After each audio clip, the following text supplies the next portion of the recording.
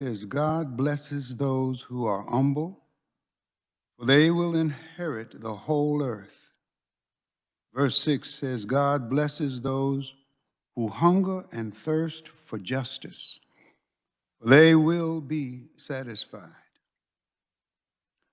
Shortly after becoming an American citizen, Irving Berlin wrote a prayer asking you, Lord, to bless us. The prayer was set to music and became a national anthem.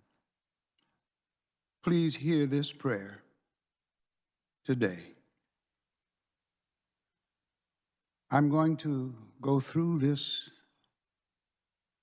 prayer song, and then I'm going to ask everyone under the sound of my voice to join me in going through it again. Not only those of you here in these chambers, but wherever you may be, even if you're listening online, let this be your prayer. God bless America, land that I love. Stand beside her and guide her through the night with a light from above. From the mountains to the prairies, to the oceans, white with foam. God bless America, my home, sweet home. Join me. God bless America, land that I love.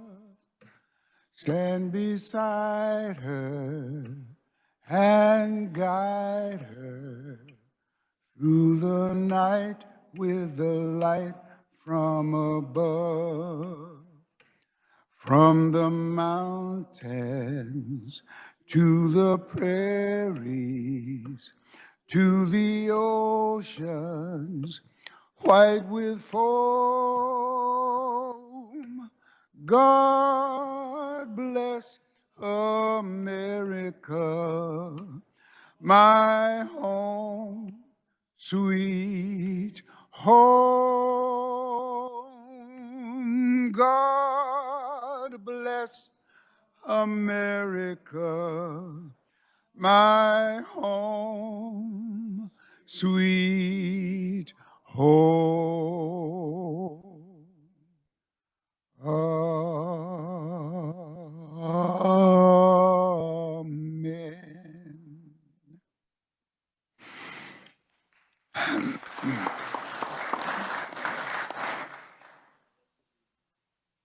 Pledge allegiance to the flag of the United States of America and to the republic for which it stands, one nation, under God, indivisible, with liberty and justice for all.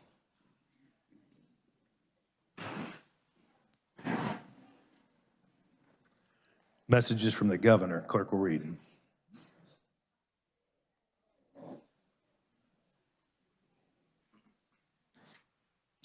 Message to the Senate of the State of Kansas. Enclosed herewith is Executive Directive number 24-581 for your information.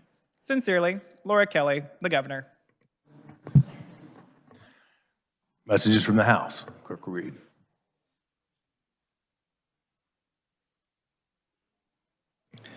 The House adopts the Conference Committee Report on Senate Bill 142. The House adopts the Conference Committee Report on Senate Bill 438. The House adopts the Conference Committee Report on House Substitute for Senate Bill 96.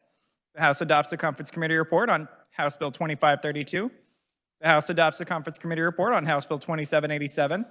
The House adopts the Conference Committee Report on Senate Bill 410. The House adopts the Conference Committee Report on House Substitute for Senate Bill 143. And the House adopts the Conference Committee Report on Agree to Disagree on House substitute for Senate Bill 172 and appoints Representatives Tarwater, Borjon, and Probst as second conferees on the part of the House.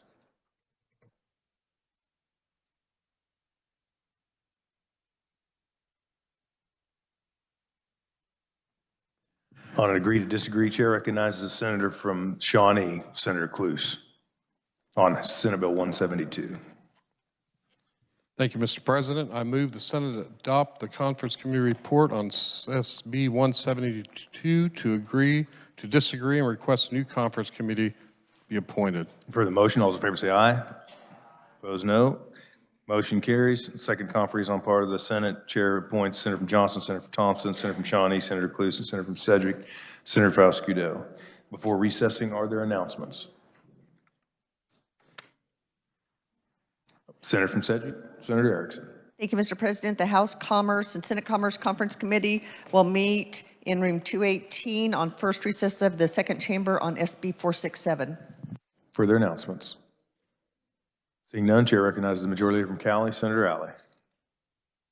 Thank you, Mr. President. Republicans will caucus upon recess in 548. I yield to the senator from Douglas, Senator Francisco. Senator from Douglas. Thank you, Mr. President. The Senate Democrats will caucus in room 287 North upon recess. I yield back to the senator from Cali. Senator from Cali.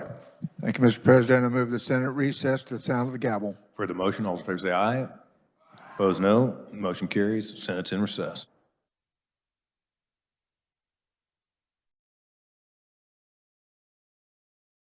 To order.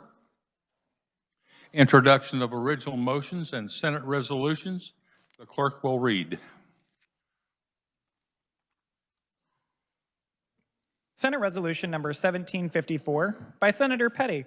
A resolution congratulating Turner High School student Rhett Ryman on being the best 5A bowler in the state with his first place finish at both the 5A Kansas Regionals and the 5A Kansas State Bowling Tournament. The chair recognizes the senator from Wyandotte, Senator Petty. Thank you. Would the reader read? Whereas Rhett Ryman, a student of Turner High School, bowled a total of 736 points at the 5A Kansas Regionals and bowled a total of 724 points at the 5A Kansas State Bowling Tournament. And whereas Rhett bowled an average of 221 points over the 33 games in the 2023-2024 season. And whereas Rhett helped bowl his team to a second place finish at the 5A Kansas State Bowling Tournament. Now, therefore, be it resolved by the Senate of the State of Kansas that we congratulate Rhett Ryman for winning first place at both the 5A Kansas Regionals and 5A Kansas State Bowling Tournament, and be it further resolved that Rhett Ryman has most honorably represented Turner High School in his bowling endeavors. Chair recognizes the senator from Wyandotte, Senator Petty. Thank you, and thanks to the reader for reading that, the resolution. I don't know how many bowlers there are in the room, but it used to be something that I did a lot, not too much lately. But when you hear 724 total points for average points for 3 games, and having an average of every game of 221, that's very, very impressive. And as you can see, he took first in individual bowler in the 5A state tournament in 2024. Rhett's and his teammates were unable to be here today, and I will be presenting this proclamation to them at the their Mark of Excellence banquet, which will be on April the 24th at Turner High School. His coach is Ashton Finley, and the principal at Turner High School is Mark Farrard. I have another resolution for the team, so I'll just wait and have that.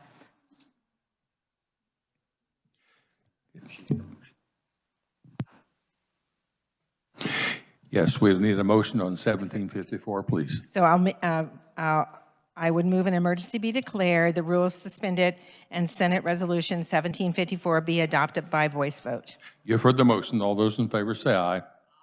Those opposed, no. The motion carried. The clerk will read. Senate Resolution number 1755 by Senator Petty. A resolution congratulating the Turner High School bowling team on its second place finish in the 5A Kansas State Bowling Tournament. Chair recognizes Senator from Wyandotte, Senator Petty.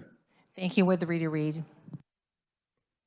Whereas the Turner High School bowling team is comprised of Rhett Ryman, Taylor Kessler, Phoenix Martin, Lucas Reynolds, Andre Little, KZ Sanders, and their coach, Ashton Finley. And whereas Rhett Ryman bowled a score of 221, Taylor Kessler bowled a score of 202, Phoenix Martin bowled a score of 190, KZ Sanders bowled a score of 187, Andre Little bowled a score of 175, Lucas Reynolds bowled a score of 173, for a total team score of 2,671. Their overall performance and total score bagged for the Turner Bears a Kansas State Bowling Tournament runner-up title. And whereas KZ Sanders finished 5th at the 5A Kansas Regionals with a score of 655, and whereas Taylor Kessler finished 7th at the 5A Kansas Regionals with a score of 646, and 14th at the 5A Kansas State Bowling Tournament with a score of 655. And whereas Phoenix Martin finished 13th at the 5A State Bowling Tournament with a score of 660.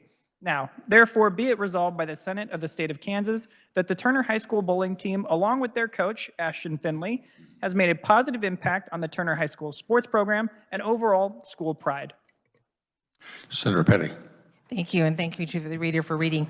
Well, as you heard, Rhett led this team and took first in the state in 5A, and with that outstanding performance, it led the team overall to second place finish the 5A Kansas State Bowling Tournament.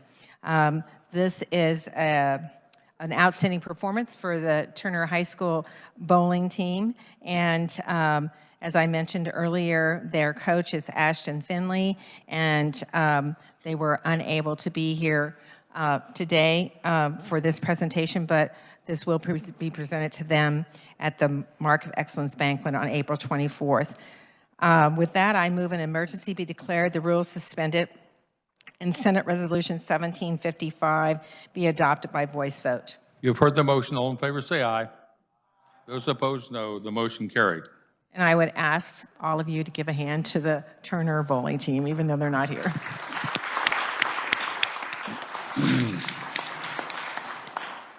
Now, on that order of business, conference committee reports, the chair turns to the senator from Johnson, Senator Thompson, on Senate Bill 271. Thank you, Mr. Vice President. I move that we send House Sub for Senate Bill 271 back to conference committee.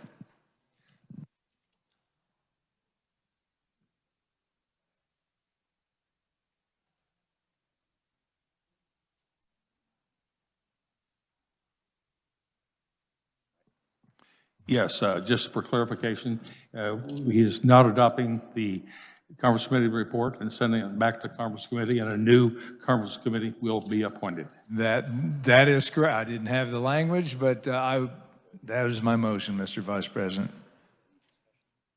The motion is in order. Any discussion? Yes, the chair recognizes Senator from Douglas, Senator Francisco. Thank you, Mr. Vice President. I support this motion to have another conference committee on this. I think there was some confusion in the conference committee report regarding whether the reimbursement would be for new drones or a reimbursement for value of functional drones taken out of service, and I think it would be great to relook at this language. Seeing no other discussion, all in favor of the motion, say aye. Those opposed, no. Motion carries. The conference committee on the second conference will be the senator from Johnson, Senator Thompson, senator from Shawnee, Senator Cluse, and the senator from Sedgwick, Senator Faust-Godot. The chair now recognizes the senator from Saline, Senator Clays, on House Bill 2105. Thank you, Mr. Chairman. House Bill 2105 prohibits academic loyalty oaths to any ideology or movement in public post-secondary institutions in Kansas. It also prohibits institutions from denying or accepting admission or educational aid for a student, hiring an applicant for employment, or hiring, reappointing, or promoting faculty on the basis of viewpoints expressed in a pledge or statement, including a pledge regarding diversity, equity, and inclusion. It does not prohibit students or faculty from complying with federal or state law pertaining to anti-discrimination law, or from taking action against a student, faculty, or employee for violations of that law. It does not prohibit being construed to limit or restrict the academic freedom of faculty, or to prevent faculty members from teaching, research, or writing publications about DEI or other topics, or prohibiting the institution from considering in good faith a faculty member's scholarship, teaching, or subject matter expertise in the faculty member's academic field. It also requires those institutions to share publicly on their website all the materials used for students and faculty on matters of non-discrimination, DEI, race, ethnicity, sex, or bias, and such institutions' policies and guidance on those matters. The bill requires the Board of Regents to investigate complaints. It also allows the District Court of any county to have jurisdiction to enforce the findings. It does allow the court to be able to take actions such as requiring the institution to comply with the law, imposing civil penalty of up to $10,000 per violation, and requiring the institution to pay for expenditures incurred by the Attorney General for enforcing that violation. It requires those penalties assessed to be remitted to the state treasurer and credited to the state scholarship program account. It does require quite a bit of reporting regarding the number of complaints filed, both at the board, the Attorney General, the court, any civil penalties assist, outcomes of the cases filed, and other information deemed important by the Board of Regents. I would also note that should this bill be enacted into law, it does remove the funding provisions in the budget that we'll hear later today. Currently, there is approximately $35 million that requires the Board of Regents universities to certify that they are not engaging in these actions to receive that money. That provision would go away and that funding would be restored should this become law. And with that, I move for the Senate to adopt the Conference Committee report on House Bill 2105 and stand for questions. You've heard the explanation. You've heard the motion. Are there questions? And remind the body you're limited to. Senator recognizes Senator from Wyandotte, Senator Petty. Thank you. And I just would like to have, I heard the senator say, and I would just like to reiterate it again. So with the passage of 2105, that will replace the language that's currently in the budget as dealing with the $35 million punitive actions towards our regions. Senator Clays. That is correct. Currently, there's $35 million that was taken from the Regents institutions and placed in the State Finance Council, requiring that the Regents institutions certify they're not engaging in these activities before those funds are released to each university, and that provision would be struck from the budget. There is a trigger inside the budget to strike that should this bill become law. Thank you. Chair now recognizes Senator from Sedgwick, Senator Falscadeau. Thank you, Mr. Vice President. Just a clarifying question for the senator from Saline. Please proceed. Thank you. So when you mentioned the diversity and inclusion part of your presentation, is that taking money away from that department, adding to that department? If you could just clarify that piece. I heard a lot about this from my colleagues over on the House side and from members of Wichita State University. So if you could clarify exactly what that piece means. Thank you, Mr. Vice President. Senator Clays. Thank you. That is a good question. I think there's probably been some items that have been maybe just misinterpreted. So there is a requirement to post all of the training materials, and there could be a cost to that. It's likely minimal posting that information to a website. There shouldn't be any cost to not requiring these statements or academic oaths. Those were on many of the applications when going through the process for the Regents universities. Many of those have already been removed. It appears that some of those things the Regents agreed did not need to be on their application process after we began discussing this through our committee processes. So those items shouldn't have any cost to them. This does not require the dismantling of any diversity, equity, or inclusion positions at the universities. Those are not contemplated in this bill. Yes, Senator Fasquedo. Thank you, Mr. Vice President. I appreciate that response because that was the questions and phone calls and concerns from those there in Wichita State University. We have the first black woman to serve in that position, and I like her a lot, so I didn't want us to eliminate that program or remove that funding. Thank you, Mr. Vice President. Are there other questions? Seeing none, we will hold for final action. Now I turn to the senator from Johnson, Senator Gossage, on House Bill 2540. Pardon me, Senator from Miami. I'm sorry to interrupt the process, Mr. Chair, but Senate Education is going to go caucus now. Very Thank good. Now I recognize the senator from Johnson, Senator Gossage, on House Bill 2547. Thank you, Mr. Chair. House Bill 2547, we all heard before. We passed it out of this chamber 40-0, and on the House side 116-4. It's regarding the emergency medication kits. There was one amendment that was added on in committee that removed the liability section for a non-medical personnel that had been in there since 2009. And it was actually not part of the amendment or not part of the bill itself.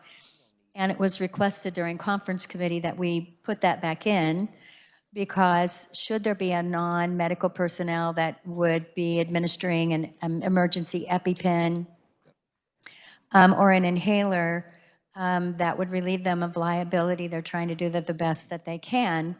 And in some of our small school districts, there are no school nurses. And then what added to this was Senate Bill 2596. It sat below our line. We just didn't have time to bring it up.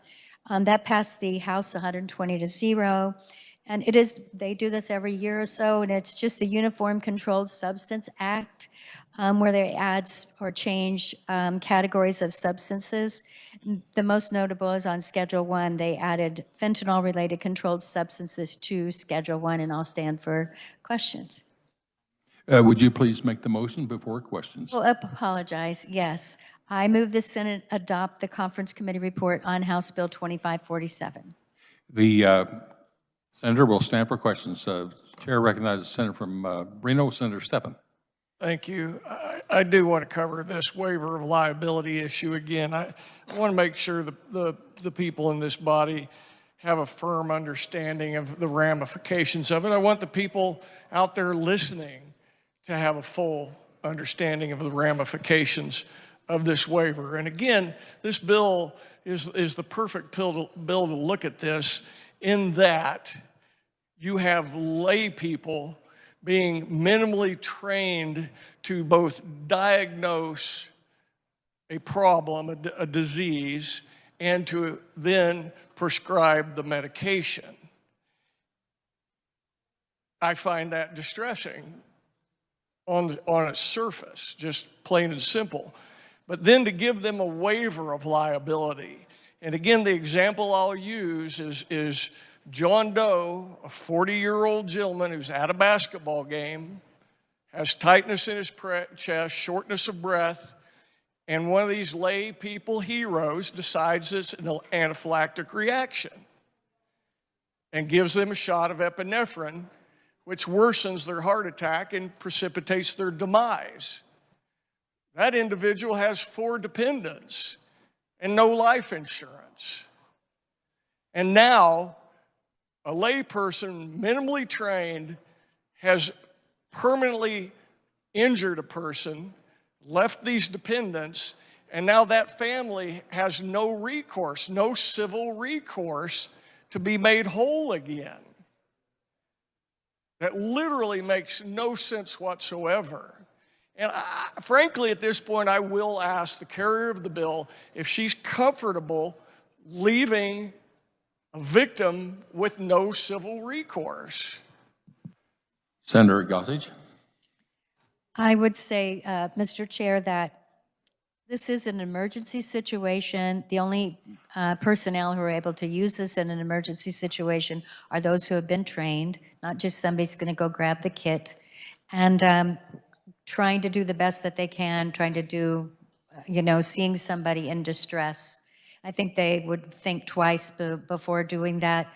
But sometimes I guess we have to err on the side of this person may pass out, or this person is going into anaphylactic shock, which could also kill them. So I know we're in a difficult spot here, but again, it's been in there since 2009. We haven't seen an issue with that with the epinephrine pins. Senator from Reno, Senator Stephan. I don't find that a satisfactory answer, but I'm not going to keep pushing her on it. The bottom line is when you're in a situation and where there is liability and there is damages occurred, that's what our court system is for. Now, the other question I'd like to know is it the intent of this bill to relieve the school of liability as well? If this person is trained by the school, a part of the school, or not a part of the school, is it the intent of this bill to relieve the school of liability as well? Senator Gossage. Thank you, Mr. Chair. That was asked in caucus, and I promised that I would look that up. And as part of the bill, it does say, any person who in good faith, and then goes on to talk about has been trained, and any school that employs or contracts such person shall not be held liable for any civil damages. So it does relieve the school as well as the individual. Senator from Reno, Senator Stephan. I couldn't hear the last couple of sentences. Could that be repeated? Would you please repeat? Yes, it does relieve the individual, the non-medical individual that's been trained to administer it, as well as the school.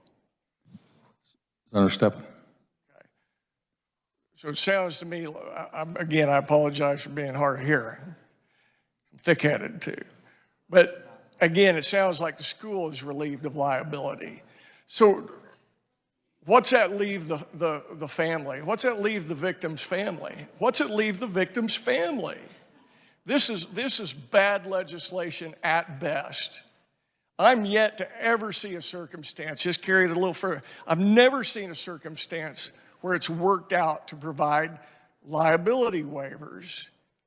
That is not how our society is set up. You guys stop, think about the victims for a second, and quit giving civil liability for no reason. Thank you. Are there other questions? Senator Gossage, you care to opine, and we'll give you that opportunity. I just want to say that I appreciate the senator's perspective. We'll hold for final action. Excuse me. Chair recognizes the senator from Riley. Senator Reddy. Apologize, I didn't see you. No problem. Thank you, Mr. Chairman. I just wanted to say, I think when we are speaking about Kansas, we have so many rural areas, and if somebody is having a major issue and needs to be taken care of, I think we need to try to do whatever we can to save the person. And sometimes it takes a long time for an emergency vehicle to come by. And we are talking about a trained official here to address the issues that are at an emergency state. Anybody that's there should try to resuscitate or try their best to make sure the person is taken care of with the resources that you have in place. And with that, I am support of this bill because I think it addresses needs of an emergency state when we don't have ambulances and everything else that are so nearby that we can address the issues real quickly. Thank you. Are there other questions? Second time, Senator Stephan. The old axiom you learn in medical school is that it is frequently better to do nothing than something stupid. I learned that early on, and that certainly applies to this bill. Thank you. Are there other comments or questions? Seeing none, we'll hold for final action. Now to the senator from Lynn, Senator Tyson, on House Bill 2465. Thank you, Mr. Vice President.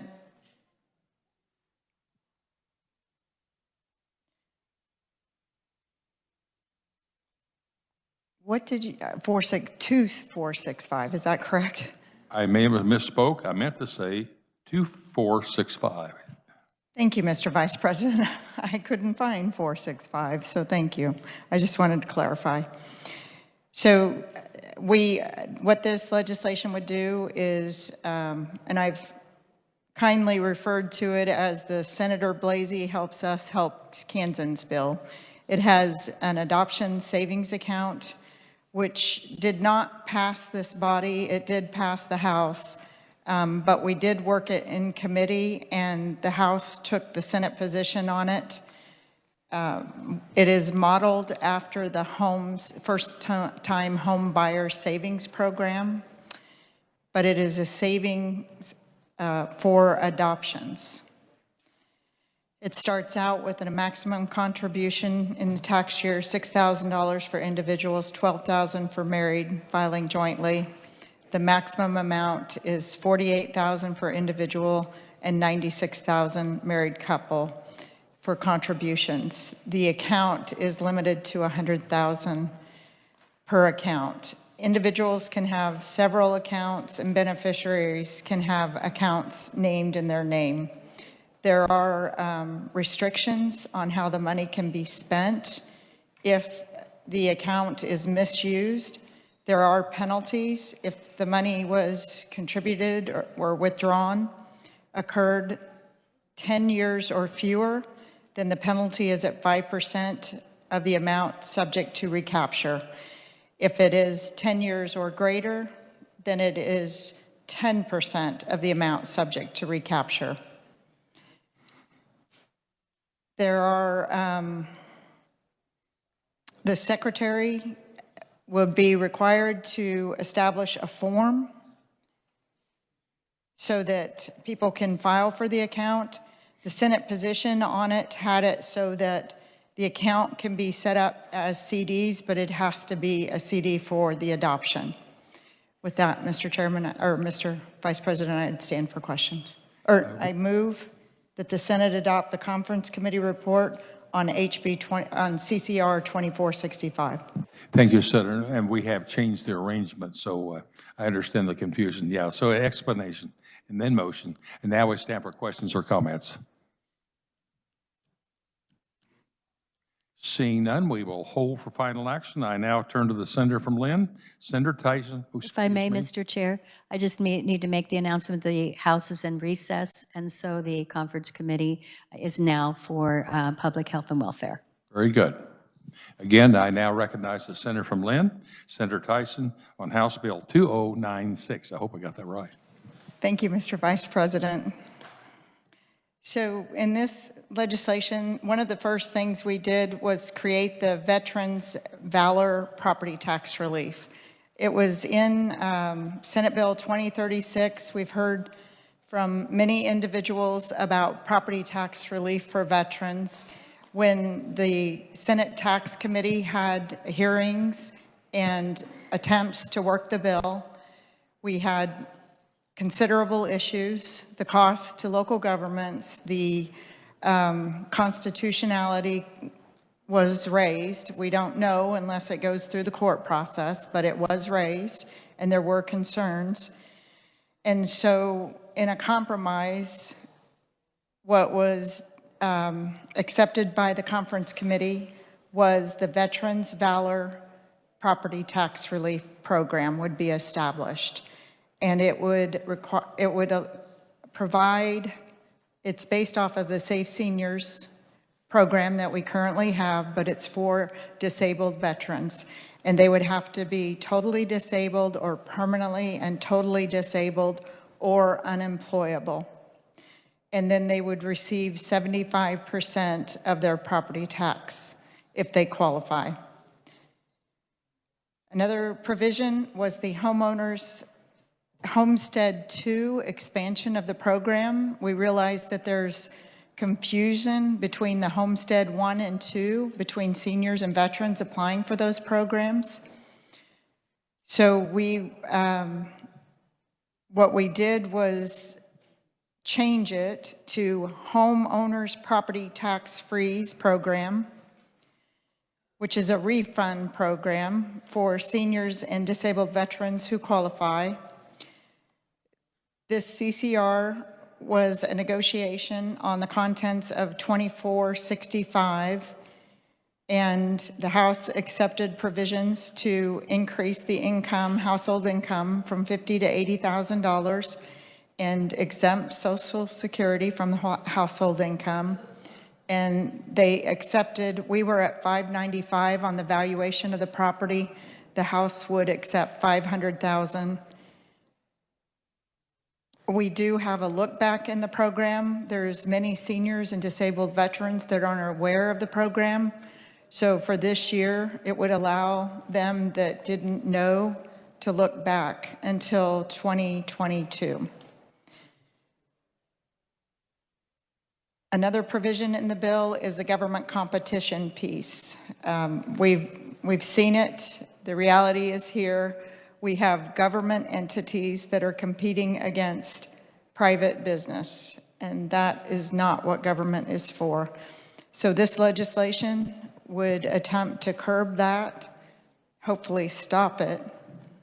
It would, if there was a child care center, a health club, or a restaurant that were directly competing with a government business, direct competition, then the property owner would be exempt from property taxes. The Senate passed it last year in Senate Bill 256. However, the provisions were much greater. It not only exempted the business from property tax, it also exempted them from sales tax. When we negotiated last year, that was not accepted by the House in conference, so we negotiated, pared it down quite a bit. It was in CCR 8, which it passed both chambers, was vetoed by the governor. The tangible personal property tax exemption was in Senate Bill 484 that passed this chamber. It was brought to us by the County Appraisers Association. They told us that it costs them more to collect personal property taxes on these items than what they actually take in. Well, we all know in business, if it's costing you more to do the job, maybe you should look at the procedure and process, and that's what we're doing here. So this would exempt snowmobiles, golf carts, off-road ATVs, other small items completely from personal property taxes, including trailers of a weight of 15,000 pounds or less, and any watercraft. The valid sales exclusion was Senate Bill 311 that passed this chamber. It's an attempt to codify the language and make sure that in 1031 exchanges, real estate exchanges, that the business portion is not part of the valuation of the property, that it's just the property being valued. Property valuation notices, this was in CCR 8 last year also. It did pass the Senate. The original bill had a 5-year look back on your valuation notices that we get in the mail. And the Senate had negotiated 3 years because we were afraid of the paperwork that would be increased in the cost of sending those valuations. So we talked to the department. They do have a way to put graphs. So it will include current year and the previous 4 years. So you'll have 5 years on your valuation sheet, should this go into law. Payment under protest, we passed that in the Senate last year. When you protest your valuations, if you protest in April, meet with the appraiser, then you are not able to file under protest in the fall. And so we thought, sometimes there's new evidence and reasons to be able to come back and to challenge that even in the same year. So this would allow you would have to present new evidence in order to be able to do this, but it would allow you if we were able to pass that. With that, Mr. Chairman, or Mr. Vice President, I would stand for questions. You have heard the explanation and the motion. Are there questions or comments? The chair recognizes the senator from Finney, Senator Dahl. Thank you, Mr. President. First of all, how many bills are bundled into this? As we've talked about, bundling bills, there seems to be quite a few bills in this. Could the carrier tell me about how many bills are in this? Senator from Lynn. Thank you, Mr. Vice President. Well, it depends on how you want to look at it, but the list I have is HB 2465, Senate Bill 484, Senate Bill 311, CCR 8, House Bill 2036, and SB 55. Senator Dahl.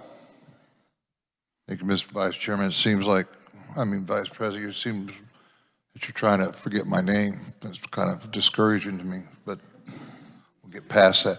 It's not that hard. That's good. That's good. Let me say that there's a circumstance that a city has a rec center, a workout room and all that sort of thing, and a new business comes in, so that be direct competition that's with the city, with the government and that new business.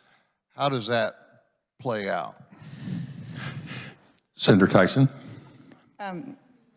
Well, it depends. If the business is established and the government starts a business, then that would be considered government competition.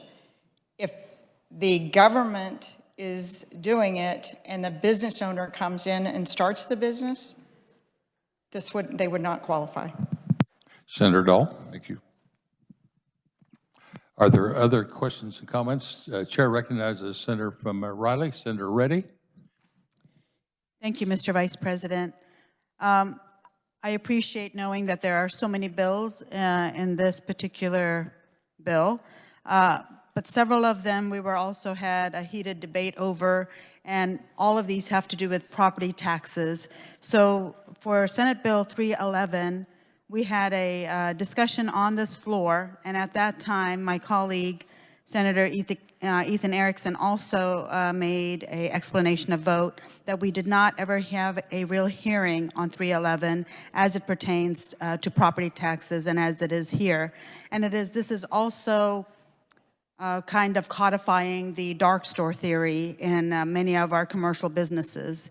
As to the government competition with city businesses, let's say if you have a summer camp and there's something else going on at a private sector with a similar type of camp, and the competition, a daycare, for example, in competition with city, whatever it might be, the more and more we are alleviating sales taxes from our commercial sector, the residential owners have to pick that up. That is the only way your police departments are funded, your fire departments are funded, your roads and potholes are filled, is with the property taxes. All of that burden should not fall on your residential property owners, and that is where this is going to shift. And while I like some components of it, these are two huge components of this particular bill that I cannot support. And therefore, I will be voting no on this entire package unless there is a different rendition of similar components. But when the commercial tax burden, property tax burden shifts to your residential owners, we here are trying to reduce the property taxes for our residential owners. This will almost triple some of theirs because they will have to carry that tab. Thank you. Chair recognizes Senator from Lyons, Senator Longbine. You may. My apologies. Thank you, Mr. President. There was some inaccurate information in those statements, and I think it's fair to the body to know. She said that we never had a hearing on Senate Bill 311. That is absolutely inaccurate. In fact, the senator was there.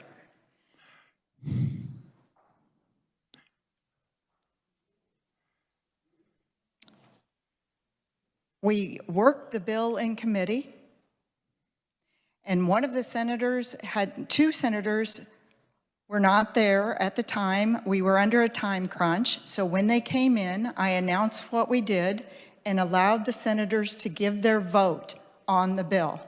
It was completely transparent. Everybody had time to think about it and to act on it. So for those accusations, it's just not right. Mr. Chairman, there were other comments too. I'll just stand for questions. The decorum on the floor needs to be, I'm taking a breath, we're all tired. So thank you, Mr. Vice President. Chair returns to Senator Reddy for the second time. Thank you, Mr. Vice President. We did have a hearing on this. We had a hearing on one component of it. There were 2 additional components added to it later. Thank you.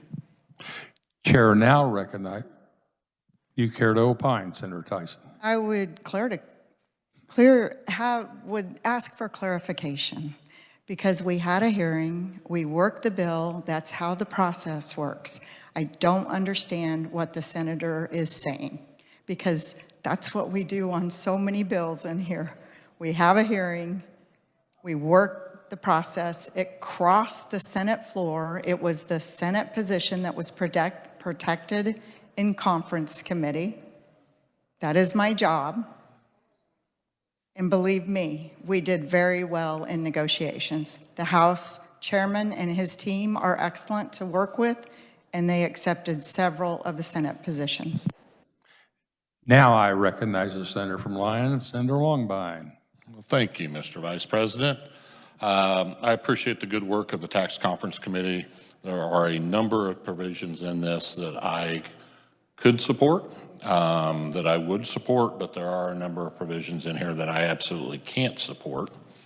And so I'm faced with a dilemma. I think this is the last bill in that package, and we could just go to final action.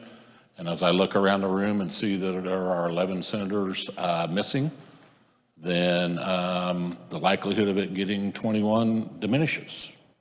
So that's option number 1. Option number 2 would be to not adopt the committee report and request a new conference committee be established, which seems to be the fairest option for the tax chair. So that's my motion.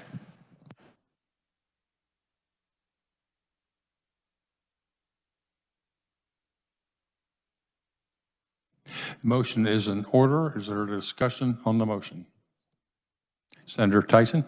Thank you, Mr. Chairman. While I appreciate the good senator from Lyon's comments, I would ask that the body reject the motion and continue with this. We have some very good legislation in here, and there is not one piece of legislation that did not pass this body with a majority vote.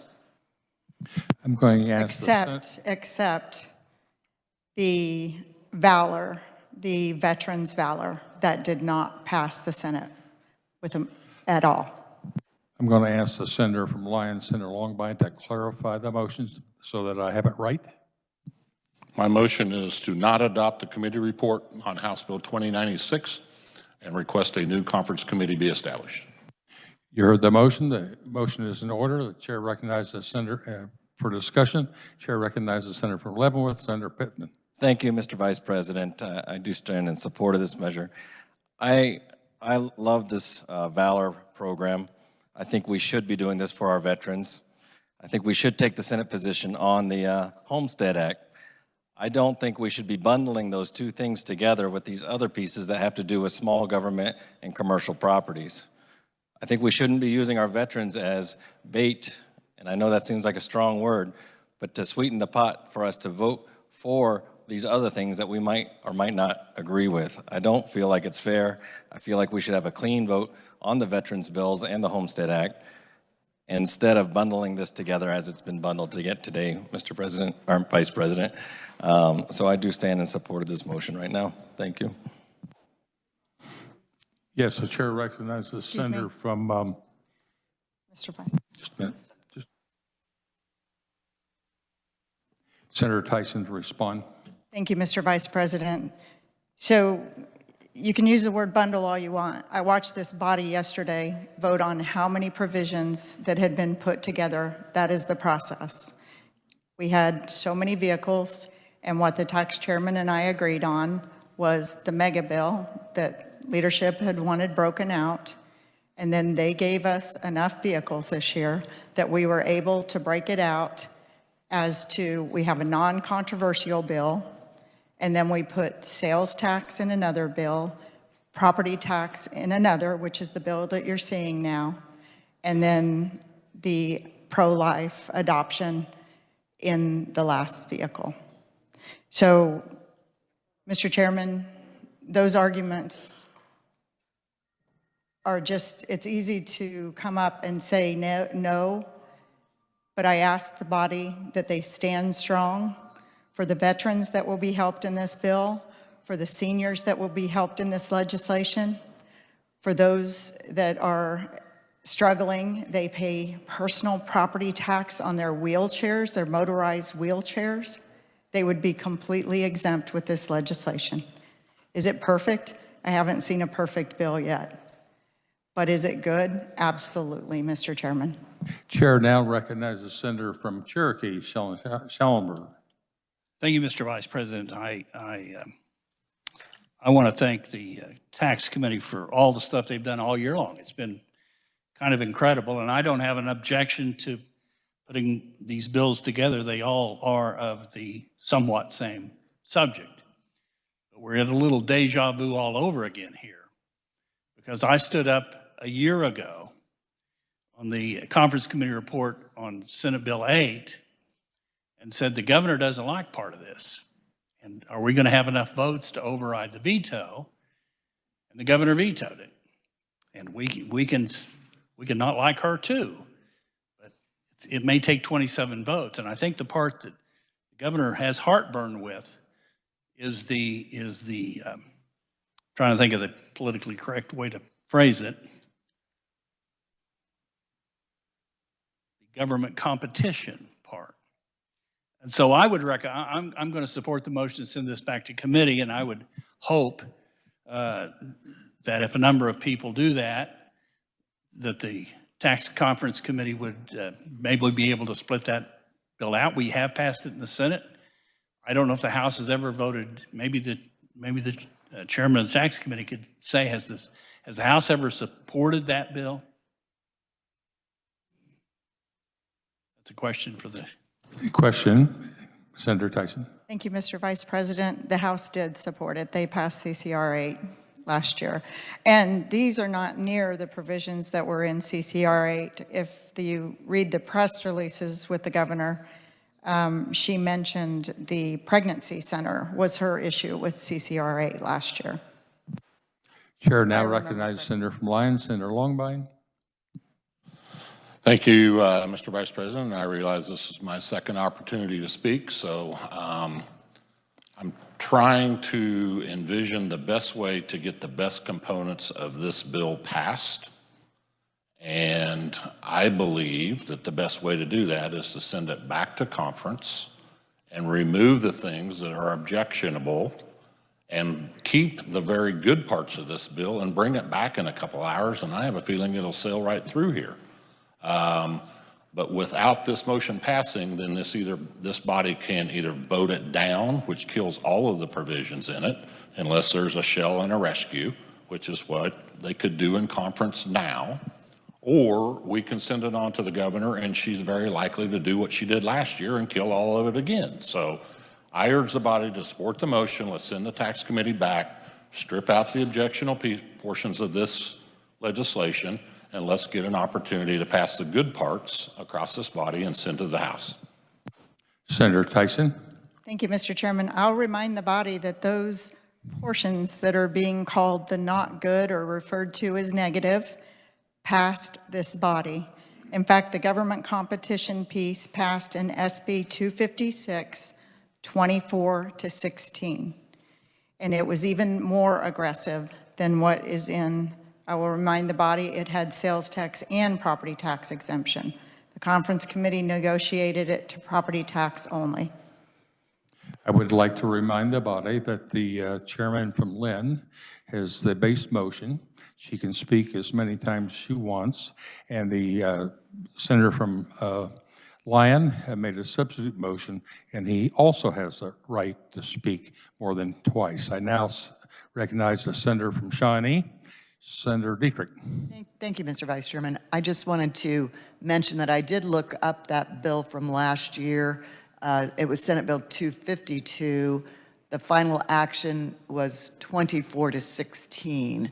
That was the government ownership piece that we've been discussing. So I think the number, excuse me, I think the number was just a little bit off, but it was 24-16. So it did not have a veto-proof majority. Thank you. Chair recognizes Senator Tyson. Thank you, Mr. Chairman. Yes, I did misspeak, so I thank you. I had 256 written down. It's 252, but I would remind the body, we pass many things in here that do not have a veto-proof majority. That is not what we need to do for our constituents, is worry about what the governor is going to veto or not veto. We are giving one person, the ability to stop us on great legislation. Chair recognizes Senator from Douglas, Senator Francisco. Thank you, Mr. Vice President. I too think that it would be a good idea to send this back to non-concur and send it back to conference committee. And I also want to recognize that there's a good explanation of what happened on Senate Bill 311 on page 6 of the conference committee report. It talks about the bill being introduced. There was a Senate committee hearing on March 23rd, 2023. Proponent testimony was provided by a private citizen about federal income tax consequences. The Secretary of Revenue responded to questions concerning 1031 exchanges, and no other testimony was provided. On January 9th, 2024, the bill was withdrawn from the Senate calendar and re-referred to the Senate Committee on Assessment and Taxation. Following discussion, not a hearing, following discussion on March 13th, 2024, the Senate committee amended the bill to include build-to-suit transactions and sale leaseback arrangements. And I think that's the question of whether there was a public hearing on those. I have heard from the appraiser in our county who has concerns about this. So I agree. There's some really good things. I absolutely support the Veterans Valor Program. If that could be put in a separate conference committee report and come back to this body, I would enthusiastically support it. Thank you. Are there other questions? Or Senator Tyson, you may respond. Thank you, Mr. Chairman. So it's kind of disingenuous to assume or even insinuate that we have hearings on every amendment that comes through this process, because we don't. I mean, we can look at the budget bill. How many provisions in there did not have a hearing? I don't mean to pick on the budget, guys. I know you're walking on eggshells and you guys have done a great job, and I thank you for your work. But it just comes to mind because we recently caucused on it. Believe me, there's other legislation too. The drone bill. We didn't even see that across this body. These provisions we have seen, we have voted on. It had a majority vote in this body. Thank you, Mr. Chairman. I ask that the Senate reject the motion to return it to conference committee. All in favor of supporting the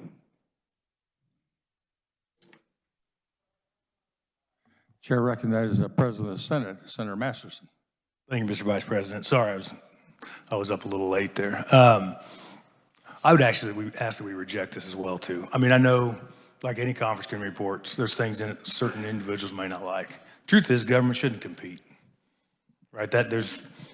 I'm proud to stand with that provision. I know there's certain people try to make it about certain individuals, but it's really about competition. So I would actually ask that we reject this motion. And Mr. Chairman, if we're done, I'd ask for a roll call vote on this. We can clean this up in conference. You've heard the motion. We're calling for a roll call vote. Chair recognizes Senator from Riley. Senator Reddy. Thank you, Mr. Vice Chairman. Are we still talking about the bill? Or are we talking? We are talking about the motion to send it back to Conference Committee. Thank you. Thank you, Mr. Chairman, for that, Mr. Vice Chair. My only comment I wanted to make was on Senate Bill 311 and the government competition was it's so much of a heavy tax burden, property tax burden passed back to our residential voters. And the vote on this one was 21. We are on the motion, not the bill. And you have spoken twice. Now we're ready for a roll call vote on the. Seeing 5 hands for a roll call vote. With seeing 5 hands, please. Seeing 5 hands for roll call vote. Roll call is in order. Clerk will call the roll.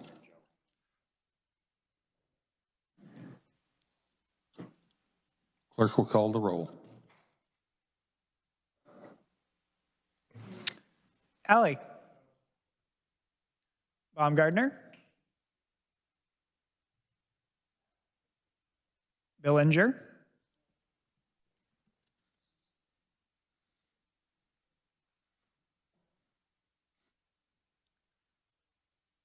Blasey.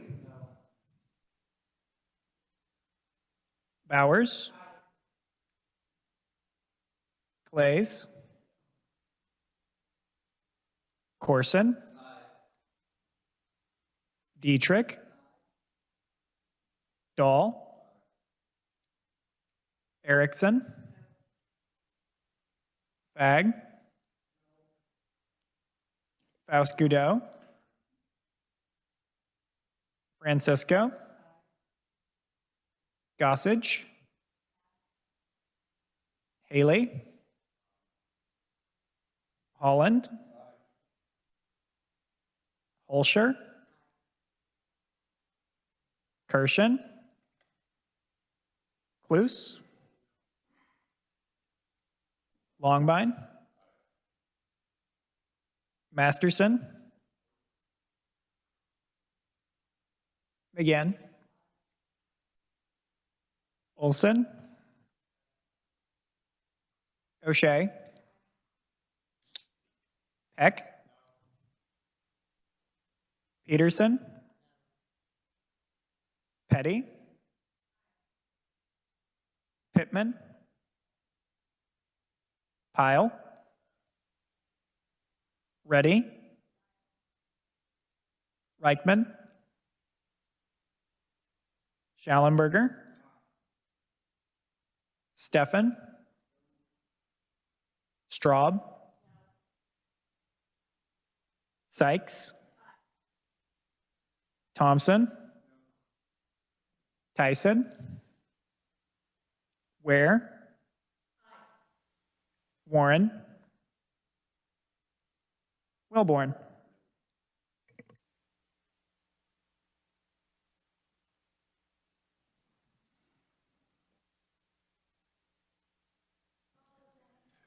Has every senator call the Senate? Seeing my hand. So, Mr. It's President. not a final action vote. Call the Senate is out of order. Explanation of vote. Why don't we get?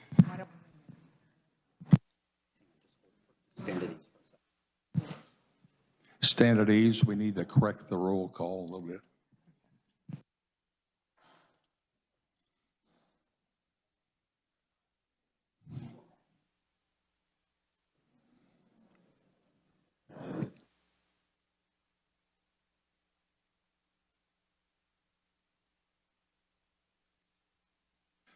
Will the senator from Sedgwick, Senator Kirshen, repeat your vote?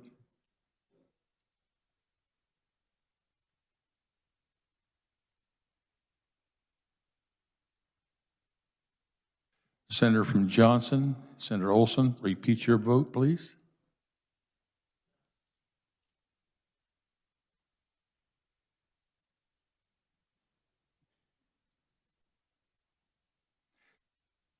Senator from Miami, Senator Baumgartner. Yes, could we have a preliminary count, please? Right now it is 19 yea and 16 nay.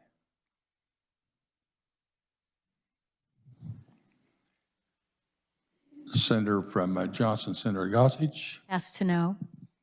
Passed to no. Duly noted. Senator from Brown, Senator Pyle.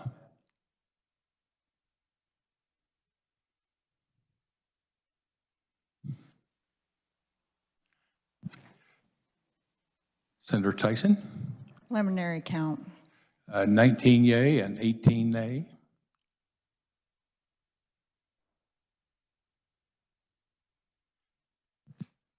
Would the senator from Miami report her vote?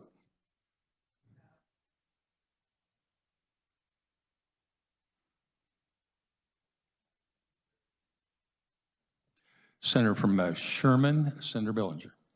Thank you, Mr. Vice President. Passed to no.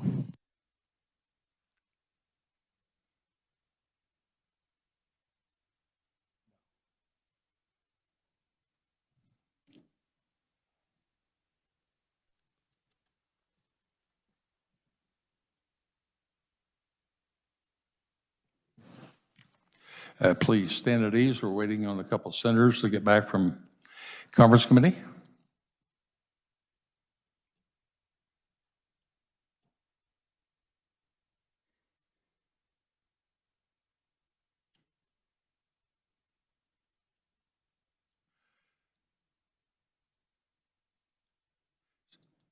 Senator from Johnson, Senator Warren, are you prepared to vote? Thank you, Mr. Vice President. My vote is no. Are there any explanation of vote? Any change of vote? Senator from Lynn, Senator Tyson. Thank you, Mr. Vice President. Preliminary count, please. Right now it is 19 yes and 20 no. Thank you, and thank you. We will close the roll and tally the vote.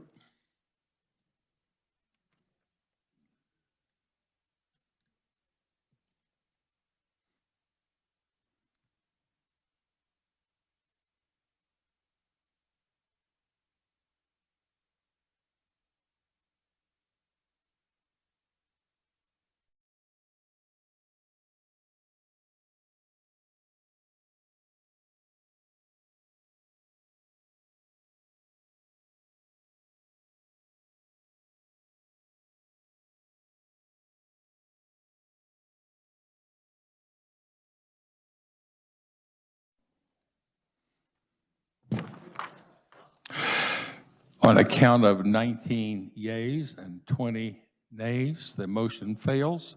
Back on the bill. And Senator, it's my fault, but I'm going to ask you to make the motion if you didn't before. No, thank you. I had not made it. So I move that the Senate adopt the conference committee report on HB 2096. You have heard the explanation. You have heard the motion. Any further questions? Saying none, we will hold for final action. We are now ready for final action. On this roll call, we will take the following.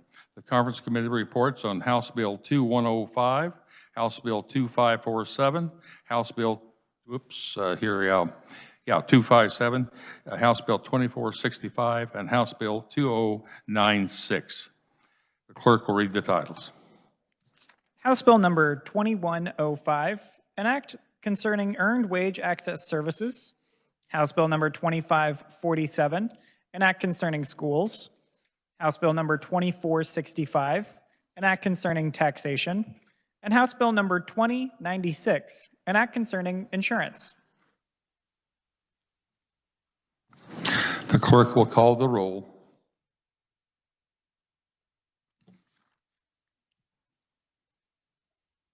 Alley. Baumgartner. Billinger. Blasey.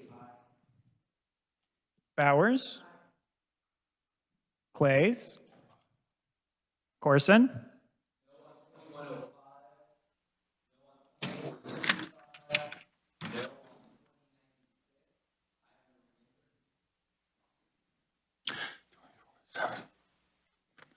Dietrich,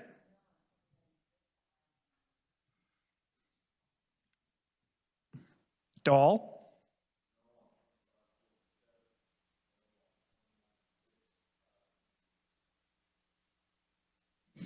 Erickson, Fag,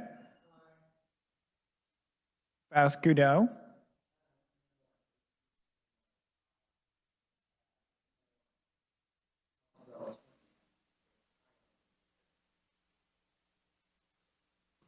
Francisco,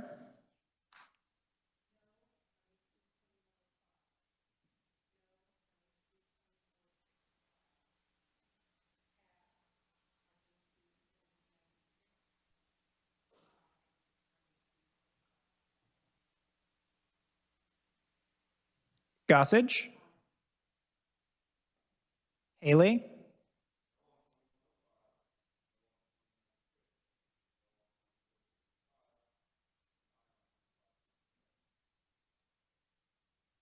Holland,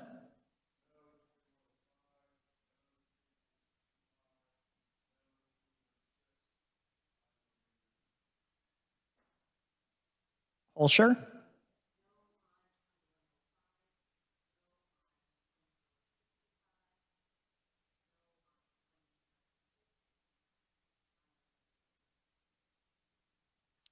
Kirshen, Cluse,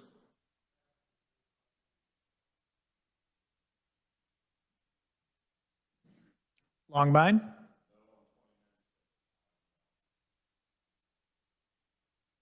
Masterson, McGinn,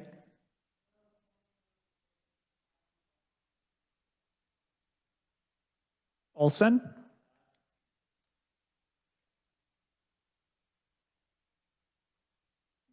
O'Shea,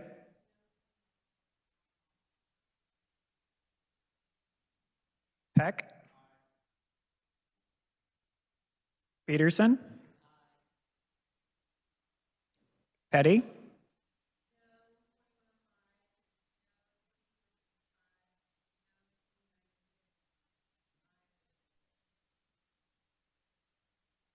Pittman,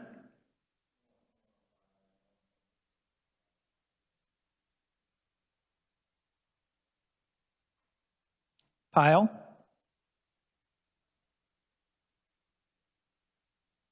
Ready,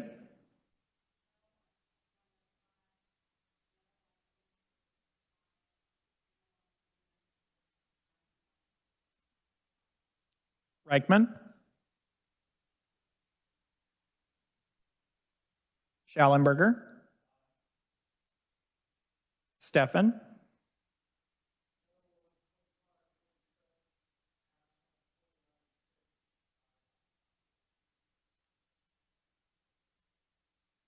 Straub, Sykes,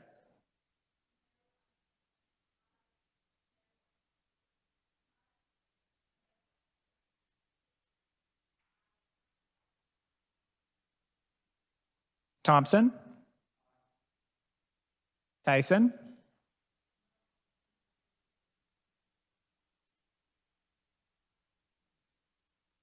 Ware,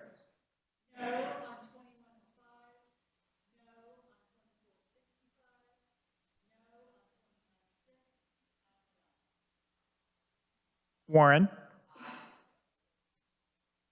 Wilborn.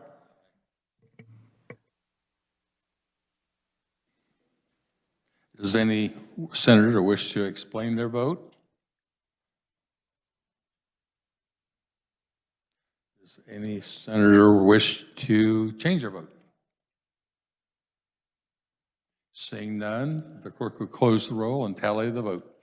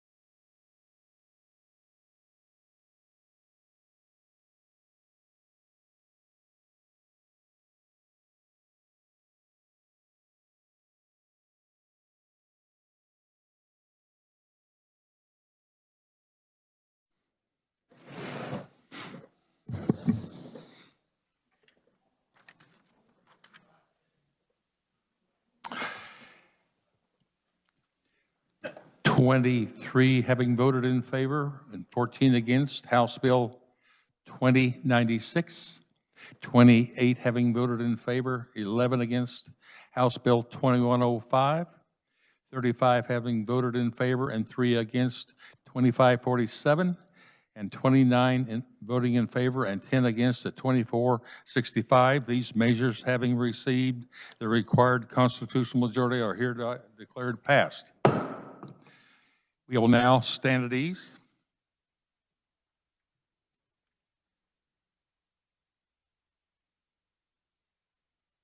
We are preparing for the budget. I don't break out into an applause, but we'll be with you shortly.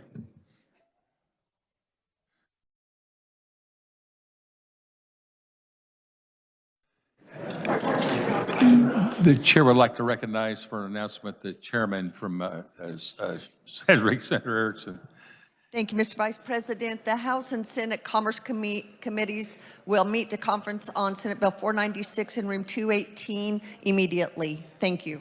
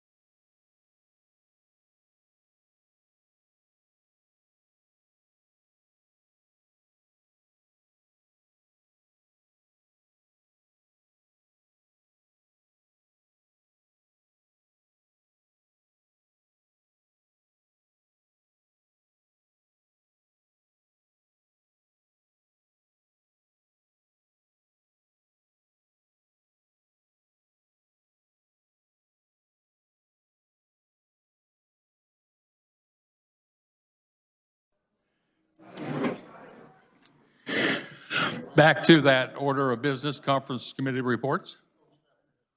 I told him.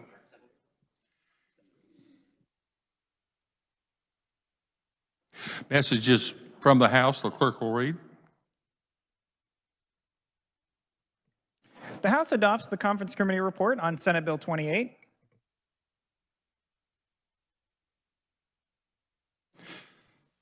Now for that order of business from the Conference Committee reports.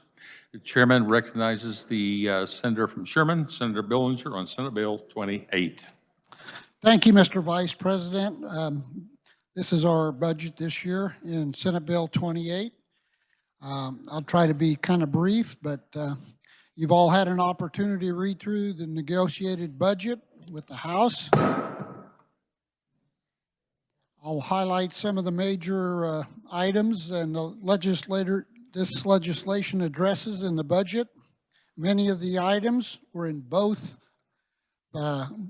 budgets, but the difference had to do with funding or FTE positions. Some were deferring priorities that had to be worked out, and in the end, we funded core services and presented a balanced budget with a healthy ending balance. We'll start with the state employees. The state employee pay plan is based on a market rate study that will bring below market positions closer or to market rates. We did this similarly last year, where we took an across-the-board increase of 5% that the governor had suggested and used the same pool of money to address the positions that were underpaid,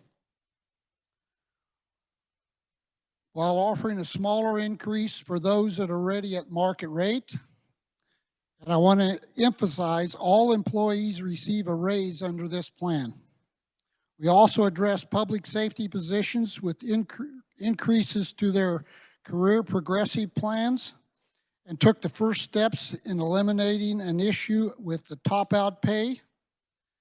The capital area guards are also compensated with a 5% raise in this plan. That is our guards downstairs. Many times they're left out. Our plan also includes pay increases for the region universities by funding their merit pool. Let me now talk a little about the Kansas Health. We're putting over $50 million in new funding. We address Medicaid rates for hospitals and physicians to support our rural hospitals and increase access to care across the state. To support our nursing homes, we added 18 million to increase the Medicaid add-on payments. We addressed our IDD and PD wait lists by adding 500 slots for each in fiscal year 2025. A report is also required from KDADS on costs to keep the IDD wait list below 4,800 and the PD wait list below 2,000. For higher education, we added $5 million to the comprehensive grants and required a distribution at 50% for the regions in Washburn and 50% to the nonprofit independent institutions. For our community and technical colleges, we funded the student success initiatives at $17.5 million. At each university, we funded capital improvement programs and a regional stabilization grant that can be found on your sheets. And we continue to fund a matching program for deferred maintenance. And we encourage the demolition of obsolete buildings and which drain our maintenance budgets. For our law enforcement, we invested in capital improvements for the two main law enforcement training centers in the state. We also expanded the KBI Child Victim Task Force to cover southeast Kansas, which is the last area in the state that was lacking coverage. Moving on to transportation, the budget includes funding for $932 million in announced Eisenhower Transportation Program modernization and expansion projects. These include projects like the Kellogg US 400 6-lane expansion in Butler County, the US 75 4-lane expansion in Jackson County, and the I-35 US 56 interchange in Johnson County. We maintain our position to send Kansas National Guard troops to the southwest border where the Biden administration has encouraged a flow of drugs. We got so many drugs coming into Kansas, it's killing our young people, into our state, and we prompt the spike of human trafficking is another one. It's just getting out of control here. We reduced the World Cup funding to $10 million, requiring a report to the legislature for the use of those funds for fiscal year 2025. This is now paid for with the interest earned on our ARPA investments. So originally it came out of here with ARPA funds. Now we're going to use the interest that's been earned on the ARPA funds. In the budget, there's also some payoffs, some debt reduction by agreeing to the 2 of the 4 governor budget amendments. This includes a GBA number 1, which retires the debt on the State House here, as well as GBA 1 number 2, which retired the debt on the National Bio and Agro Defense Facility in Manhattan. Combined, we're paying off $25 million in debt payoff. And finally, with the interest growing on our budget stabilization plan, our rainy day fund, it's nearly $1.8 billion. We're temporarily suspending the transfers of this fund and are allowing the state treasurer to invest up to half of the fund into the ladder of securities to increase our return while maintaining flexibility for use of the fund should a recession hit. And with that, Mr. Vice President, I move the Senate adopt the conference committee report, and I stand for questions. The senator from Sherman has explained the bill. He has made the motion. Now we'll stand for questions. The chair recognizes the senator from Brown, Senator Pyle. Thank you, Mr. Chairman. I have a question. The chairman just stated, and I'll quote, all employees receive a pay increase under this plan. Mr. Chairman, does that include legislators? Senator Billinger? No, it does not. Senator from Brown. So it doesn't include all employees then, even though you said that. Is that right? Senator Billinger? Yes, it does not include the elected officials. Senator from Brown. Now, there was an amendment put on this that we would have to vote for the pay increase that was a 93% pay increase for legislators, and that passed this floor. What happened to that amendment, Mr. Chairman? Is that included or did it get taken out? Senator Billinger? Thank you, Mr. Vice President. The House did not want that in the budget. Senator from Brown? Thank you, Mr. Chairman. Yeah, I watched the video. Actually, I have the timestamps on it, and didn't seem to me, Mr. Chairman, how hard did the chairman for Ways and Means fight for that amendment? Senator Billinger? Thank you, Mr. Vice President. I would say I probably didn't fight as hard as I could have, but I knew it was not going in there, so. Senator from Brown? Thank you, Mr. Chairman. Does the Chair of Ways and Means believe it's appropriate that legislators get a 93% pay increase starting next year when the state employees are only getting 5% pay increase? Senator Billinger? My opinion, just my own personal opinion, I have voted against the pay raise.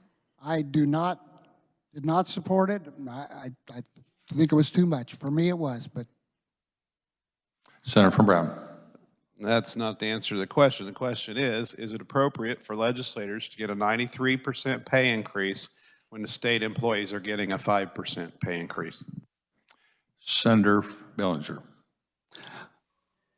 I voted against the raise, so I don't believe it is fair. Senator from Brown? But you've included 5% for the employees in this budget, and you've left in the fact that we don't get to vote on the 93% to accept it, which was what the amendment did. And by your own admission, you didn't fight very hard to keep that. It would have been very appropriate, wouldn't it, to have fought for that amendment since the employees are only getting 5% and that the pay increase is 93%? Would that not have been the appropriate steps to take in representing the Senate position? That amendment passed 20-8. That's a pretty good vote, Mr. Chairman. I guess I'd like a better explanation. Senator Bellinger. Thank you, Mr. Vice President. Well, I was one of them that voted to put it, so I supported not raising the salaries. I mean, that's where I was. So, you know, when you're faced with trying to negotiate something and you're told right up front that it's not really negotiable, you can hold on to it to the end or you can get rid of it right away. I mean, so what I did. Senator Brown. Thank you, Mr. Chairman.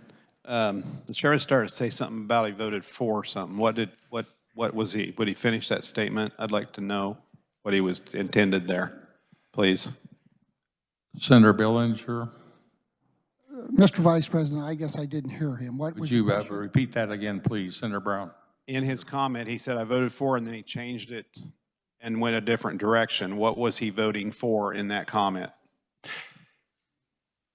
Senator Bellinger. Thank you, Mr. Vice President. The bill that he mentioned that had passed, I did vote in favor of that bill, which said that we would not raise salaries. Senator Brown. Senator from Brown, excuse me. I want to make sure I'm perfectly clear. Is the chair of Ways and Means saying that he voted for the Pyle amendment to mandate a vote to accept the pay increase before it could be implemented? The amendment that passed 20-8 on this floor? Senator Bellinger. Yes, Mr. Vice President, I voted for that amendment. Senator Pyle. Well, Mr. Chairman, I've got the vote. I know that the chair, in fact, did not vote for it. I pulled it the other day when he told me he did.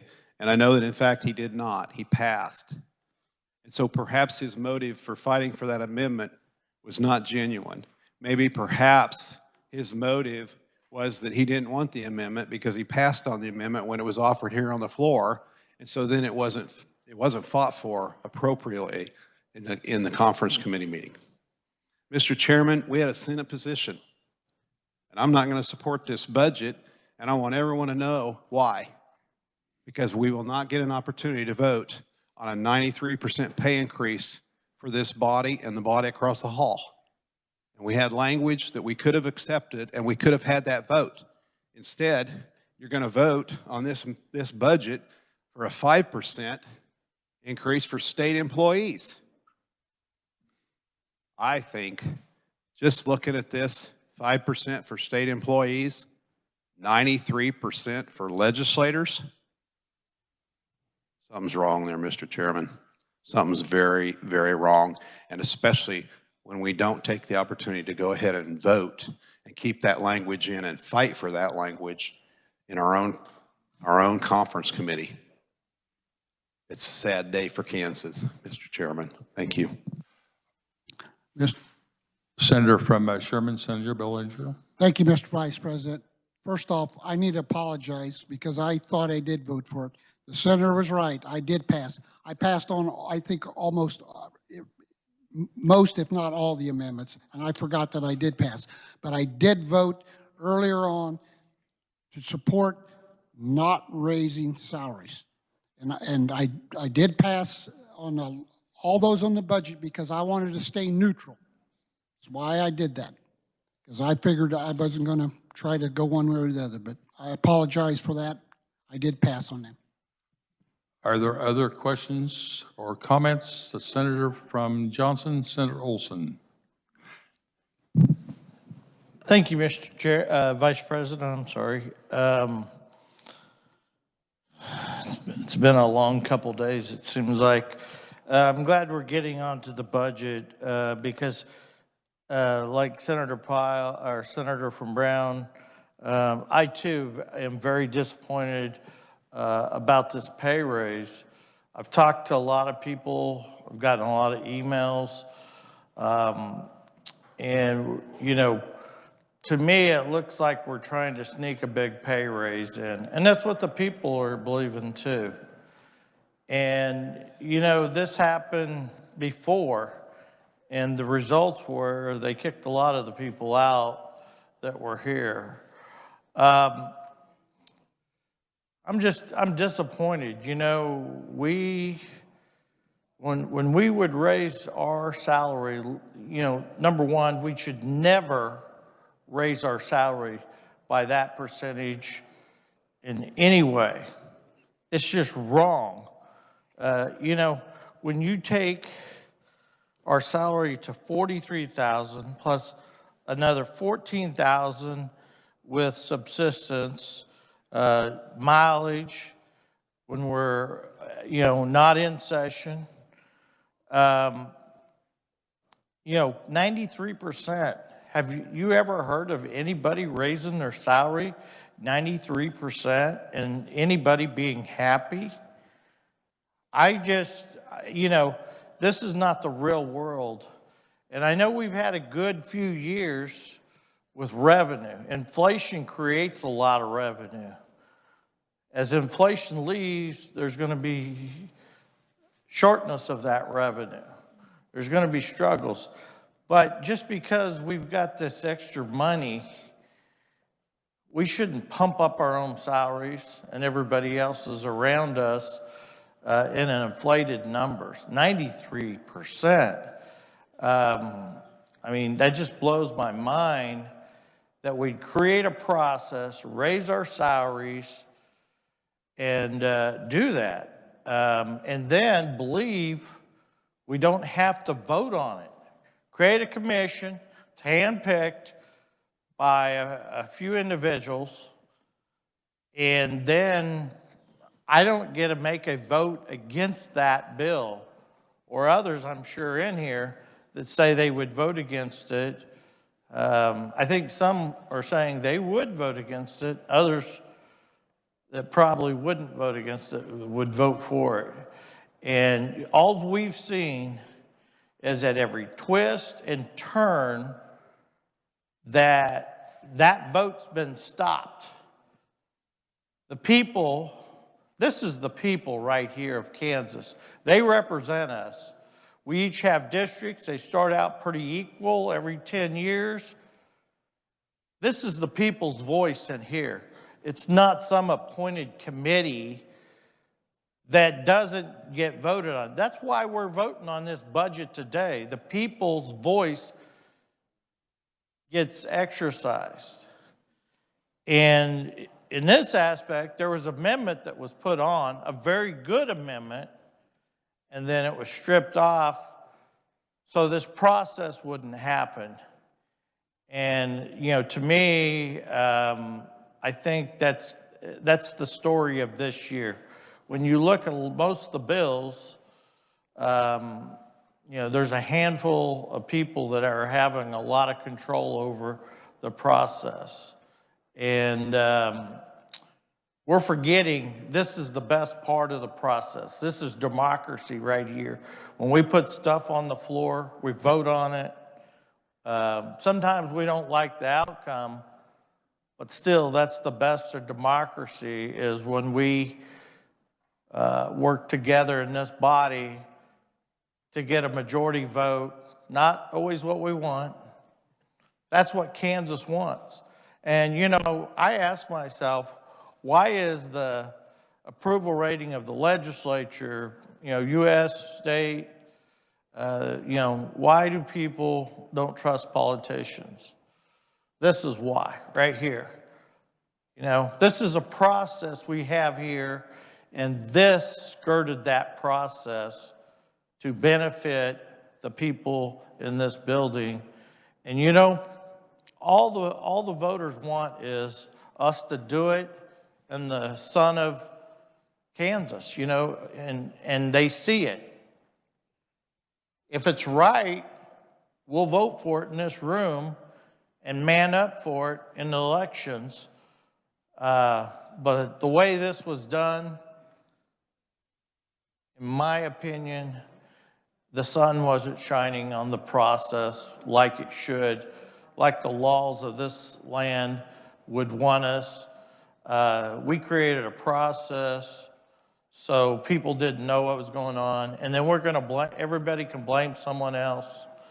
I'll tell you, I've fought on this all year and debated it, and I'm gonna keep telling the people what I know of what happened to this. And, you know, I'm sure plenty of you've answered a lot of questions about it because of the things that I've done on the floor here. But I think they want that debate, and that's missing on this issue.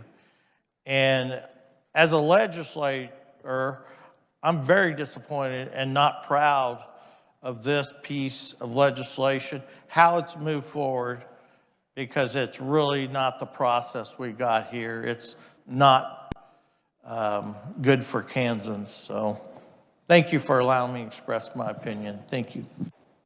Chairman from Sherman, Senator Billings, do you care to opine? Thank you, Mr. Vice President. I wasn't in favor of that large raise, and I've never supported it. Thank you. Chair recognizes the Senator from Leavenworth, Senator Pittman. Thank you, Mr. Vice President. I just have a couple of points I want to make. I think this is a good budget in general, but I will say the governor put forth a very good budget. And one of the things I liked about our tax plan that we passed on this floor the other day, and I fully supported it, is that it was sustainable. So sustainable that we could have paid off a bit more debt. I feel like we have about $500 million, I know that we have not paid off about $500 million of debt that the governor proposed, and that puts burden on our future out years. It puts burden on our taxpayers in the future. We could have taken the surplus this year and done better on that debt at this point. I hope we consider that at Omnibus coming up. Second point I'd say is that by not expanding Medicaid, we give up $700 million in the first year of all funds, $1.4 billion in the second year of all funds that we're not having go out to improve the health outcomes in our state of Kansas. And I do think that's a shame. I do support that. This budget does not have that. Even so, I do support this budget, and I appreciate the good work of my colleagues across the aisle and of my ranking here on the Ways and Means. And so I do support this, Mr. Vice President. Again, Senator from Sherman, do you care to opine? Chair now recognizes the Senator from Wyandotte, Senator Petty. Thank you. And as my colleagues mentioned, I also support this budget. However, I agree we had the opportunity, which we were very committed to last year in paying off debt, and that this year we made a concerted effort to avoid doing that. And again, that's $500 million that could have been, we had the ability to do that, and we could have addressed it, as well as we are incurring debt with this budget that we didn't have to. It looks like when you look at the profile that we're under the governor, and we are under the governor's budget by the amount that would have made, that she had put into her budget to pay off debt and to not incur new debt. In this budget, one of the things that she had recommended was paying cash to improve the Topeka prison facility, and also to rebuild a new prison in Hutchinson, which we're not doing. In fact, this budget has a study, which really makes no sense since there's already been a study and already determination that, as we all know, that that's a unfit institution that needs to be replaced, and we have the ability to do that, and we're not doing that. So there are some voids in here. I think while we have the ability, we should be taking advantage of of, one, paying off our debt and not incurring new debt and just bonding it. It does make that all future Kansans are paying the bills that we could have been taking care of right now. Chair now recognizes the senator from Finney, Senator Dahl. Thank you, Mr. Vice President. I like the enthusiasm of that. I have questions for the good senator from Sherman County.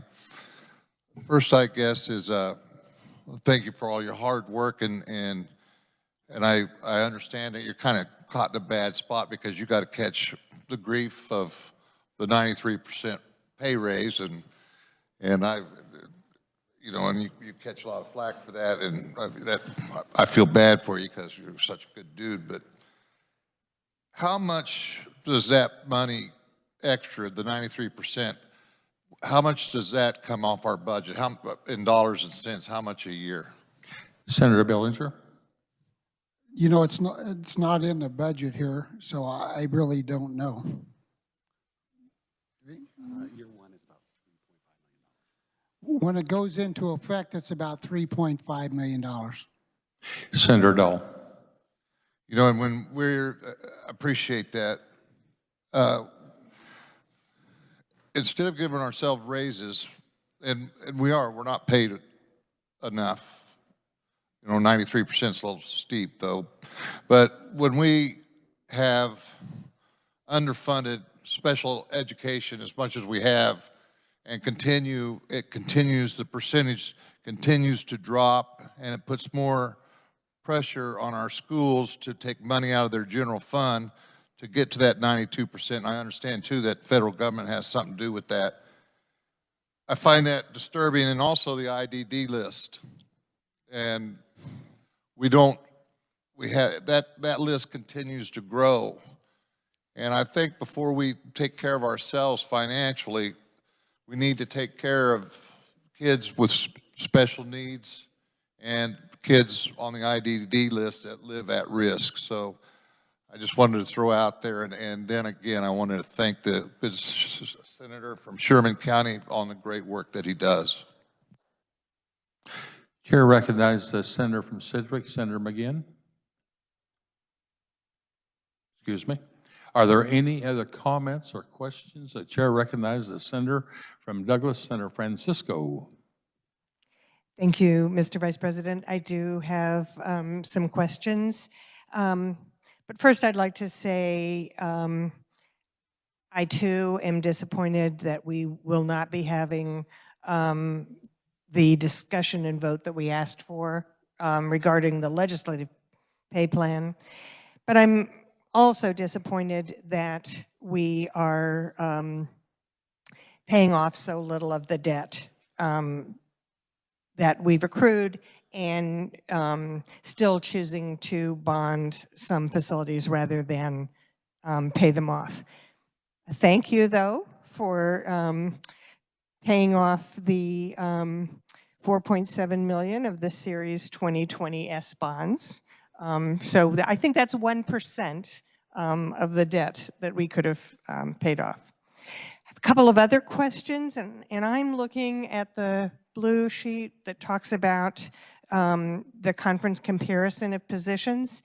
And under the Department of Agriculture, and this is a very small part of the budget, I understand that, but they're adding language to the agency to use $25,000 SGF for the Emergency Animal Facilities Inspection Program to spay or neuter animals located at such shelter. So we heard this, I think, in the budget for the Department of Agriculture. I don't think the Department of Agriculture has a shelter. So what are we referring to when we say such shelter? Senator from Sherman, Senator Bellinger. Thank you, Mr. Vice President.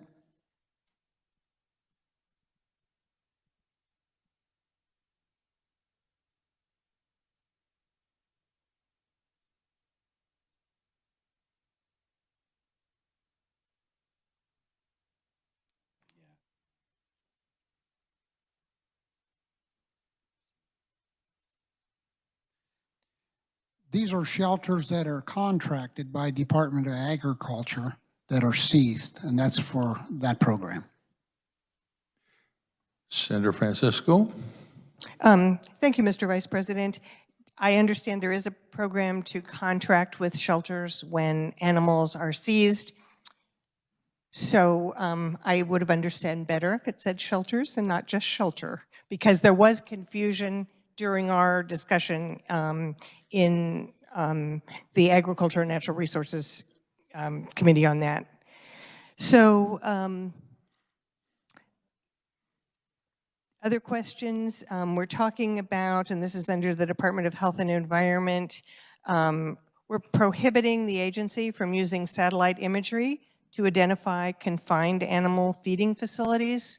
What is our concern? This is page 1, Department of Health and Environment, number 2. Senator Bellinger.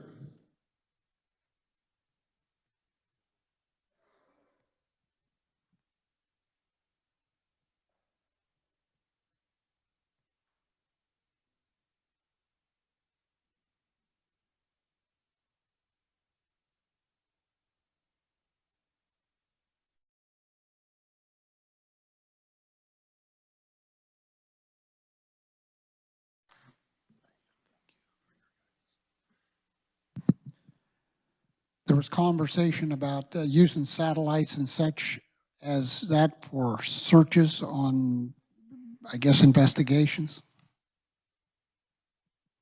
Senator Francisco. And I understand there was conversation, the reasoning then for making this prohibition? Senator Bellinger.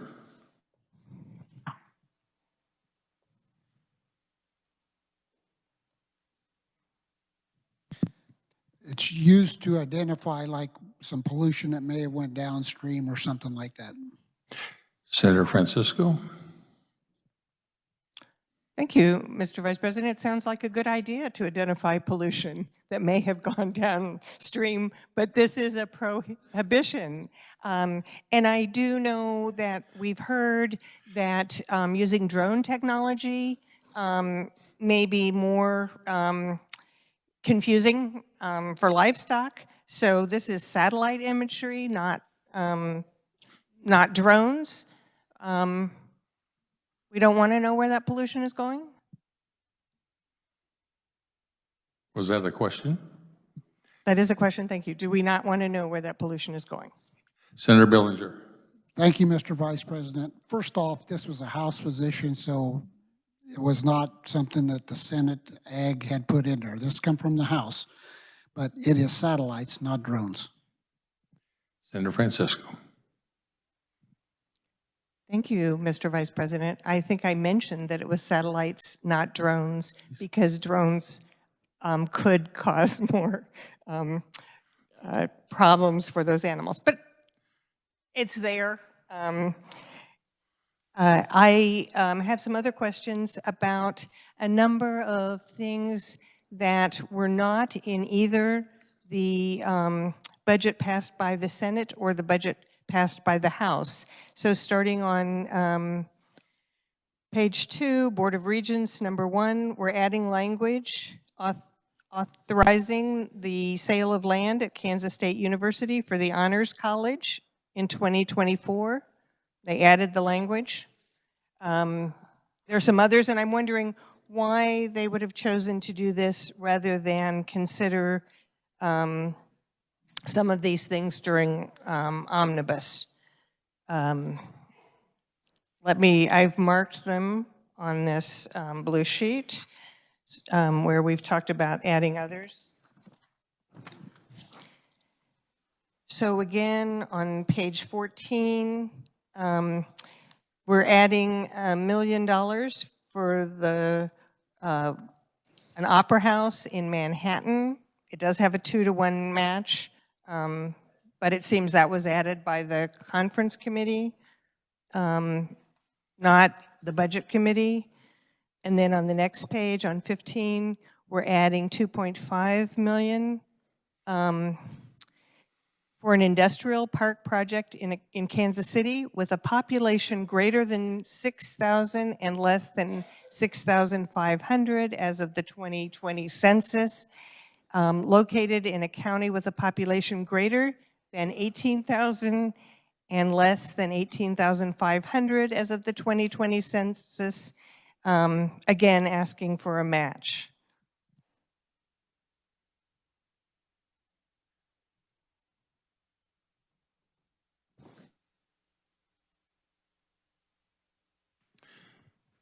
I assume, Senator, that was a question. Well, I started with a question. These were items that were added that had been neither in the Senate position or the House position.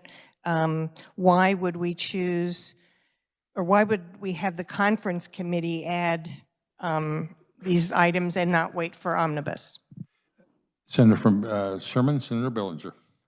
Thank you, Mr. Vice President. I don't know, I guess we could have done them either way. It was just the conference committee all agreed to add these positions, and rather than kick them off to omnibus, it was agreed to in the conference committee. Senator Francisco. Thank you, Mr. Vice President. So my concern would be there's less discussion overall and an opportunity for 6 individuals from the Senate to add these. I'm probably most concerned with one that's on page 16 that's under the Kansas Corporation Commission. And this is adding $4 million to provide small municipalities currently being served by a natural gas gathering field to design, construct, and install natural gas distribution lines that connect to a natural gas service provider for 2025. Is there a reason that we wouldn't want the Senate Utilities Committee to look at this question? Is it appropriate to add these lines? How does this fit in with funding for gas service? Senator Billinger. Thank you, Mr. Vice President.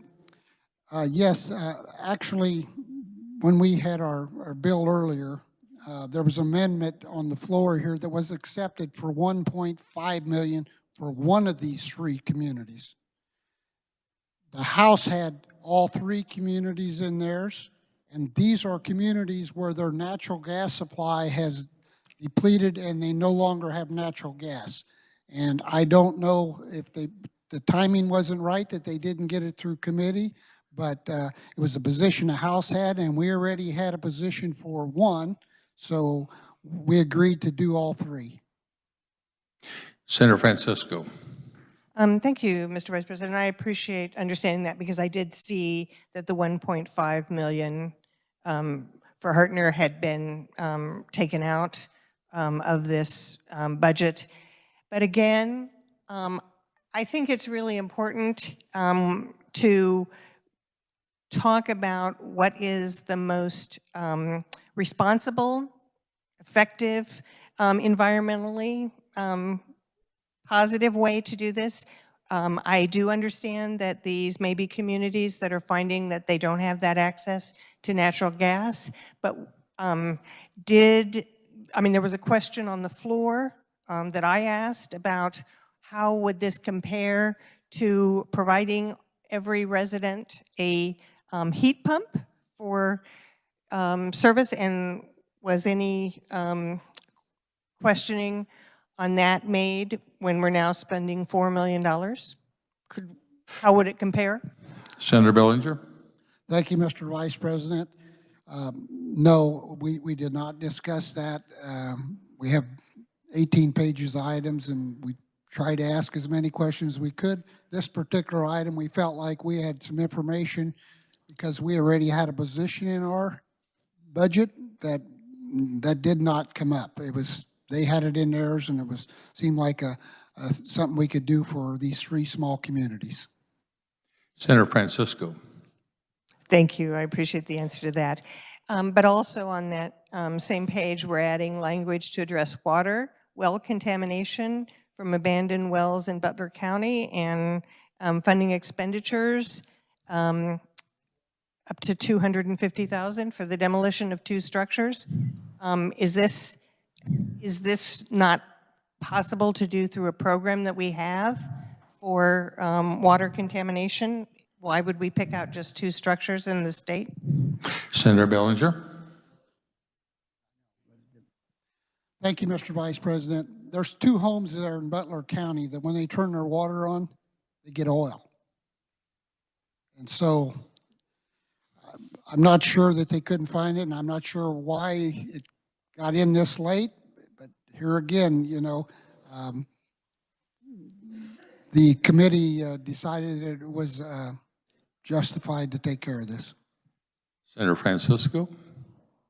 Thank you, Mr. Vice President. Again, this was language that was not considered in the Appropriations Committee in the House or the Ways and Means Committee in the Senate, but simply added by 6 individuals. And I think if we're going to start doing something like this, it would be more interesting to see it in our budget. And then if anybody else knew of other specific individuals throughout the state, they could make an amendment on the floor. But right now, our only choice is to say this is part of the overall conference committee report.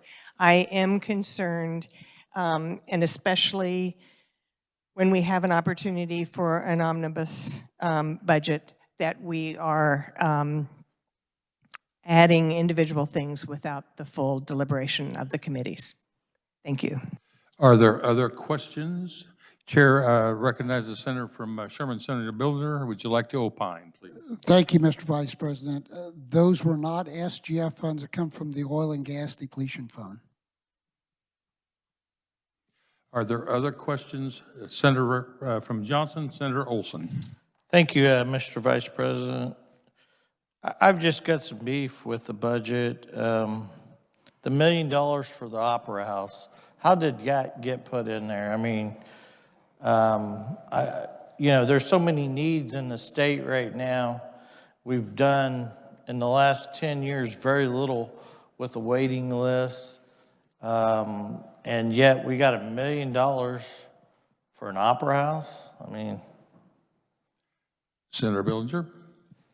Thank you, Mr. Vice President.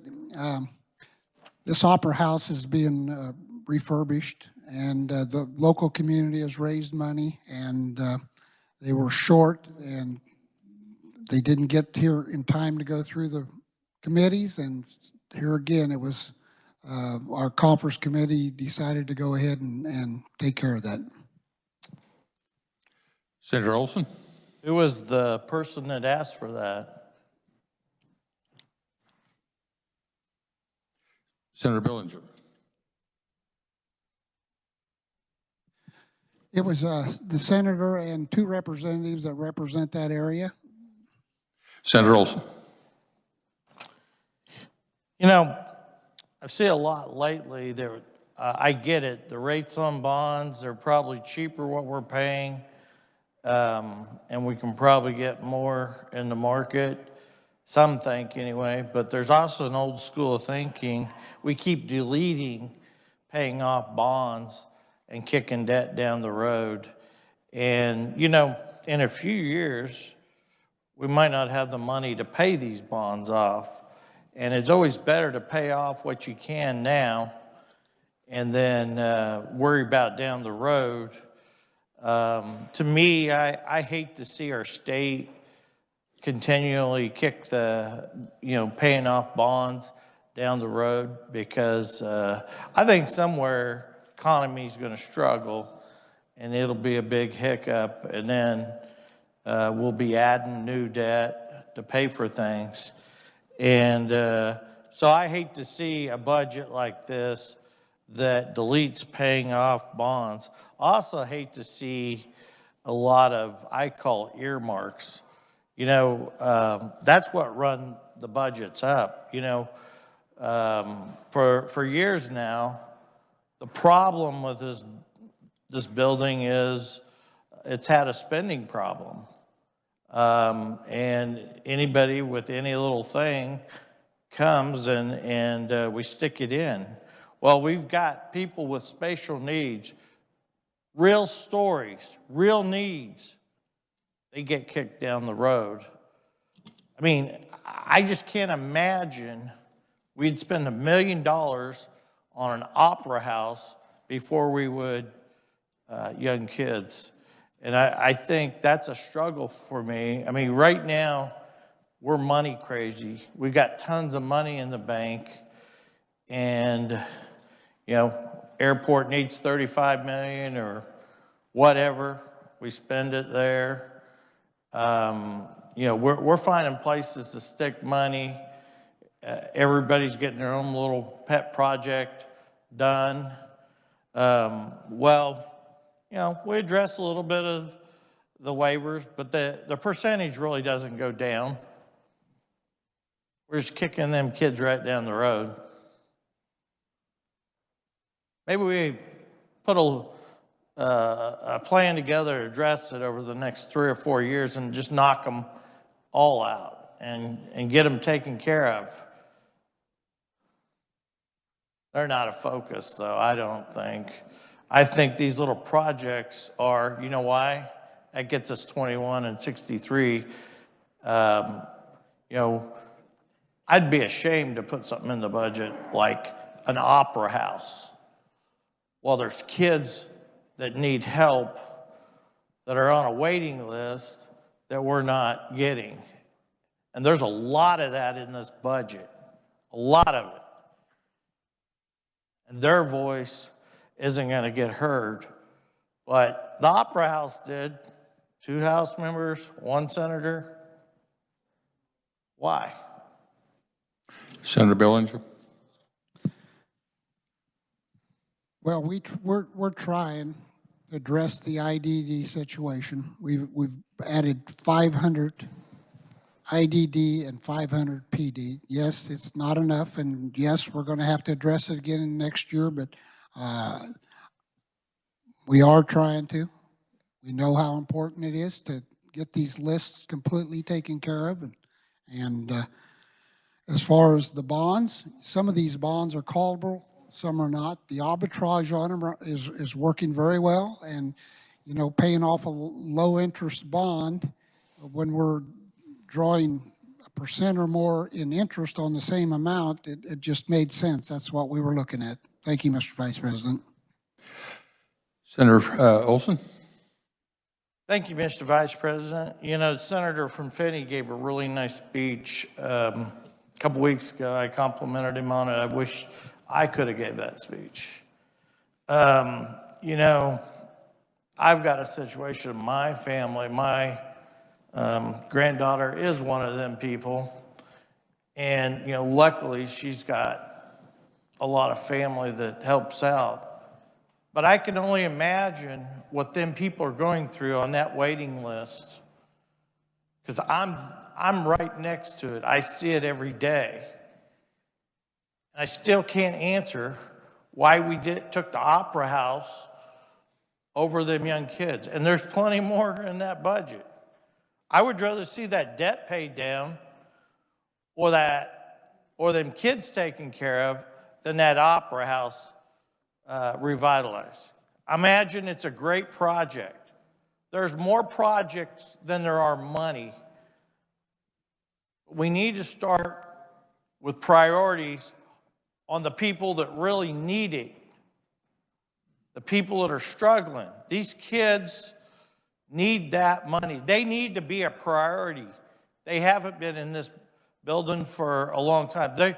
We help take care of them, but we don't get enough removed off the list. I would like to see us make a plan for the next 3 or 4 years to knock that list down to nothing. But you know what? We're going to get more opera houses, and we're going to get more probably exits and more things. I need this to get reelected, or I need that. And you know what? Them kids will just get kicked to the curb. They really do need it. They need the help.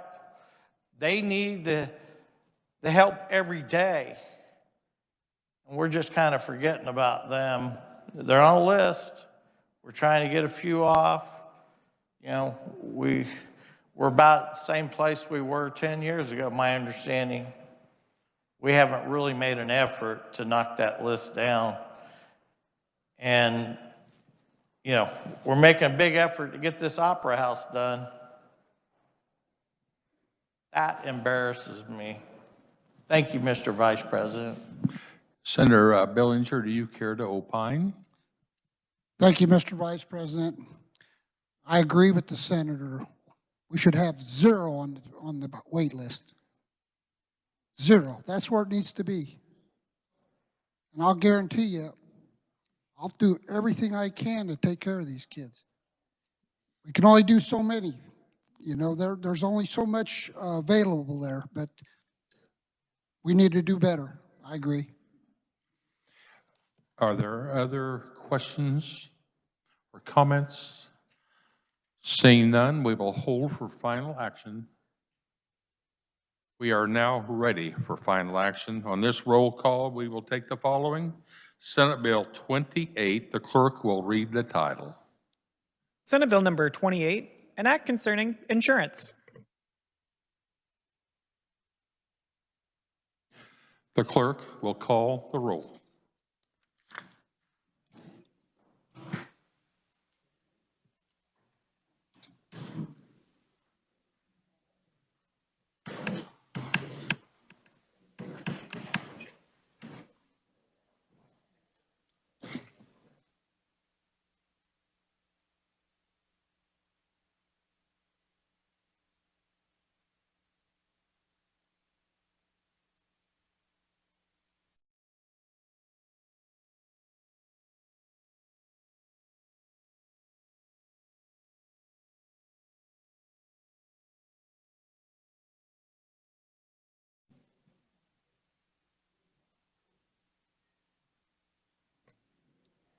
Alley.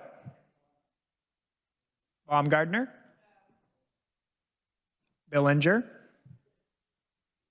Blasey. Bowers. Clays. Corson. Dietrich.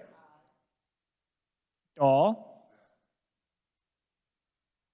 Erickson. Fag.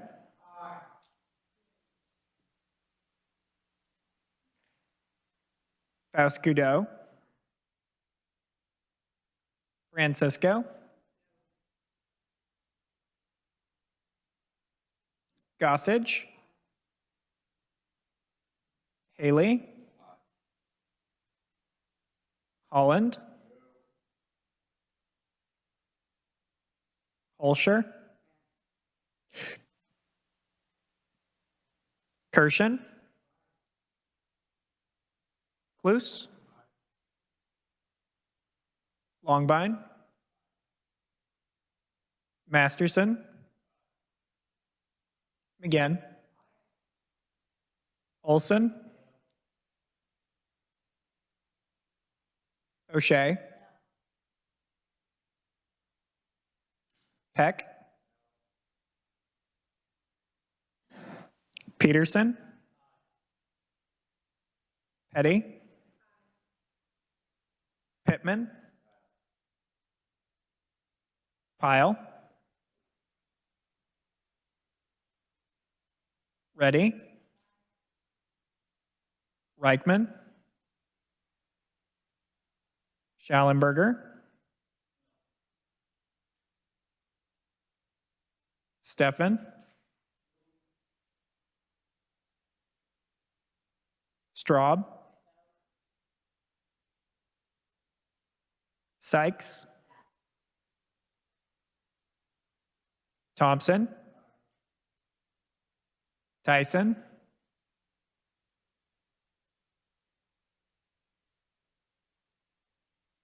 Ware. Warren. Wilborn.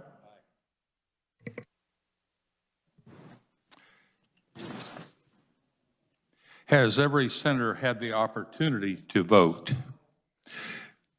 Does any senator wish to explain their vote? The chair recognizes the senator from Finney, Senator Dahl. Yes, could we get a count, please? 22 aye and 11 nay. Change my pass to an aye. Duly noted. Seeing we need 5 hands, we see 5 hands for a call of the Senate. The Senate will close the doors. The senators will be in their seats.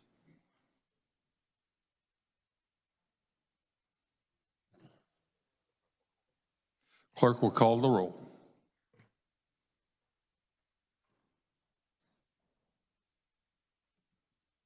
Fulsher?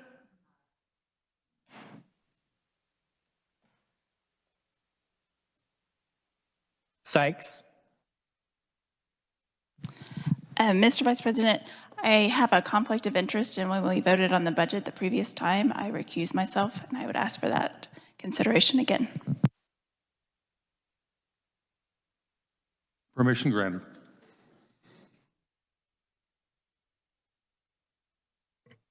Tyson?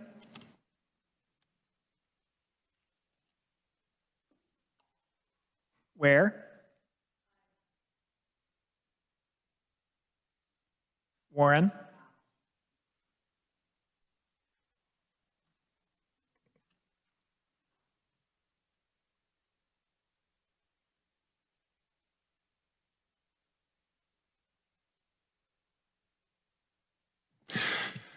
The senator from Meade is out of town and the call is lifted.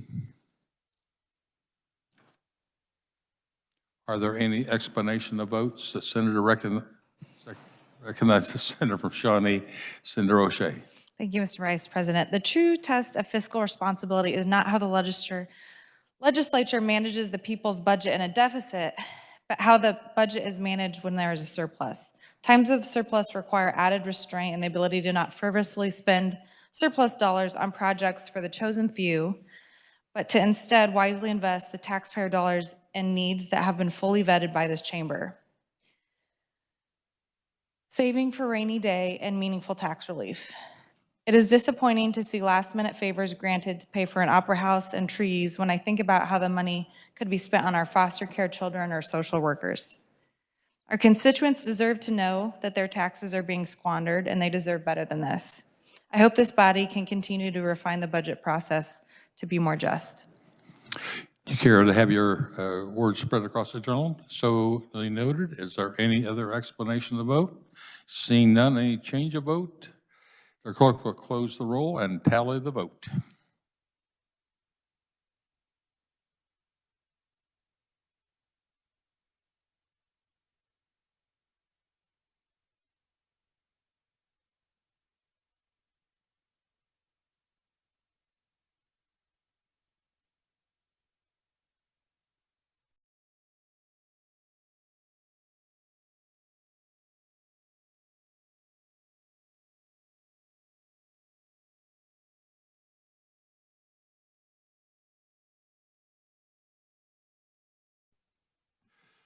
"26 having voted in favor and 12 opposed. The motion passes. This measures have received the constitutional majority are hereby declared passed.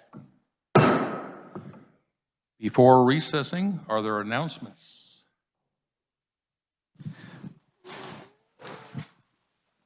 Chair recognizes Senator from Sherman, Senator Billinger. Thank you, Mr. Vice President. First off, I would like to thank our House Conference Committee, my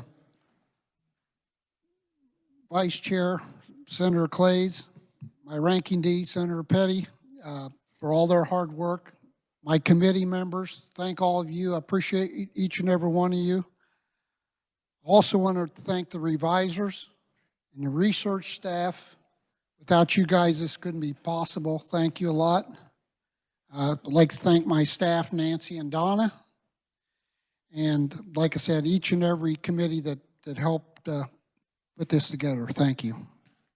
Are there other announcements?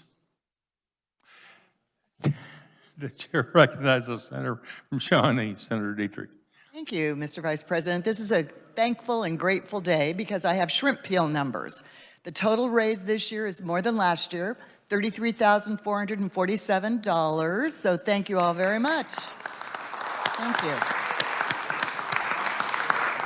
And just if I might add one more thing, you know, we have a little competition between the House and the Senate. The Senate is still ahead, but not by much. House raised $25.40, we raised $26.50. So there's still time to write a check if you would like to. Thanks so much. Thank you. Are there other, Chair recognizes Senator Johnson. Senator Thompson. Thank you, Mr. Vice President. Senate, Fed, and State Conference Committee will meet with the House Commerce Committee in 144 South upon recess on all bills in conference. Are there other announcements? The Chair recognizes the Senator from Miami, Senator Baumgartner. Thank you very much, Mr. Vice President. Before I make an announcement, could we just have a clarification as far as what the plan is for the rest of the day so we can schedule our conference committees? Absolutely. I'm going to refer to the Majority Leader or the President of the Senate. Chair recognizes Senator Alley. Thank you, Mr. Vice President. The Republicans will caucus in room 548 after recess here today. And we have about 5 bills on the agenda for those. It should be on your desk. Are there other announcements? Chair recognizes Senator. Chair recognizes Senator from Alley, Senator from Cali, Senator Alley. Thank you. I yield to the Senator from Douglas, Senator Francisco. Senator Francisco. Thank you, Mr. Vice President. I just wanted to let you know that the Senate Democrats once again have done their work. So I wanted to let you know we will not need to caucus, but we'll await the return of the Senate Republicans. I yield back to the Senator from Cali. Senator Alley. Thank you. You are much more efficient. I move that the Senate recess to the sound of the gavel. You've heard the motion. All in favor say aye. Those opposed, no. The motion carried.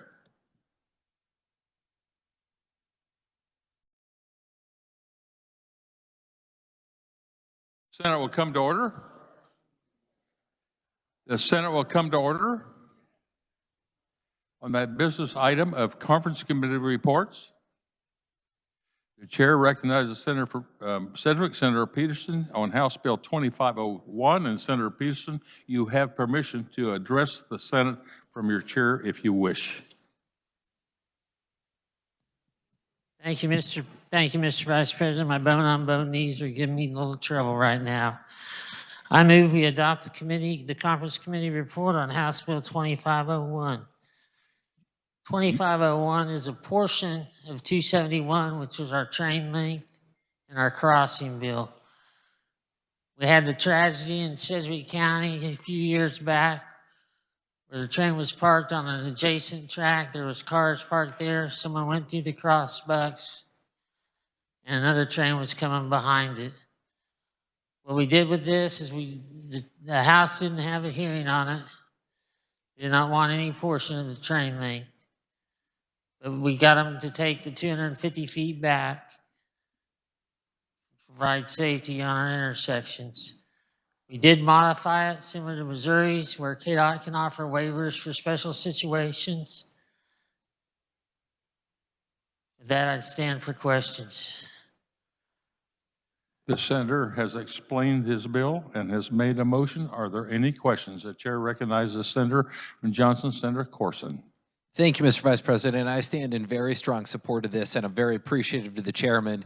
You know, we had, as he stated, we passed that bill last year about train length and these crossings, and he's been really persistent in at least trying to get some of this enacted into law, and I'm really pleased that we are at least getting this part enacted into law. I think this is a good public safety measure, and I just appreciate the chairman's doggedness in continuing to fight for the Senate position in this and to get us to this point. So I'm very appreciative of his leadership and his hard work, and I will be strongly supporting this, and I would urge the body to do so as well. Are there other questions or comments? Seeing none, we will hold for final action. I now turn to the senator from Miami, Senator Baumgartner, on Senate Bill 438. Thank you very much, Mr. President. Senate Bill 438 will look very familiar to the body because it includes the language for the Kansas Blueprint for Literacy, which we passed several weeks ago. It creates the Literacy Advisory Committee, creates the position of Director of Literacy within the State Board of Regents. It defines their powers and authorities and the duties. It also includes a requirement for the Department of Education to provide student statewide assessment scores and post-secondary achievement each year. It makes a modification or a correction, if you will, to our AOK, Accelerating Opportunity Kansas Career Pathways program. These are all things that we as a body have already voted on. It also includes making revisions to the Kansas Education Opportunities Scholarship, which used to be a scholarship that was designed just for students of color. It makes the revisions for the Kansas Hero Scholarship as well as the Kansas Nursing Services Scholarship, and those were at request of the Board of Regents. What did happen as far as amendments when we were in conference committee, because we did hear concerns from this body as well from the House, and that was on the funding. So funding for the first year for the Kansas Blueprint for Literacy has been limited to $10 million. It's been clarified that that is exactly what it's going to be. It also has a clawback for our Regents institutions if they do not prepare the 2 courses that are to be available for our students that are training to be teachers. Those 2 courses are to be ready by August 1st of this year. So it's a $1 million clawback for any of the research institutions, KU, K-State, or Wichita State, and a $50,000 or a $500,000 clawback for Emporia State, Fort Hays State, Pittsburgh State, our regional Regents institutions. So, Mr. Chair, I move that the Senate adopt the Conference Committee report on Senate Bill 438. The senator has explained the bill. She has made the motions. Now she's standing for questions. Chair recognizes Senator from Leavenworth, Senator Wyandotte, Senator Healy. Thank you, Mr. Vice President. And I'd like to thank the senator from Miami for bringing and detailing this to us. You know, we talk a lot about what truly moves the needle forward for Kansas, and especially for our children, our young people. And I think that what this blueprint for literacy is, when you look through, as has been outlined, what it is designed to do and what it can do with across the board, regardless of our philosophies and where they might be, that this is really the sort of legislation and insight that has been outlined and that's before us that we should all take exceptional pride in this particular session. I think that what is outlined in this, and I've read through in terms of the requirements, the various appointments, and what we will have is something that will probably be the highlight for many of us for what we have done, the work that we're doing in this session in 2024.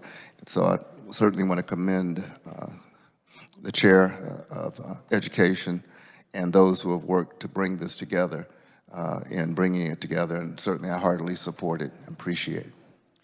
Chair recognizes the senator from Lyons, Senator Longbine. Thank you, Mr. Vice President. I want to commend the Chair of Education. A great bill. Optimistic that it's going to work. The only statement I would like to make is it seems to me that the clawback percentages are a little bit disproportionate. If you look at overall funding of Regents universities versus, or research versus regionals combined are less than 25% of the entire budget of the Board of Regents. And so for them to have a $500,000 fine compared to $1 million fine doesn't sound proportional, but fully support the bill and hope the body will also. Are there other questions? Seeing none, we will hold for final action. I now turn to the senator from Sedgwick, Senator Peterson. And again, if you wish to address from your chair, you're welcome to. On House Sub for Senate Bill 143. Thank you, Mr. Vice President. Senate Bill 143 is a bill that we have not heard in the Senate chamber. It's a bill that came about in response to the Elevator Safety Act from 2 years ago. The Elevator Safety Board started working on some rules and regs to recommend to the fire marshal. And our small community started getting these times that they had to get their elevators inspected within 1 year, and there was only 17 inspectors in the entire state. It became an issue. The House drafted a bill that swung the pendulum the other direction, took away inspectors, capped the price of inspections, took away some of the load tests. The House committee had a hearing on it and fixed quite a bit of it.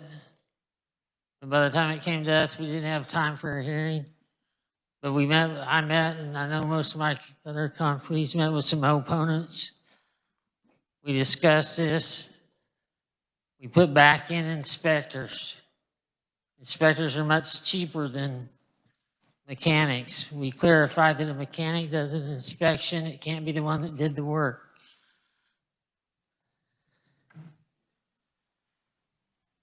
We also put in here, we changed the time limit. Nobody has to comply for 3 years. And if you're a county over 100,000, you have to have your inspections every year, annually still. 50,000 to 100,000 population, you have them every 2 years. And less than that, every 3 years. We put the load tests back in for every 6 years. If your insurance company does a load test on your elevator, that counts. You don't have to pay for it twice. There's a considerable amount of extreme pricing going on when they first started having to do this out in western Kansas. We saw a bill for $5,600 for a load test. Another one that wanted $5,000 for an inspection, when they probably should have been 6 to 8 hours at $50 an hour.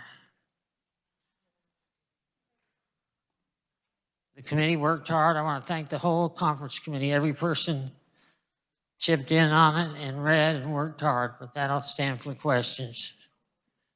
Senator Peterson, would you please make a motion prior to standing for questions? I'll make the motion that the Senate adopt the Commerce Committee report on Senate Bill 143. Now the senator will stand for comments or questions. Seeing none, we'll hold for final action. The chair now recognizes the senator from Sedgwick, Senator McGinn.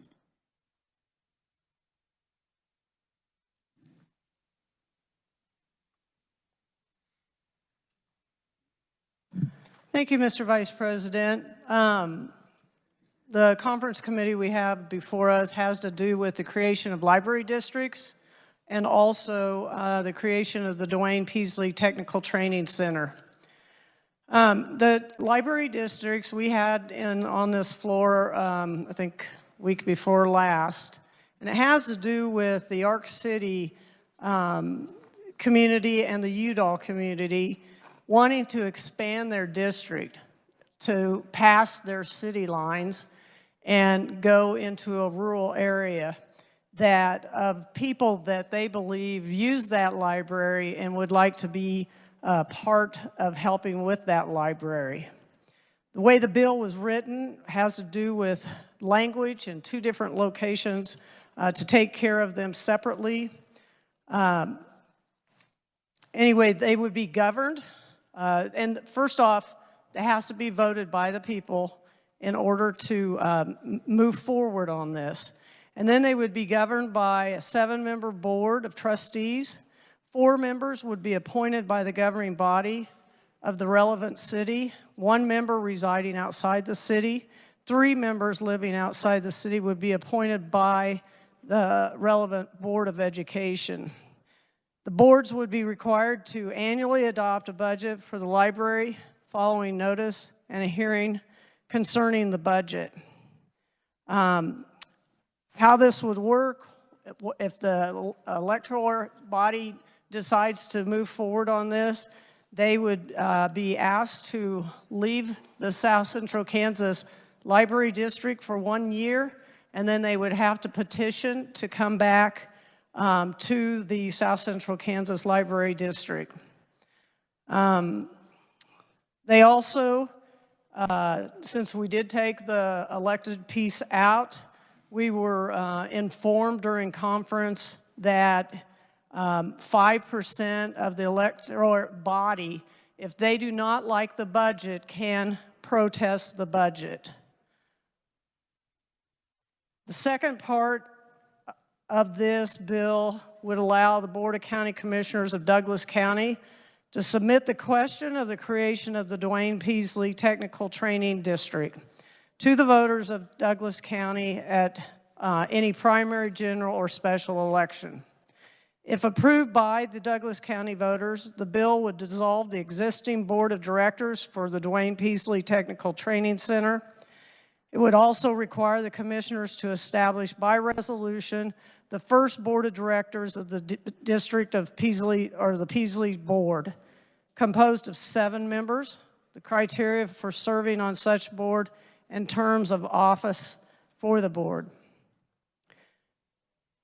The bill also spells out the requirements by the Peasley Board. The bill would authorize the board to levy a property tax not to exceed 0.5 mils for the taxable tangible property of the District of Douglas County. Currently, Douglas County pays about the same amount that the 0.5 mils would take in. They do that out of their county budget. This would just switch, so there wouldn't be any increase to the citizens of Douglas County because it's kind of a one-for-one trade. This bill passed out of local government twice, never could get above the line. This year we had a hearing in Ways and Means Committee, and we had some very passionate people from the school talk about their trade. Had the Lawrence Chamber of Commerce talk about how the skills that these people learn are very valuable to them for their economy. These are soft skills like hoteling. Just heard from one senator, plumbing. I haven't been on the website here lately, but you might want to take a look at it because it looks like it has a lot of interesting classes that you can take at a very economical rate. And at this time, Mr. Vice President, I would like to yield to the senator from Douglas because we had a question in caucus that had to do with the bond debts and obligations, and I'd like to yield to Senator Francisco. Senator from Douglas, Senator Francisco. Thank you, Mr. Vice President. I was apprised of that question and was able to connect with the director. The Peasley Tech has a $200,000 mortgage on their $4.6 million building, and that's all the debt that they have. So I yield back to the senator from Sedgwick. Senator McGinn.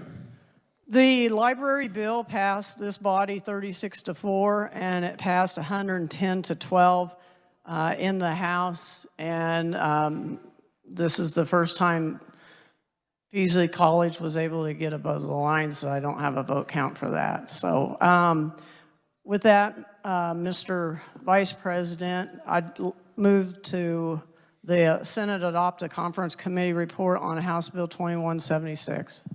You have heard the explanation. You have heard the motion. Are there questions? The senator from Shawnee, Senator Cluse. Thank you, Mr. Chairman, and I want to thank the senator from Sedgwick, Senator McGinn, on this bill, in particular Peasley Tech, that I have been advocating for some time, and just without taking much time, want to let the body know that Peasley was established in 2015, and if there's one thing they're good at, and that's training and providing, sending out skilled workforce laborers into Kansas, and especially the area around Douglas County and surrounding counties. So just wanted to make mention of that, and appreciate all the hard work that different ones have put into advocating for this particular bill. And with that, I will sit down. Thank you. Are there other questions? And recognize the senator from Johnson, Senator Gossage. Thank you, Mr. Chair. I just stand in support of this bill, particularly the Peasley's portion of that. They do such good work. If you haven't had an opportunity to go by there, I would. The main thing is I asked the carrier of this bill regarding the cost, and it's basically a wash. Douglas County is paying for it now, and be the Douglas County taxpayers, be the same people, if you will. It just gives them more autonomy to grow, and they do such good work, and so many people are getting a training there that they can put into use, and I'm very happy to have this as part of this bill. Are there other comments or questions? Chair recognizes Senator from Cloud, Senator Bowers. Thank you, Mr. Vice Chair. I think the chairwoman did an excellent job of explaining it. It was a lot of moving pieces, a very cordial couple meetings and conference committee. But I did want the body to know that this will be the last time you'll see Senator McGinn carrying a bill. So, yeah, we should say congratulations.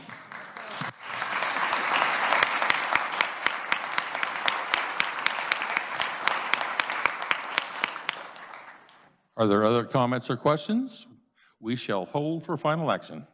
I think the clapping was gratitude that this was going to be my last time. So. Chair Rowell now recognizes Senator from Lynn, Senator Tyson on Senate Bill 410. Thank you, Mr. Vice President. So we labeled this the administrative non-controversial tax bill. I don't know if that's the kiss of death or not, but we're going to try. So there are many provisions in this bill, and I'll start with the SALT language. The Department of Revenue came to us and asked if we would make some changes to it. And so we discussed it with accountants and CPAs, and everybody was in agreement on it. Then we added the net operating loss. This provision was in CCR 8 last year. We've seen it a few times in this body. It allows a look back for taxpayers that had to pay taxes because the federal and the state didn't match up, so they actually had to pay state income tax on losses. So this gives a look back for them to be able to capture it. The other thing is the federal tax credit disallowance, subtraction, and modifications. What we did was, instead of trying to chase this every year, we refer to sections in federal tax code. And so it kind of cleans up the employee retention tax credit disallowance and others in subsection 28C of the IRS code, so that it allows for exemptions or disallowance, I should say, so that you're not paying state income tax on it. The other is the withholding tax remittance penalties. So they're pretty steep in Kansas right now. They're currently at 15% penalty. This would decrease those penalties based on when they're paid at 2% within 1 to 5 days late, 5% within 6 to 15 days late, 10% is more than 15 days, 15% if the remittance is more than 15 days late.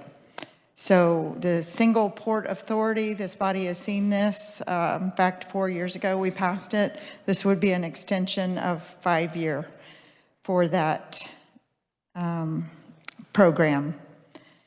Revenue neutral rate, there's a few provisions in here. One of the county clerks approached me and asked if properties that do not pay property tax, if we could exempt them from receiving the letter. It would help cut costs on postage. Since the locals have not paid that postage yet, I think this is a good change and it'll help in the future. Another item would be to extend the postage being paid by the state for 1 more year. The other would be that the revenue neutral rate is actually, it's based on the estimated valuations when they send out the letter. And when the actual valuations, that could fluctuate the dollar amount. And they may inadvertently exceed revenue neutral rate, not intending to. So what we did was cleared that up, that the established mill levy rate based off of the estimated valuations is what would be used, and they would not be penalized for that difference. The bill would also extend, well, that's all. Oh, it would also make sure, just codify the language that the revenue neutral rate hearing, the date and time of that, that they actually have to vote at that hearing. They cannot suspend the meeting and go into the next day or a week later, that they do have to take the vote whether to exceed revenue neutral, whether to increase property taxes or not. The electric generation facility exemption, this was brought to us by the House. It is the only position in this legislation that the Senate has not seen. And it would put all of these electric generating facilities on a same year property tax system. It would be a 10-year basis for their property tax. Renewable energy would not be touched. It would not impact them at all. Ag land and adverse influences would be codified in statute, again in CCR 8 in language that passed this chamber. The agribusiness and land classification, we have seen that language before and we passed in this chamber. The agritourism, it would just codify that it is ag land and not commercial land. Residential valuation appeals would allow for appraisals performed by Kansas certified residential real property appraisers for the equalization appeal procedure. The personal property tax filings are rather expensive and lengthy, and we are cumbersome. We did change it so that once you file initially, and you don't have to continue filing unless there are changes, and we reduced the penalties substantially. The main one was from 50% to 12% for the late filing fee. There were others that were reduced also. The bill would require or allow the county appraisers for some flexibility to waive penalties for late filers also. The county appraisers and the State Board of Appeals would be required to abate late filing penalties under cases of excusable negligence. With that, I would move that, I can't find sorry, Mr. Chairman, here it is. Okay. I move that when the Senate adopt the conference committee report on SB 410. You have heard the explanation and the move. Is there any questions? Chair recognizes the senator from Johnson, Senator Olson. Yeah, thank you, Mr. Vice President. Just one question for the maker of the motion. You were saying on the renewables, there's no change. So my understanding, they have a 10-year abatement. Is that still all the same? Because on some of them, that will be running out pretty quick and they'll be coming on the tax rolls. So I just wanted to make sure we didn't change that at all. Senator Tyson. Thank you, Mr. Vice President. We did not change that. Thank you. Chair recognizes the senator from Douglas, Senator Francisco. Thank you, Mr. Vice President. Thank you to the senator from Lynn for these proposals. And she did a very good job of describing it, but I'm going to try to get her a few more votes. I think that when I think the bill also includes sales tax changes for 3 counties. Is that the case? For My Marshall apologies, County, Mr. Neosho? Chairman. It does. I had two. Senator Tyson, yes. Sorry, Mr. Vice President. My apologies on 2 things. Yes, that is correct. There are 3 counties that are included for local sales tax election increases. Thank you for the correction. Senator Francisco. Thank you, Mr. Vice President. So just to Marshall County, Neosho County, and Rollins County, and the senators representing those counties might want to know that and vote in favor. Are there any other questions, comments? Seeing none, we will hold for final action. We are now ready for final action. On this roll call, we will take the following. The Conference Committee reports on House Bill 2501, Senate Bill 438, Senate Bill 410, House Sub for Senate Bill 143, and House Bill 2176. The clerk will read the titles. House Bill number 2501, an act designating the Atchison, Topeka, and Santa Fe number 3415 as the official state steam locomotive and the Abilene and Smoky Valley Railroad as the official state heritage railroad. Senate Bill number 438, an act concerning post-secondary education. House Bill number 2176, an act concerning libraries. Senate Bill number 410, an act concerning roads and highways. And House substitute for Senate Bill number 143, an act concerning elevators. The clerk will call the roll. Alley? Baumgardner? No on House Bill 2176. Aye on the balance. Billinger? Blasey?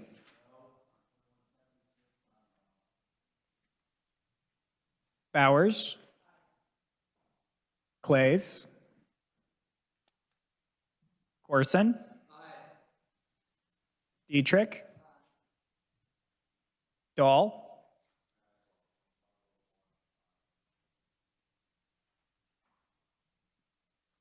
Erickson? No on House Bill 2176. Aye on the balance. Fag?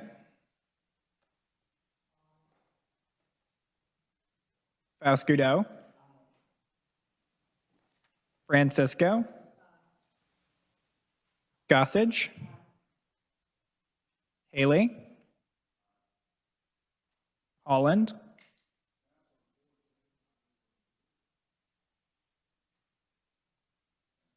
Holscher? Kirshen? Cluse? Longbine? Masterson? McGinn? Olson? O'Shea? Peck? Peterson? Petty? Pittman?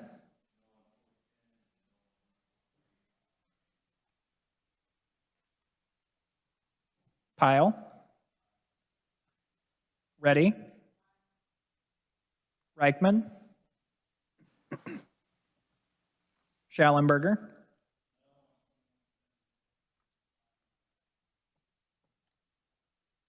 Steffen?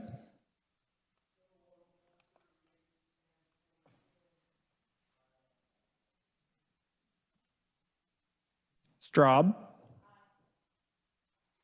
Sykes? Thompson?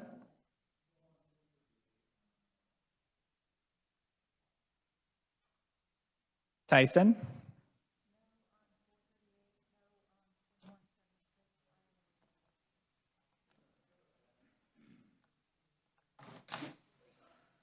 Ware? Warren? Wilborn?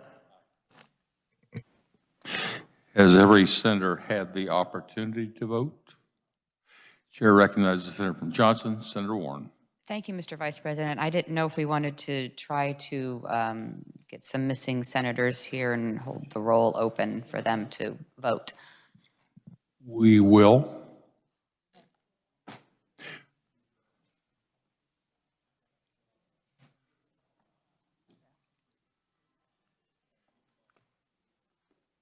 Yes, Senator. Well, I suppose we've had our answer that they're not going to be headed this way. Thank you. Thank you.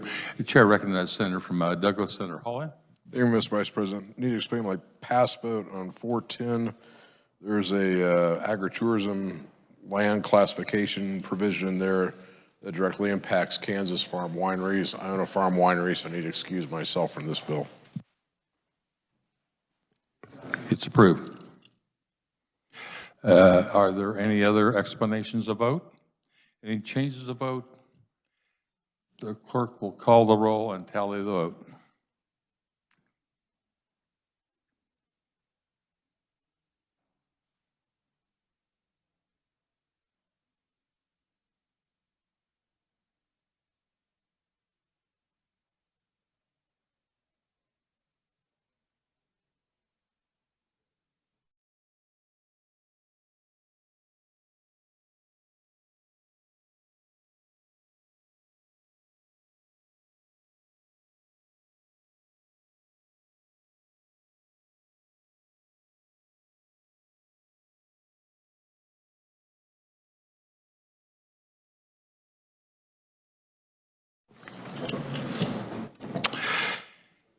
"36 having voted in favor and 1 against Senate Bill 143, 34 in favor and 2 against Senate Bill 410, 34 in favor and 3 against Senate Bill 438, 32 in favor and 5 opposed to 2176, and 36 in favor and 0 on House Bill 2501. These measures, having received the constitutional majority, are hereby declared passed. Before recessing, are there announcements? Chair recognizes the senator from Johnson, Senator Thompson. Thank you, Mr. Vice President. The Senate Fed and State Committee is going to be in conference with the House Commerce Committee in 144 South upon recess. All bills in conference. Are there other announcements? Seeing none, the chair recognizes the majority leader from Cali, Senator Alley. Thank you, Mr. Vice President. Republicans will caucus in room 548 upon recess, and I yield to the senator from Douglas, Senator Francisco. Senator Francisco. Thank you, Mr. Vice President. The Senate Democrats will caucus in room 287 North upon recess. I yield back to the senator from Alley. Senator Alley. Thank you, Mr. Vice President. I move the Senate recess till the sound of the gavel. You have heard the motion. All in favor say aye. Aye. Those opposed, no. The motion carried. The Senate is recessed.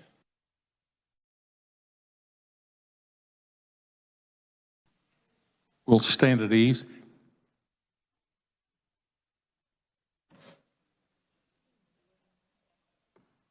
We're standing at ease. We'll get right to you.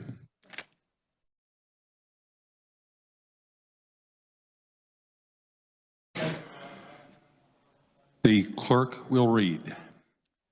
The House adopts the Conference Committee report on Senate Bill 19. The House adopts the Conference Committee report on House Bill 2560. The House adopts the Conference Committee report on House Bill 2711. The House adopts the Conference Committee report on House Bill 2562.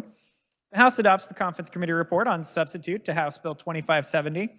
The House adopts the Conference Committee report on House Bill 2614. The House adopts the Conference Committee report on House Bill 2618. The House accedes to the request of the Senate for a conference on Senate Bill 14 as an appointed Representatives Proctor, Wagoner, and Woodard as third conferees on the part of the House. The House accedes to the request of the Senate for a conference on House substitute for Senate Bill 387 and has appointed Representatives Williams, Gotez, and Wynn as third conferees on the part of the House. The House accedes to the request of the Senate for a conference on Senate Bill 423 and has appointed Representatives Sutton, Penn, and Neighbor as second conferees on the part of the House. The House adopts Conference Committee report on Senate Bill 292. The House accedes to the request of the Senate for a conference on House substitute for Senate Bill 271 and has appointed Representatives Tarwater, Borjon, and Probst as conferees on the part of the House. The House does not adopt the Conference Committee report on substitute bill for House Bill 2036 and requests a conference and appoints Representatives Smith A., Bergkamp, and Sawyer as second conferees on the part of the House. The House adopts the Conference Committee report on House Bill 2105. The House adopts the Conference Committee report on House Bill 2465. The House adopts the Conference Committee report on House Bill 2547. The House adopts the Conference Committee report to agree to disagree on House substitute for Senate Bill 232 and has appointed Representatives Humphreys, Lewis, and Osmond as second conferees on the part of the House.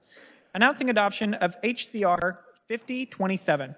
House Concurrent Resolution number 5027 by Representative Hawkins, Croft, and V. Miller. A concurrent resolution extending the 2024 regular session of the legislature beyond the 90 calendar days, providing for the adjournment of the Senate and the House of Representatives.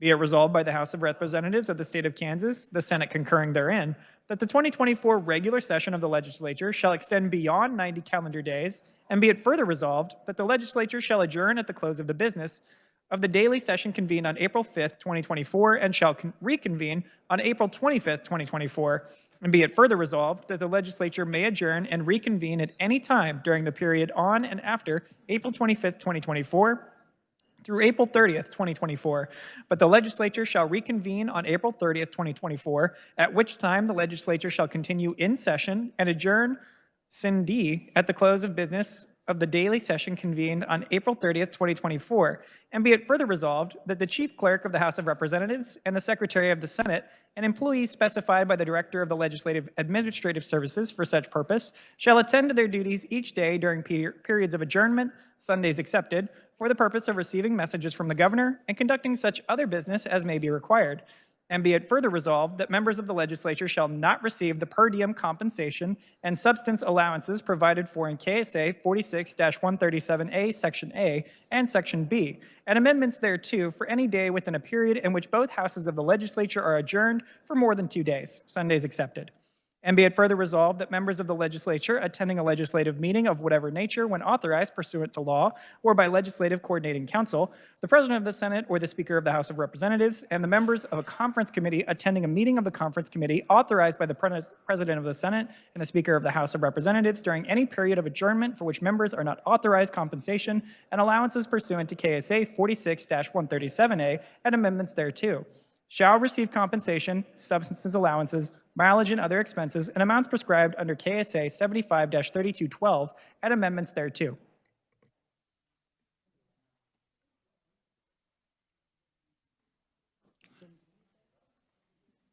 This constitutes introduction of HCR 5027. The chair recognizes the majority leader from Cali, Senator Alley. Thank you, Mr. Vice President. I move an emergency be declared, the rules suspended, and HCR 5027 be adopted by voice vote. You have heard the motion. All in favor say aye. Aye. No. All opposed say no. Motion carries. Senator from Lyon, Senator Longbine. Just some clarification. That was the adjournment resolution we just voted on, correct? That's correct. Did I hear correctly that we just changed the dates of veto session from April 25th through the 30th instead of the 29th through the 2nd? I'll refer to the senator from Cali, Senator Alley.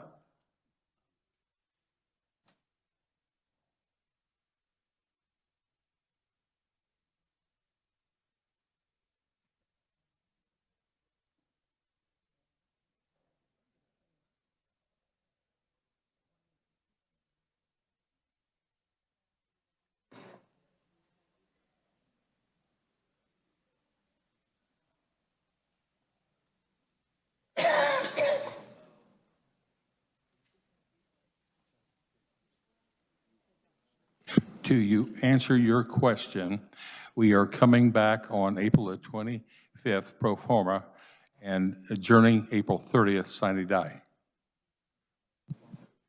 Okay. Thanks for the clarification. And the motion passes.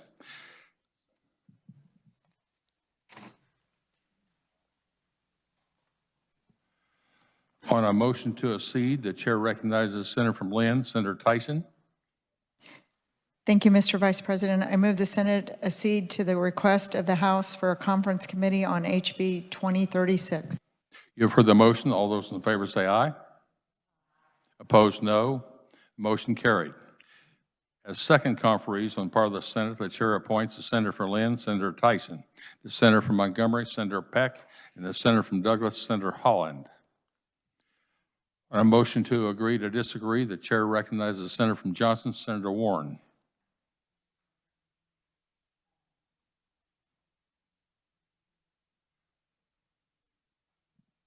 Thank you, Mr. Vice President. I move the Senate adopt the conference committee report on Senate Bill 232 to agree to disagree and request a new conference committee be appointed. You have heard the motion. All in favor say aye.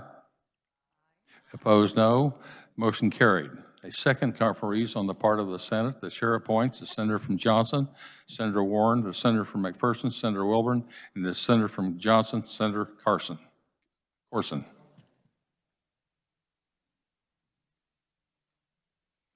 On motions to concur, the chair recognizes the senator from Lynn, Senator Tyson, on House Bill 2098.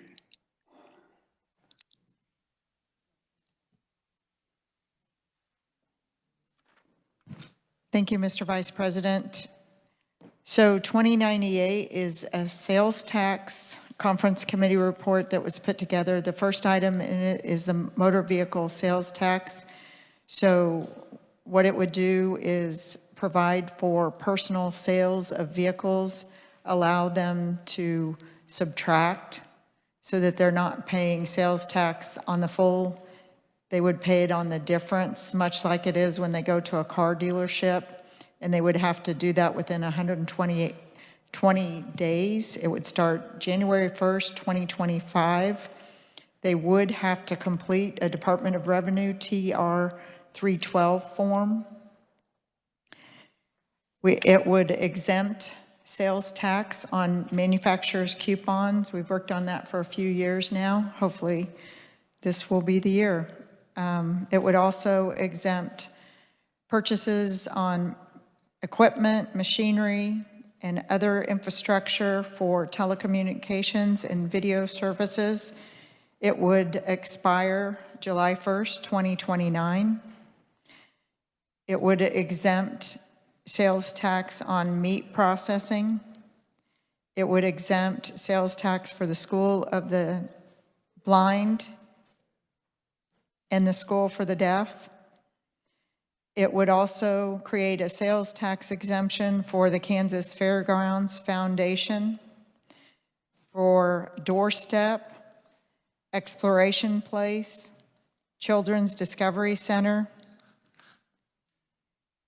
It would create a sales tax exemption for disabled veterans, veterans that are 100% total or unemployable permanent disability rating, military rating. The sales tax exemption would be on all purchases except for business purchases, and it would exclude vehicles, alcohol, tobacco, and electronic cigarettes. The House agreed to accept this provision. They did ask for a couple of changes, and that would be extending the start date of the program to 2026 and the 100% disabled definitions. We did have it at 50% when it crossed the Senate floor. With that, Mr. Vice President, I would stand for questions. Would you make the motion, please? Thank you. I move that the Senate, oh, sorry, wrong sheet. I move that the Senate adopt the conference committee report on House Bill 2098. We have heard the explanation and heard the motion. Are there questions? Chair recognizes the senator from Sedgwick, Senator Faust-Cadeau. Thank you, Mr. Vice President. And I walked in just as the senator from Lynn was making her presentation. And so quick question, that exemption for the machinery, is that a one-time tax exemption for machinery? Thank you. Senator Tyson. Thank you, Mr. Vice President. That is not one time. It is until July 1st, 2029, when it expires. Chair recognizes Senator from Leavenworth, Senator Pittman. Thank you, Mr. Chair. I support a lot of this, and I've been a part of this. We voted on this before. And we did have a Senate position, Mr. Vice President, and I was actually very disappointed that we didn't defend this. And I'd just like to ask the maker of the motion why we dropped out the Johnson County Christmas Bureau when we have the doorstep in there still. It seems like that was the Senate position. It was a very, very small amount, and it seems like something we should have fought for. And so I'm a little disappointed, so I just would like to hear an explanation, Mr. Vice President. Senator Tyson.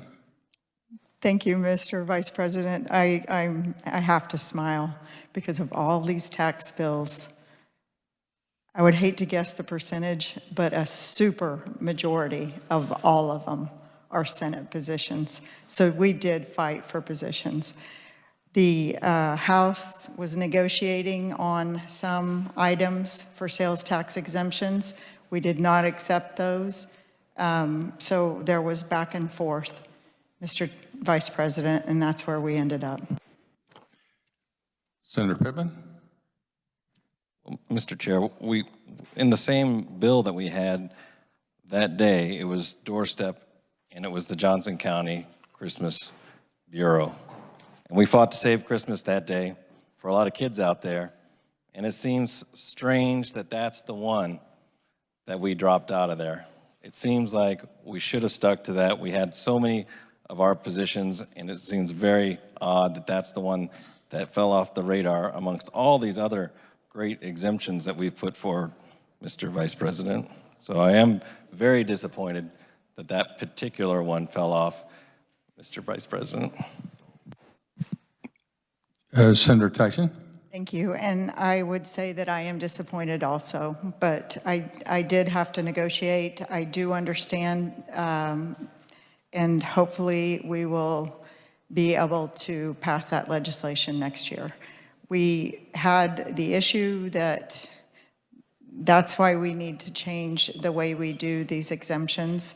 The representative chairman in the House was putting in a major effort and try to address this issue, and hopefully in the next year or two, we will be back with language so that it's not us deciding which ones go in and which ones go out. You either meet the qualifications or you don't.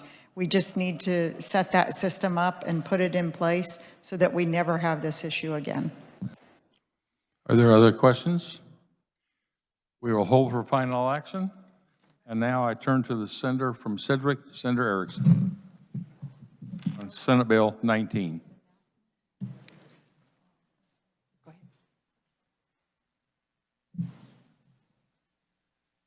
Senator from Lynn, Senator Tyson. Thank you, Mr. Vice President. I'd like to make an announcement. The House has called the conference committee and asked me to announce at 6:45 in room 112, and we will be conferencing on 2036. Thank you. Thank you, Mr. Vice President.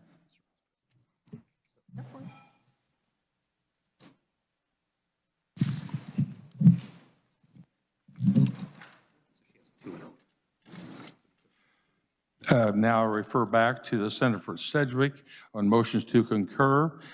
Senator Erickson on Senate Bill 333.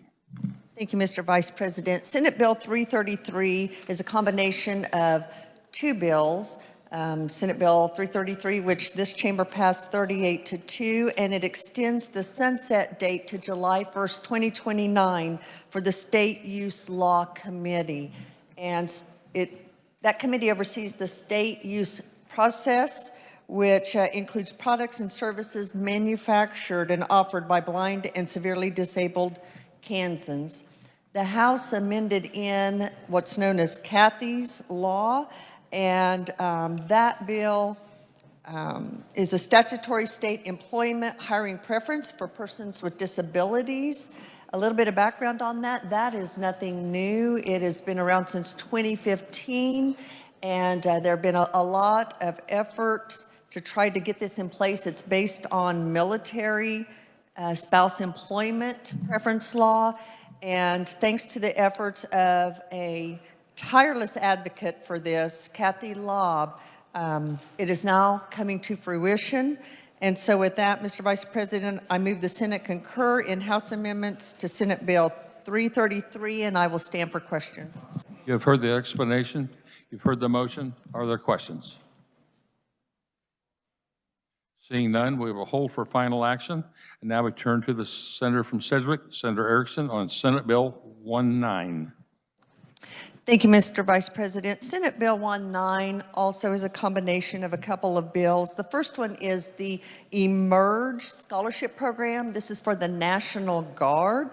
And the purpose of this is to establish a master's degree assistance program under which the payment of tuition and fees charged eligible members of the National Guard for enrollment in a master's degree program at a Kansas institution will be provided for. There are a lot of guardrails.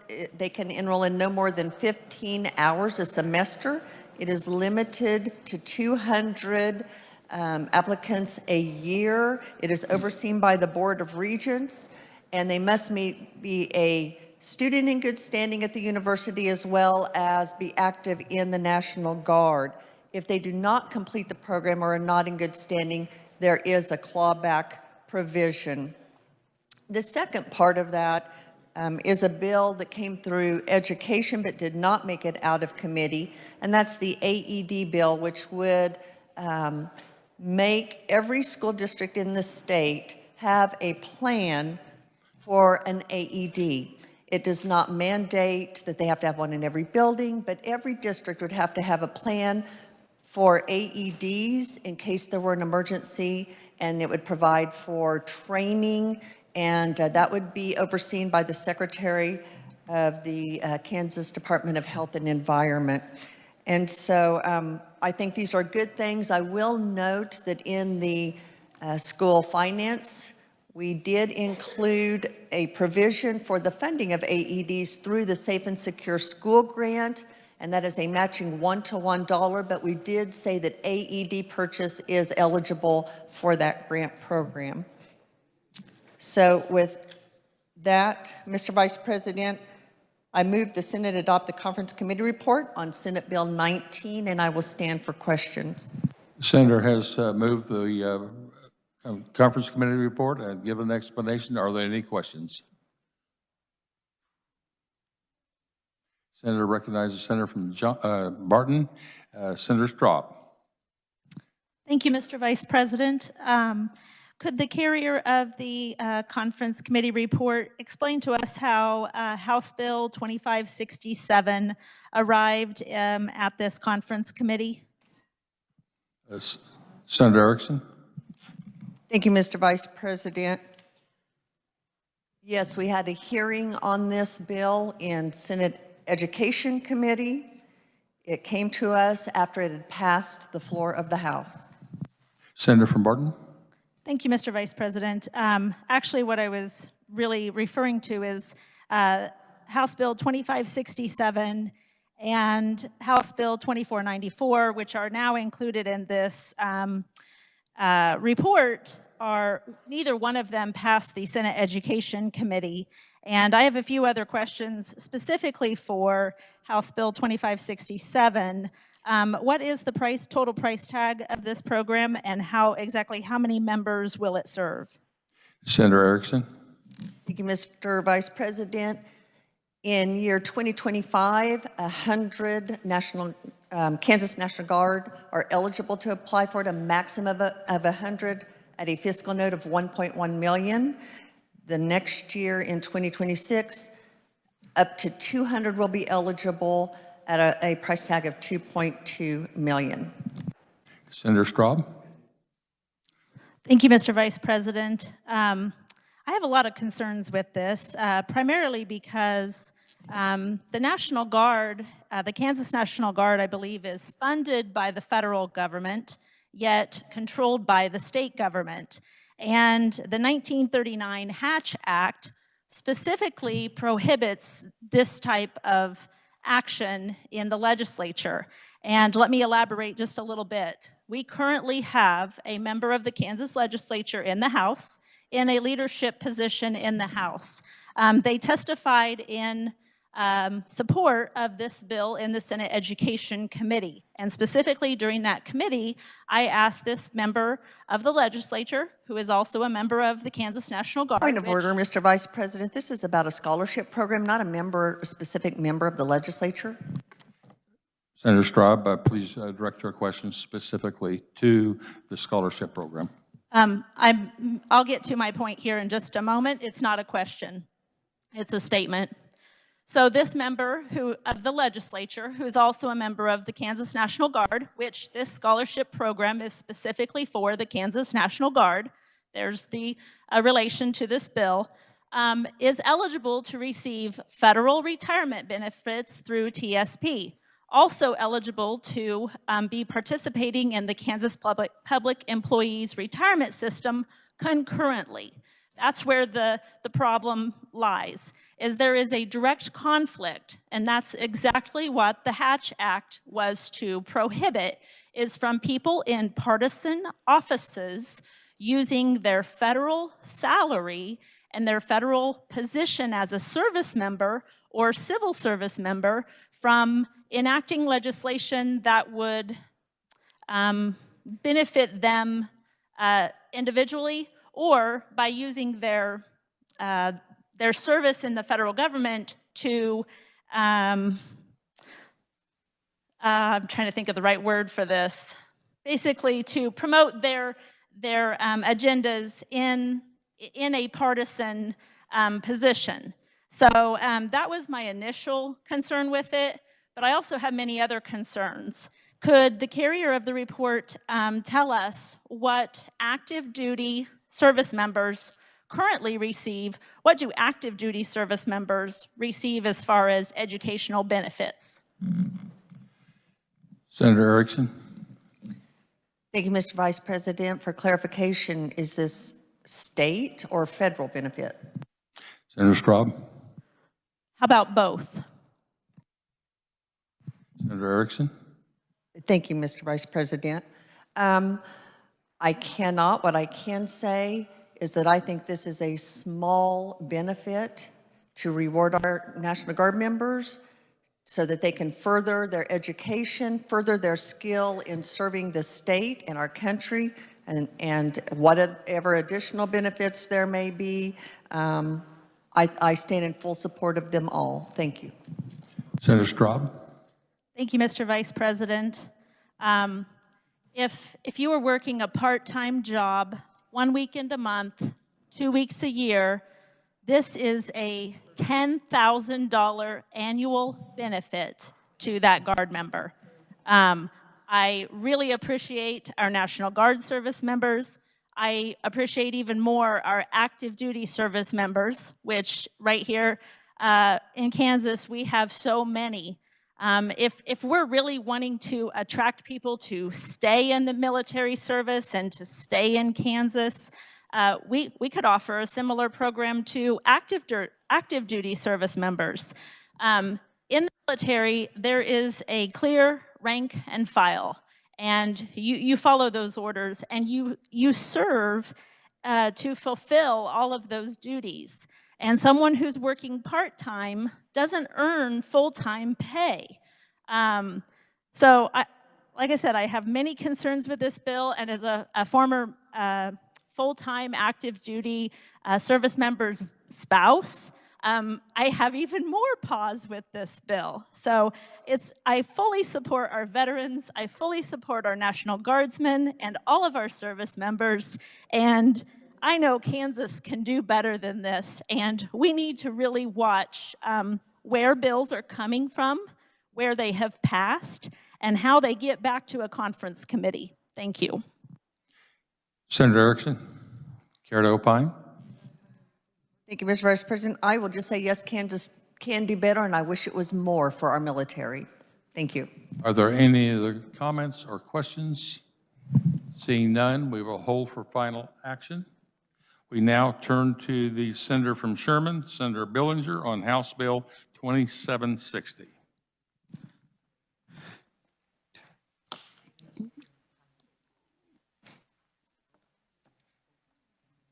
Thank you, Mr. Vice President. House Bill 2760 transfers powers, duties, and functions from the KCVAO to the KOVS. This bill would change the name of the agency from the KCVAO to the KOVS, which would better reflect the agency's purposes and increase brand awareness among veterans. The bill will alleviate confusion amongst members of the public who mistakenly believe that the KCVAO is part of the federal VA. Into that bill at conference, we added a couple other bills, HB 2829, updating certain military definitions. The bill would recognize the recently established Space Force as part of the U.S. Armed Forces and provide consistency with federal codes concerning benefits for service members and veterans. We also added HB 2830, which is service-connected disability veterans documentation. The bill would codify the proper documents required to establish a veteran's identity and to reduce the administrative burden to service-connected disability veterans and their family members. We also added HB 2831, the federal disability determinations. The bill would make federal disability determinations by the service secretary final when proof of such federal determination is provided, and would avoid subjecting veterans to disability reconsideration by a state or local agency. We also added HB 2833, establishing common definitions of veteran and disabled veteran and clarifying service-connected disability evaluations. The bill would conform Kansas statutes to federal code when defining veteran and disabled veteran.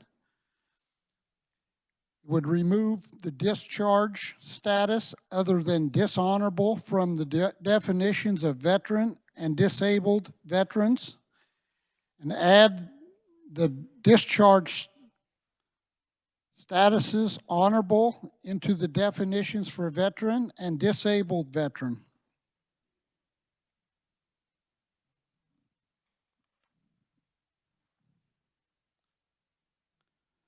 The House Committee of the Whole amended the bill to include the service characterization of general discharge under honorable conditions to the definition of veteran and disabled veteran.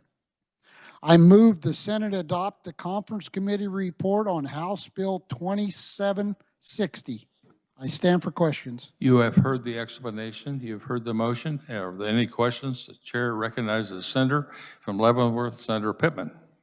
Thank you, Mr. Vice President. I stand in strong support. I just wanted to add a few comments, just one or two. One is that as we change some of the license plates and other things, we've had veterans in my community come and talk about their disability status and being challenged about whether their status is actually valid or not when they've been determined disabled at a certain percentage by the VA. And so this fixes that, and I really appreciate us putting that in here so there aren't any questions anymore. And there's another piece about the definition of veterans. There's often a question about whether a veteran is a veteran. I mean, obviously veterans who served are veterans, but whether one is honorably discharged or discharged with honors or other statuses sometimes comes into question. And so I appreciate that we're homogenizing a lot of the definitions here. So I wanted to make a couple comments that we're making progress for our veterans with this bill, even though it seems like we're in the minutia of definitions. So appreciate that. Are there other questions, comments? Chair recognizes Senator Barton, Senator Straub. Thank you, Mr. Vice President. No question here. Just want to stand in support of this and how these veterans have truly exemplified, as President Kennedy said in his inaugural address, ask not what your country can do for you, but what you can do for your country. So thank you to all of these veterans and their service. Are there any other comments or questions? Seeing none, we will hold for final action. Now the chair turns to the senator from Johnson, Senator Warren, on House Bill 2070.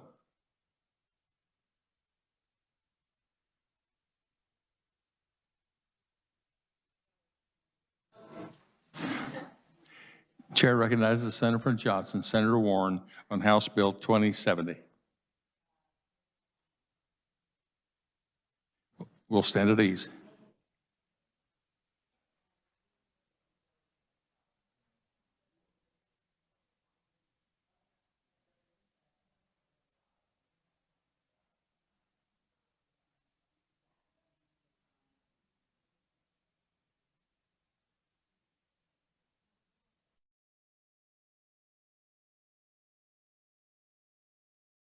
She is anxiously collecting conference committee signatures.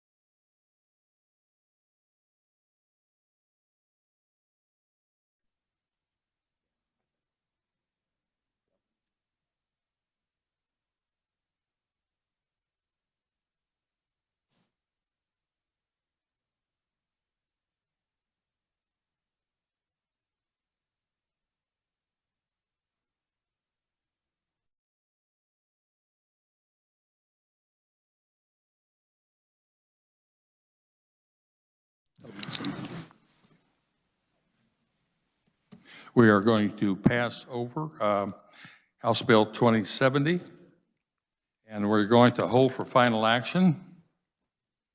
We are ready for final action. On this roll call, we will take the following. The motion to concur on Senate Bill 333, the Conference Committee reports on Senate Bill 19, House Bill 2760, House Bill 2098. The clerk will read the titles. Senate Bill number 333, an act concerning persons with disabilities. Senate Bill number 19, an act concerning insurance. House Bill number 2760, an act concerning veterans and military.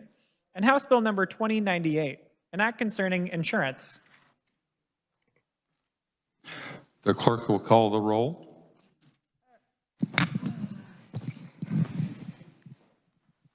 Chair recognizes Senator from Miami, Senator Baumgartner. Thank you very much, Mr. Chair. Could you please run through, I believe it's 4 bills that we're voting on again?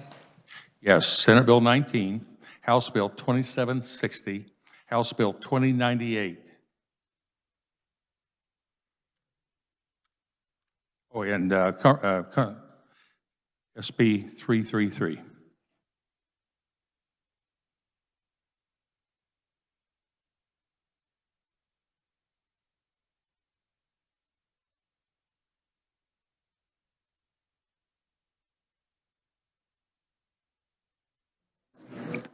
The clerk will read it. Senator Baumgartner. I apologize, Mr. Vice President. I got it, but not everyone did. Could you read those 4 one more time? I believe it's just the 4 on the first page. Is that correct? Yes. So could you read those numbers one more time? Yes. It is Senate Bill 333, Senate Bill 19, House Bill 2760, House Bill 2098. The clerk will read the titles. Senate Bill number 333, an act concerning persons with disabilities. Senate Bill number 19, an act concerning insurance. House Bill number 2760, an act concerning veterans and military. And House Bill number 2098, an act concerning insurance. The clerk will call the roll. Alley, Baumgartner.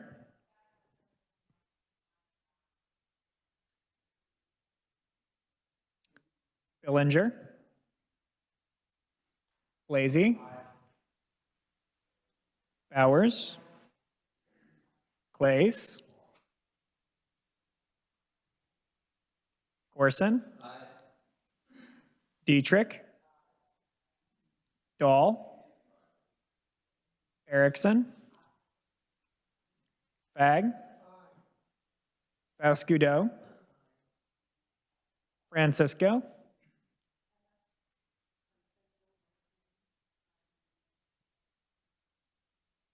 Gossage. Haley. Holland.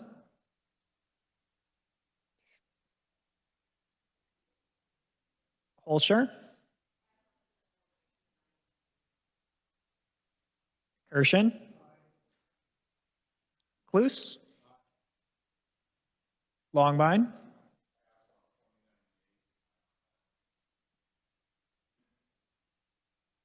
Masterson. McGinn. Olson.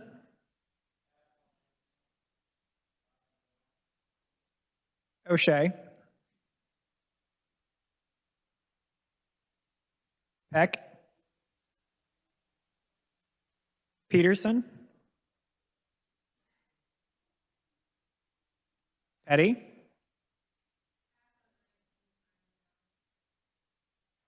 Pittman. Pyle.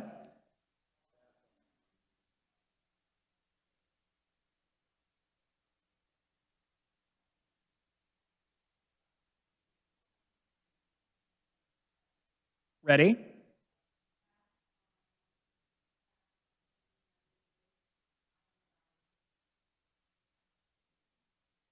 Reichman. Schallenberger. Steffen.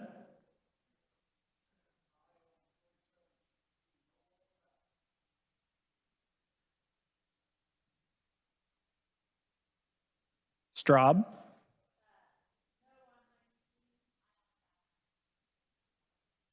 Sykes. Thompson. Tyson. Ware. Warren. Wilborn. We are going to stand at ease until the tax conference can return to vote. Chair recognizes the senator from Cloud, Senator Bowers. Just was going to ask you to hold the roll, Mr. Chair. We are. Thank you.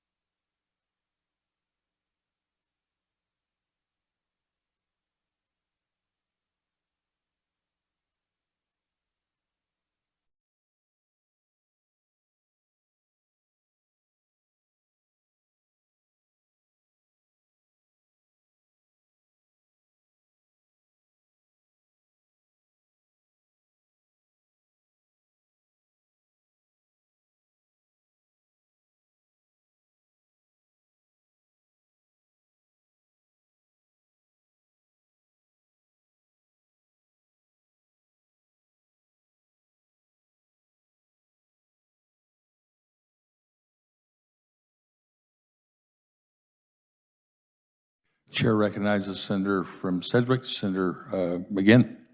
Aye.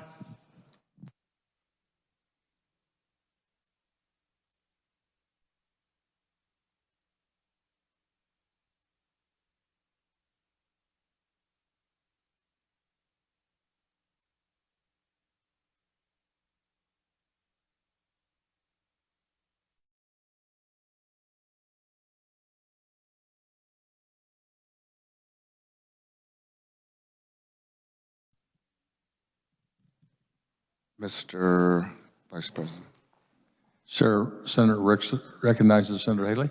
Thank you, sir. While we're waiting for the other members to come, I was wondering if I could explain and change a vote at this time, or should we wait for everyone? I will allow that, please. Thank you. You're very generous with our time, sir.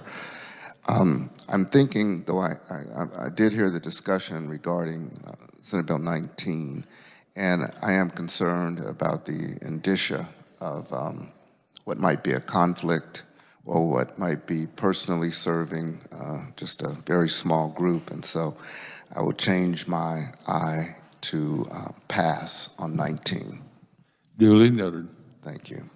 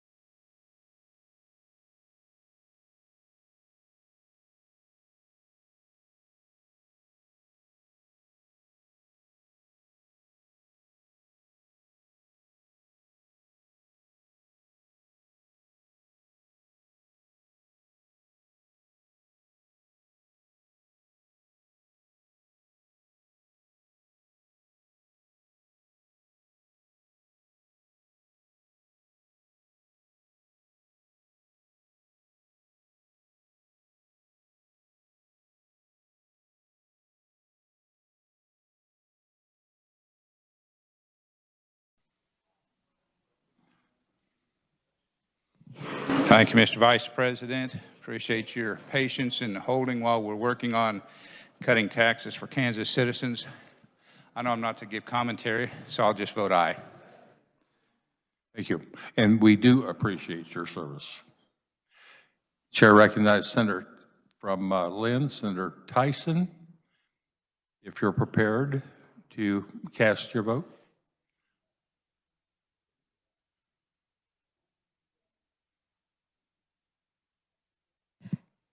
Aye. Aye.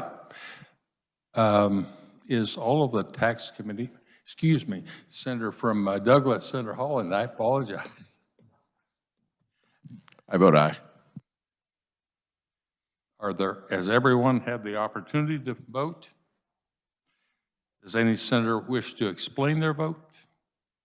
Does any senator wish to change the vote?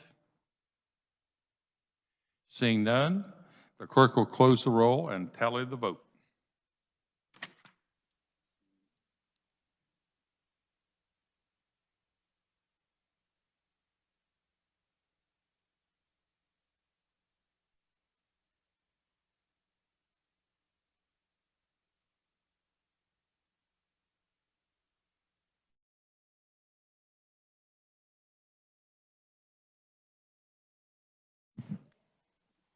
Chair recognizes Senator from Johnson, Senator Warren. Thank you, Mr. Vice President. May I make a announcement? Of course. Thank you. The House and Senate Judiciary Conference Committee will meet at 7:30 on Senate Bill 232 in room 582 North. Thank you.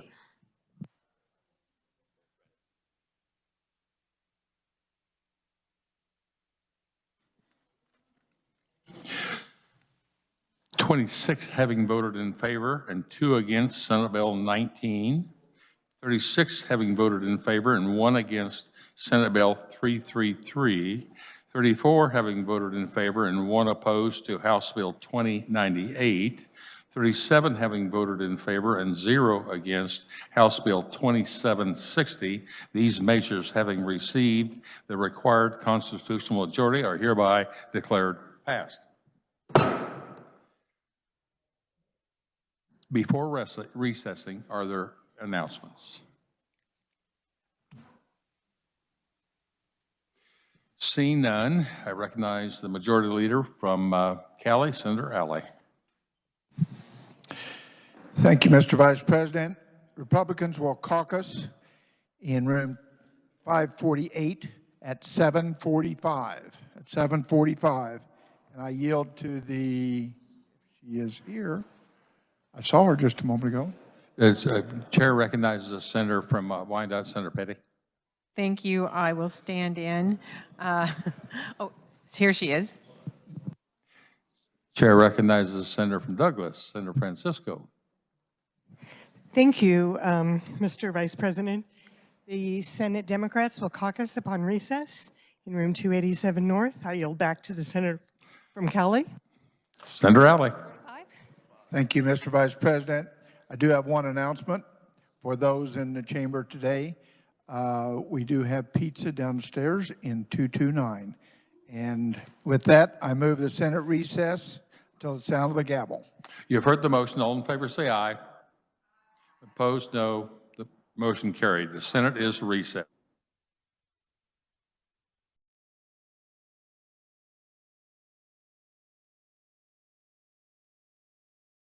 Recognize the senator from Miami, Senator Baumgartner. Thank you very much, Mr. President. Senate Education Conference Committee is going to meet in our usual location, 159 South, at 8:15. Thank you. Good. On a motion to concur, Chair recognizes the senator from Johnson, Senator Warren, on Senate Bill 473. Thank you, Mr. President. So 473 contains 2 bills, and I'm going to discuss the first one. The first one has crossed the Senate floor, and it is regarding notice to appear. If you'll remember, currently, when you are in an encounter with law enforcement, it depends on which agency of law enforcement is doing the stop about whether they have to then process you through jail and then release you during that stop, or whether they can write you a citation to appear later and you go on your way. So this bill has been brought to us by our chiefs of police, sheriffs, and Peace Officers Association. And what it does is that it creates the same procedure for both entities. So if you're stopped by the police or you're stopped by the sheriff's office, either way, now they can use a notice to appear and write you the citation for you to appear later in court, and they don't have to spend the time and resources for booking you through the jail, which then takes our law enforcement officers off the street to spend the hours doing that, but gets them right back on the street helping fight crime. The other piece of Senate Bill 473 is a bill that ran across the House floor. It did pass the House, and it did pass out of Senate Judiciary Committee. And what it does is it helps get make sure that we have a minimum requirement for bond premiums in district court. The bill is the same as it passed out of Senate Judiciary Committee, except the House took out some of the most contentious part of the bill, which was requiring some additional requirements on the municipal courts. So it's only dealing with district court, and what it does is it ensures that it's requiring a minimum appearance bond to make sure that the defendant is going to show up. Because remember, the first cog, if you will, in the wheels of justice is making sure the defendant shows up so the prosecution can advance. And that piece of legislation passed the House floor, and the package, Senate Bill 473 passed the House vote of 82 to 41. With that, Mr. President, I'd stand for questions.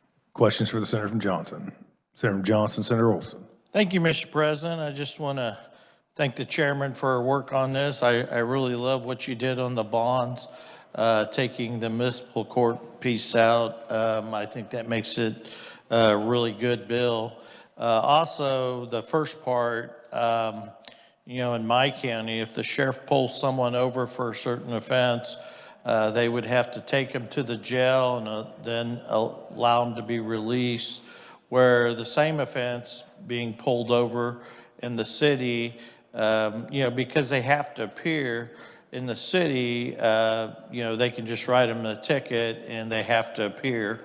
So I like what you're doing here. You've done a really nice job on the bill. And like I said, I love what you guys did on the bond. I think this will help a lot of people in the future. Thank you. Any further questions or comment? Senator from Douglas, Senator Francisco. Thank you, Mr. President. I do have a question for the Senator from Johnson. State your question. So I too appreciate the work that's been done on this bill. I'm at this point in our process trying to follow the steps and what happened, and I'm reading just from the conference committee report. But it's saying that the Senate, this started in the Senate. Senate had a hearing, and they were just dealing with this question of pullovers in the city and the county. Then we get to the House Judiciary, and they also had proponent testimony on that same issue. But then it says the House committee amended the bill on March 14th, 2024, by inserting provisions relating to posting a bond in district courts. So was there a hearing on the part of this bill that has to do with the posting of bonds? Senator from Johnson. Yes, in both chambers. Senator from Douglas. Thank you, Mr. President. Then I'm surprised that that's not part of the history that they're giving us, but appreciate that answer if it's that the case. Further questions or comments? Seeing none, Senator, you make your motion. Thank you, Mr. President. I move the Senate concur in House amendments to Senate Bill 473. Very good. We will hold for final action. On conference committee reports, Chair recognizes again Senator from Johnson, Senator Warren on Senate Bill 292. Thank you, Mr. President. So the good news, body, is that this will be hopefully the easiest yes vote for you to make. And the reason is that the CCR comes to us, Senate Bill 292. It, again, is two bills combined into one. However, each of the two bills has already passed both chambers unanimously, and nothing has changed. So the CCR is merely combining the two bills into Senate Bill 292. And if you'll recall, Senate Bill 292 creates some reform in the Office of Adjutant General for our National Guard. And the other bill that is part of the CCR is House Bill 2392, and that updates some of the language to the Kansas Code of Military Justice. So both of these are big, important bills, important to our Kansas National Guard. And with that, I'd stand for questions. Would you make your motion, and then I'll open for questions on the concur. I'm sorry. I move the Senate adopt the conference committee report on Senate Bill 292. For the explanation in the motion, questions. Senator from Douglas, Senator Francisco. Thank you, Mr. President. I'm going to be a little out of line. I do appreciate what's happening on Senate Bill 292, and just want to say that I learned, based on the previous bill, that the hearing was on a different bill in the Senate, and then they worked the bill that came from the House. So they did have a hearing, but we're not going to get the report of that happening. So I appreciate your indulgence. Thank you. Thank you for that clarity. Any further questions? Seeing none, we will hold for final action. We are now ready for final action. On this roll call, we will take the following: the motion to concur on Senate Bill 473 and the conference committee report on Senate Bill 292. The clerk will read the titles. Senate Bill number 473, an act concerning crimes, punishment, and criminal procedure, and Senate Bill number 292, an act concerning veterans and military. Clerk will call the roll. Alley. Baumgartner. Billinger. Lazy.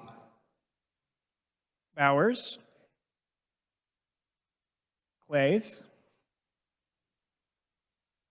Corson.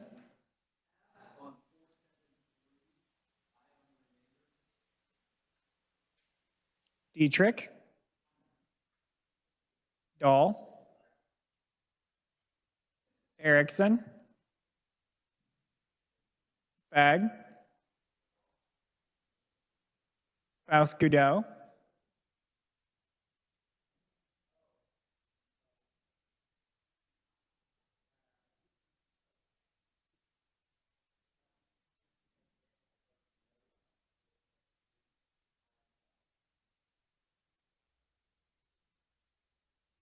Francisco.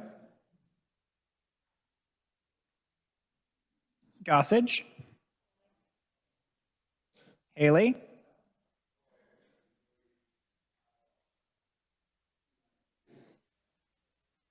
Holland.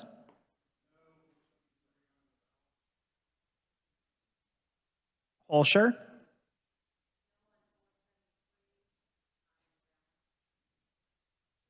Kirshen. Cluse. Longbine. Masterson. McGinn. Olson. O'Shea. Heck. Peterson. Petty. Pittman.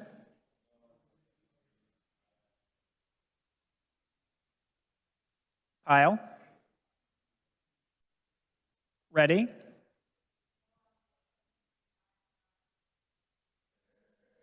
Reichman. Schallenberger. Steffen.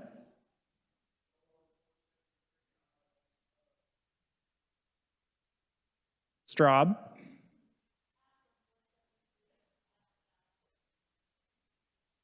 Sykes.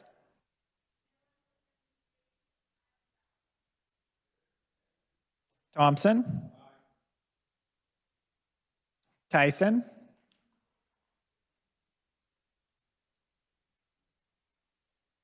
Ware.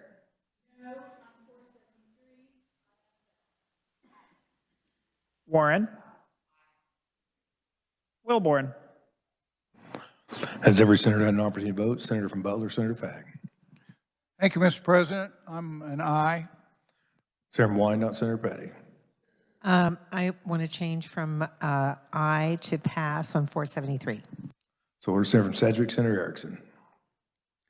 Senator from Sherman, Senator Billinger. Thank you, Mr. President. Aye. Senator from Miami, Senator Baumgartner. Thank you, Mr. President. Aye. Senator from Cloud, Senator Bowers. Senator from Sedgwick, Senator McGinn. Senator from Shawnee, Senator Cluse. Aye. Senator from Douglas, Senator Francisco. Thank you, Mr. President. Aye to pass on 473. Senator Johnson, Senator Corson. Thank you, Mr. President. Could we get a preliminary on 473, please? I have 23 aye, 10 nay. Thank you. Further explanations or changes? Seeing none, clerk will close the roll, tally the vote.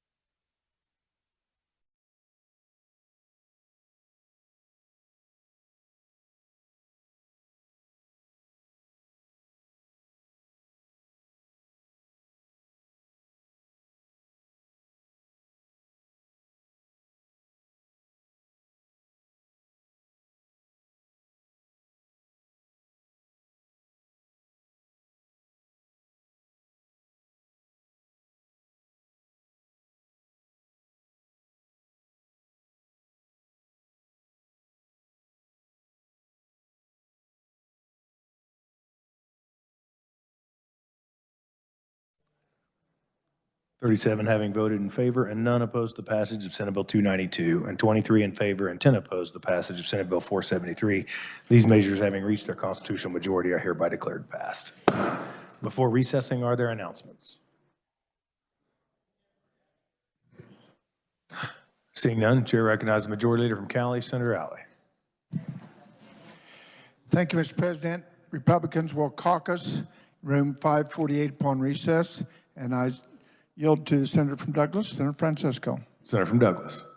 Thank you, Mr. President. The Senate Democrats will caucus in room 287 North upon recess. I yield back to the Senator from Cali. Senator from Cali.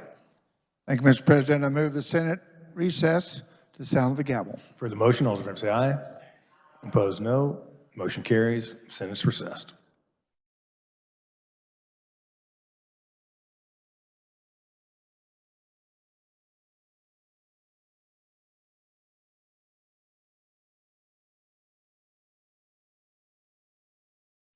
Motion to concur. Chair recognizes the Senator from Johnson, Senator Warren, on Senate Bill 349. Thank you, Mr. President. So I want to be clear about Senate Bill 349, and it would continue in existence the following exceptions to the Kansas Open Records Act. There are 3 of them. One is concerning, so remember, if it's an exception to KORA, means this would be kept confidential and not subject to a KORA request. Fingerprinting and criminal history record checks under the Industrial Hemp Act, concerning carriers of alcoholic liquors under the Kansas Liquor Control Act, and concerning information in the Scrap Metal Theft Reduction Act database. And it would also amend the exception to allow reports to the House and Senate Commerce Committee that would be detrimental to the development of a star bond project, to make those reports open for inspection 2 years after their submission to the legislature. So that would be making those reports available for inspection. And this is a bill that came over to us from the House with a vote of 114 to 8. And with that, Mr. Chair, I would stand for questions. Have you made the motion yet? Sorry, I It's all right. It's a little awkward. recall that part. I move the Senate concur in House amendments to, it's actually House substitute for Senate Bill 349. Thank you. Are there questions for the Senator from Johnson? Seeing none, we will, Senator from Wyandotte, Senator Haley. I'm sorry. I'm getting paper. I had the wrong bill. This is 349 because we were on 2144. That is next. Okay, so when was 349 handed? Somebody maybe can share this with me. 349, when was that a part of? That was a part of the breakdown that we had when, Mr. President? Senator from Johnson. When was that? I mean, in the packet that we had, does she happen to have that packet? Senator from Wyandotte, your staff and leader told me you all had your packets and reviewed. I believe so, but I didn't have 349. I wasn't there in the caucus, so. He specifically told me that you had your 349 packets and had reviewed it. Okay. Further questions? Maybe it's in that one. Okay. All right. Thank you. Seeing no questions, we will hold for final action. We're now ready for conference committee reports. Senator from Johnson, Senator Warren on House Bill 2144. Thank you, Mr. President. This conference committee report is 2 bills, and both of them create new crimes in Kansas. One, this body has heard and voted on across this floor, and the other one, the House voted on across their floor. So first, the one that this body has seen before, and that would be Senate substitute for House Bill 2144. And if you'll remember, this bill creates the crime of organized retail crime.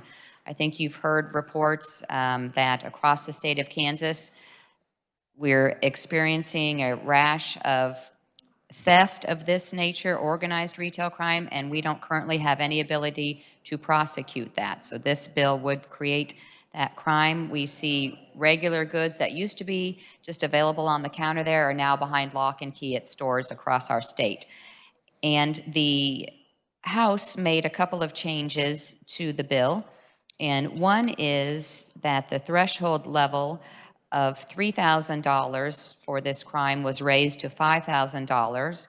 And the severity level of the different tiers of the crime, instead of $3,000 to $15,000 for the lowest level tier, it's $5,000 up to $25,000. And the severity level was changed lower one level, was considered a friendly amendment by the Attorney General who brought us the bill. And the House attempted to change, if you remember, the Senate ran a friendly amendment on the Senate floor to better define concurrent jurisdiction. And we did that when we said the Attorney General would have concurrent jurisdiction for any crime that is alleged to be part of the crime of organized retail crime, as long as that alleged activity occurred in 2 or more counties. And we did that on the Senate floor. The House had attempted to take it back a little bit towards the prior position of for any crime, and we maintained the Senate position on that. And the amendments also looked at Section 2 of the bill, which regarded just regular theft, not organized retail crime, but retail or regular theft. Sorry, the hour is late. And the conference committee felt, well, the bill is brought regarding organized retail crime, so we should stick with organized retail crime and not open up the regular theft statute. So we kept it with organized retail crime, and the report of the conference committee was signed unanimously. The other part of the conference committee report creates another new crime, and I think we all have heard of a rise in either attempted suicide or tragically successful attempts at suicide. And the second part of this bill would create the new crime of encouraging someone to commit suicide. And in the House, there was testimony that apparently there are, for instance, websites that you can access, and what they do is encourage the visitor to the website to attempt suicide, as well as show you how to do it, give you tips how to do it, and in fact would ship you the materials you could use if you were going to try to do that. They heard testimony in the House about a mother unknowingly delivering the package that her child had ordered from one of these websites, delivered the package not knowing what it was to her child, who then used it to attempt to commit suicide. This would also apply if you would be sending texts to someone encouraging them, or sending emails or phone calls or other communication. Now, it does have some guardrails because it has definitions, and you first have to be knowingly encouraging another person to commit or attempt to commit suicide when you, the person doing the encouraging, you know that that other person has communicated a desire themselves to commit suicide. And then your encouragement has to result in proximate in time, so it has to be close to when the communication by the person doing the encouraging was made, has to result either in the other person has to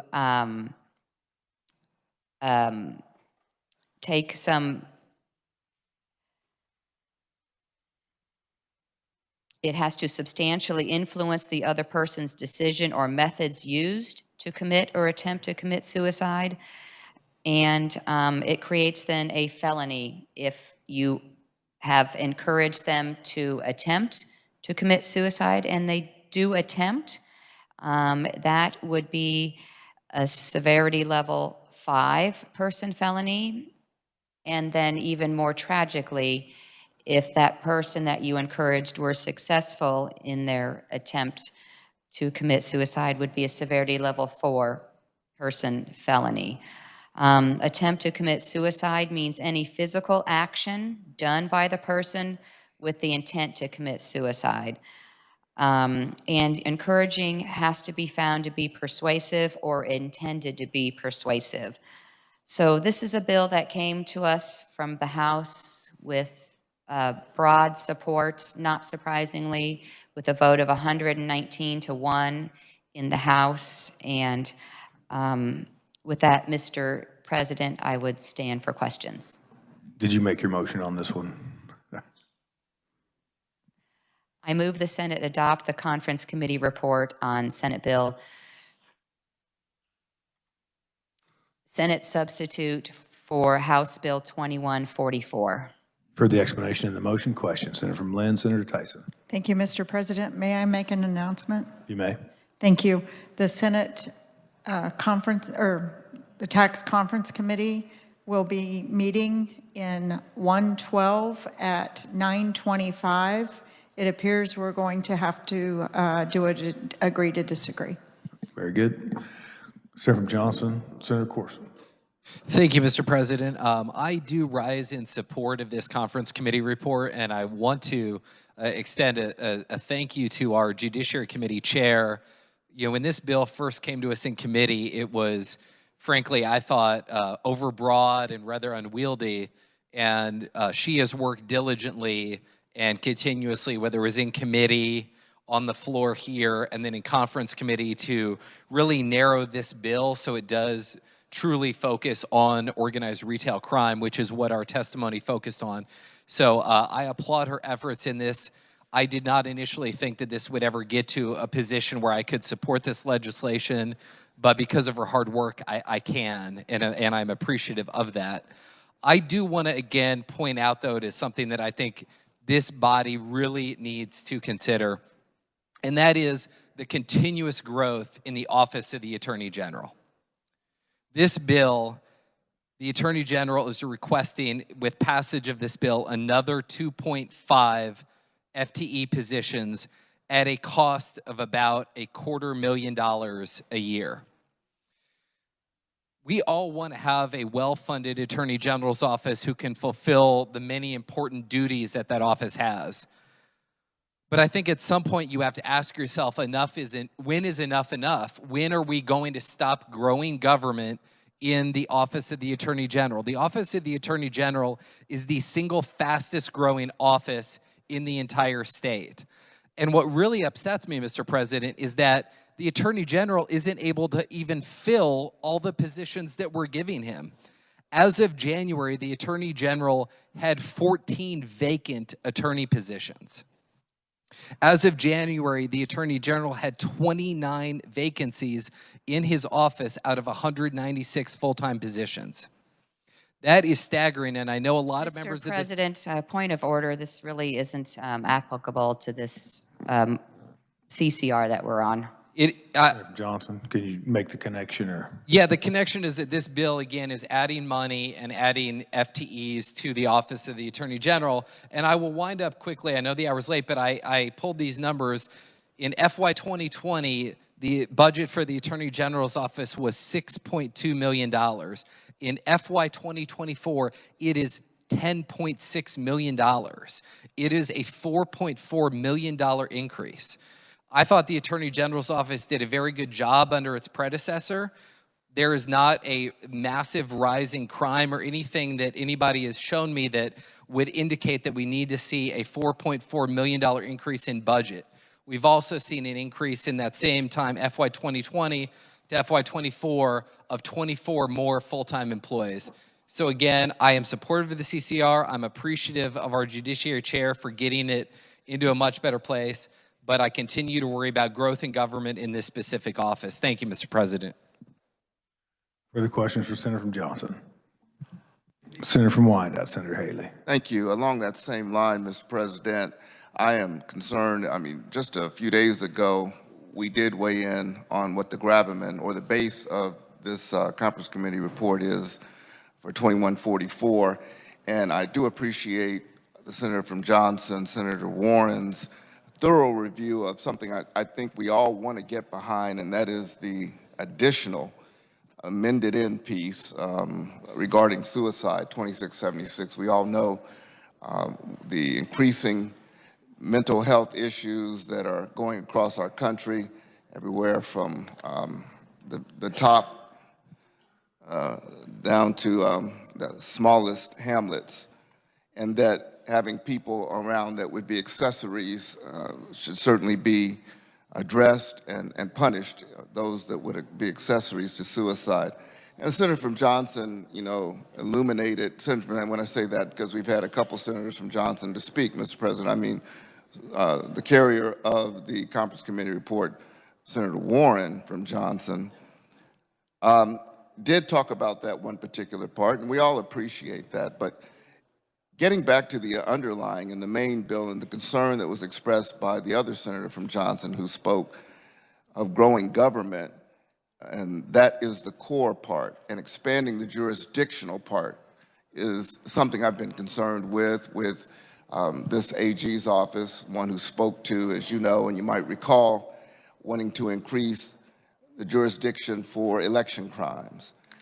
I'm concerned about the local control that's vested in our district's attorneys, our DAs, who have the ability to, if they wish, Mr. President, to look at these crimes, this retail crime especially, and to determine if it's in another county, in 2 counties, if there is racketeering, or if it's a part of RICO, and to work in conjunction in that regard. Growing this jurisdictional power by this particular Attorney General, which is a trend, a pattern that's been long established, is what brings a hesitancy on my part to this conference committee report. And it's something that we should all, I think, at one point or another look at and be concerned with. So I just wanted to ask us to kind of hit the pause button just a little bit in the growth, as has been pointed out, wisely so, by the Senator from Johnson, Senator Corson, adding on, expanding jurisdiction, expanding ability to circumvent local control with what could be minor, or considered a minor crime if it's in one county, now becoming a major, quote, RICO, racketeering crime because it occurs in 2 counties for that aggregate amount. And it's just something that, you know, I think it bears repeating we should be concerned about as we continue to bloat the AG's budget unnecessarily so and expand his jurisdiction where such is really not needed. Thank you. Any further question or comment? Seeing none, the motion's been made. We will hold for final action. We are now ready for final action. On this roll call, we will take the following. The motion to concur on House Sub for Senate Bill 349 and the Conference Committee report on Senate Sub for House Bill 2144. Clerk will read the titles. House Substitute for Senate Bill number 349, an act concerning the Open Records Act, and Senate Substitute for House Bill 2144, an act concerning crimes, punishment, and criminal procedure. Clerk will call the roll. Alley. Baumgardner. Billinger. Blasey. Bowers. Glaze. Corson. Dietrich. Dahl. Erickson. Fagg. Faust Goudreau. Francisco. Gossage. Haley.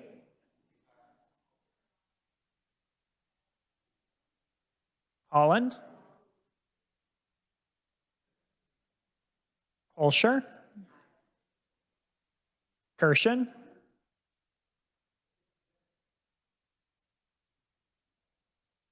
Cluse, Longbine, Masterson, McGinn, Olson, O'Shea, Peck, Peterson, Petty,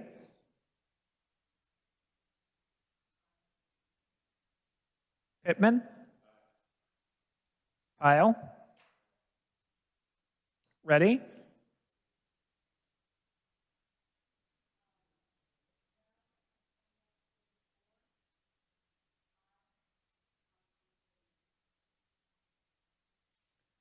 Reichman, Schallenberger, Steffen, Straub, Sykes, Thompson, Tyson, Ware,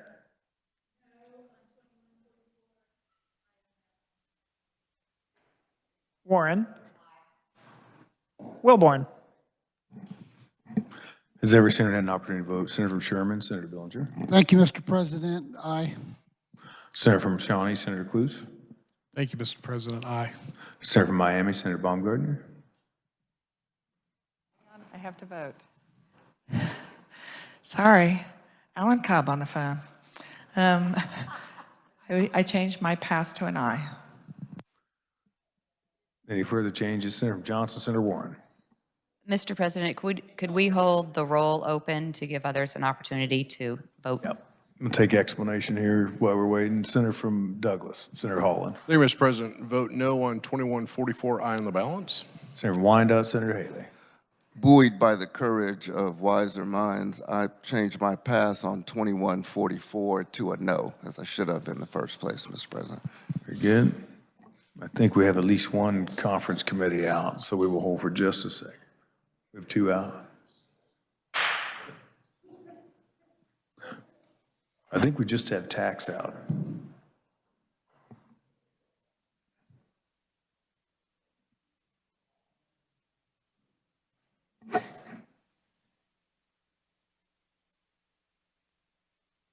Mr. President, I believe Senator from Douglas. they're coming now. Here we go.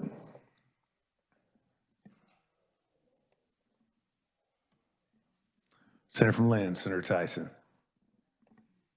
Senator from Lynn, do you know where the senator from Montgomery is? Okay.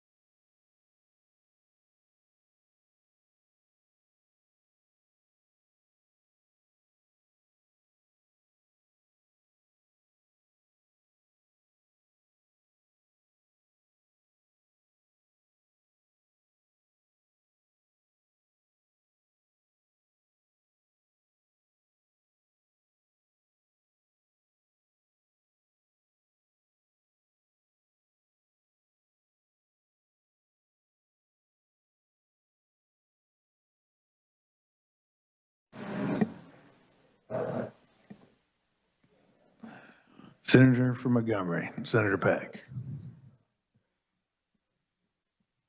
Thank you, Mr. President. Vote aye. Thank you. Seeing no further changes or explanations, clerk will close the roll, tally the vote.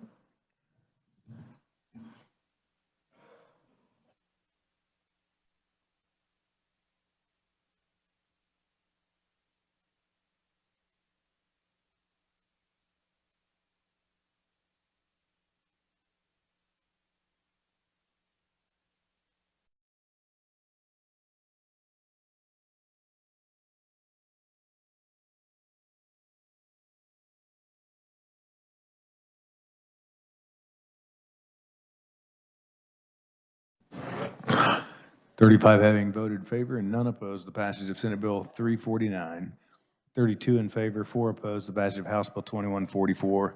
These measures having reached a constitutional majority hereby declared passed.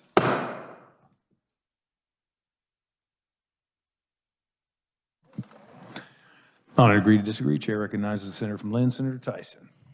Thank you, Mr. President. I move the Senate adopt the Conference Committee report on HB 2036 to agree to disagree and request a new conference committee be appointed. You've heard the motion. All those in favor say aye. Opposed, no. Motion carries. On third conferees on part of the Senate, Chair appoints Senator from Lynn, Senator Tyson, Senator from Montgomery, Senator Peck, and Senator from Douglas, Senator Holland.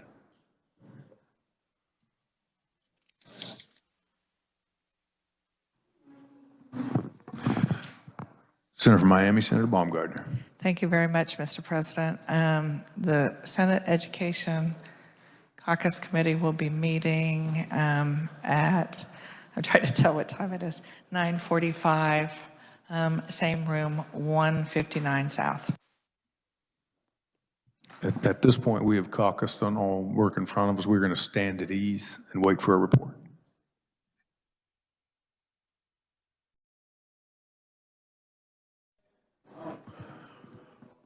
Body, since we have an indeterminate time, I want to go ahead and recognize the Majority Leader from Cali, Senator Alley, to recess. Thank you, Mr. President. Move the Senate recess to the sound of the gavel. You've heard the motion. All those in favor say aye. Opposed, no. Motion carries. We're in recess.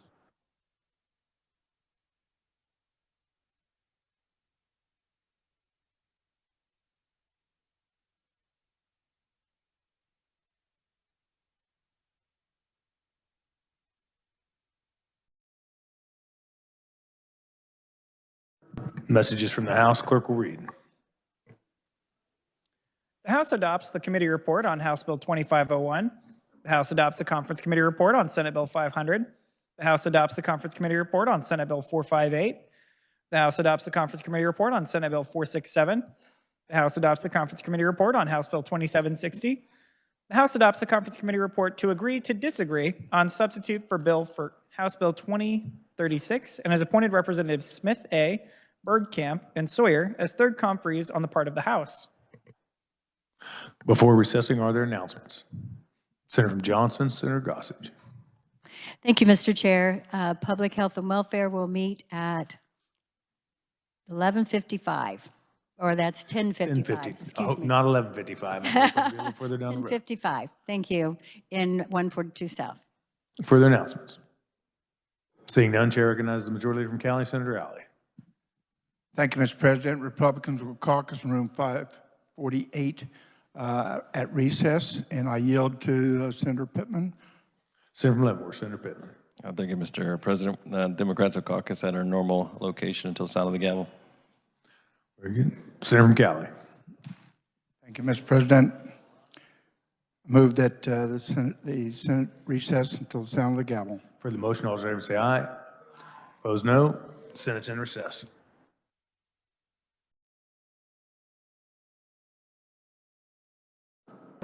Senate will come to order. Introduction of motions and Senate resolutions. The clerk will read. I move to bring Senate Bill 135 out of the Senate Committee of Federal, State, and Affairs to be placed on Senate General Orders. The motion is in order and will lie over until April the 26th. The senator from Johnson, Senator Sykes. Thank you, Mr. Vice President. Today with this motion, we're listening to the thousands of Kansans who've asked this body to allow a floor debate and a vote on Medicaid expansion. Actually, on my Facebook history today. Excuse me, Senator. I think I got the wrong number. This should be Senator Olson.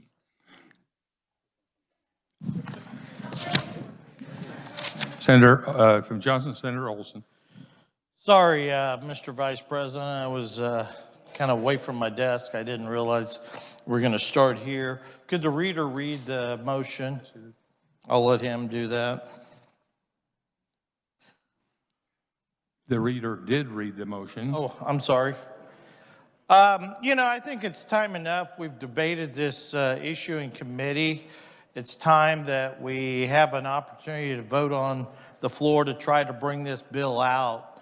You know, there's a lot of money that states around us are making from this.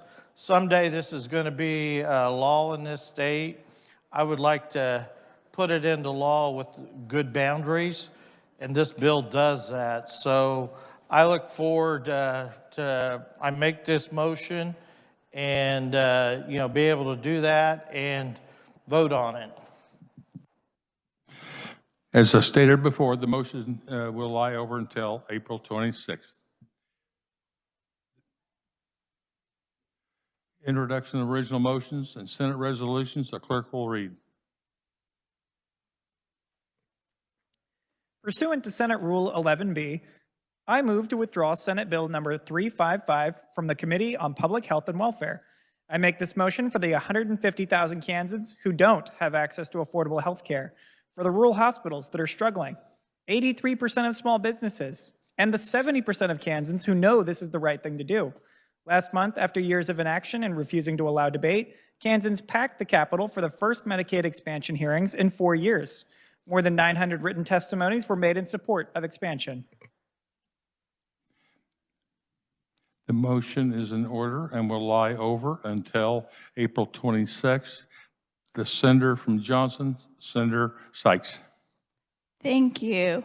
So today with this motion, we are listening to the thousands of Kansans who've asked this body to allow a floor debate and a vote on Medicaid expansion.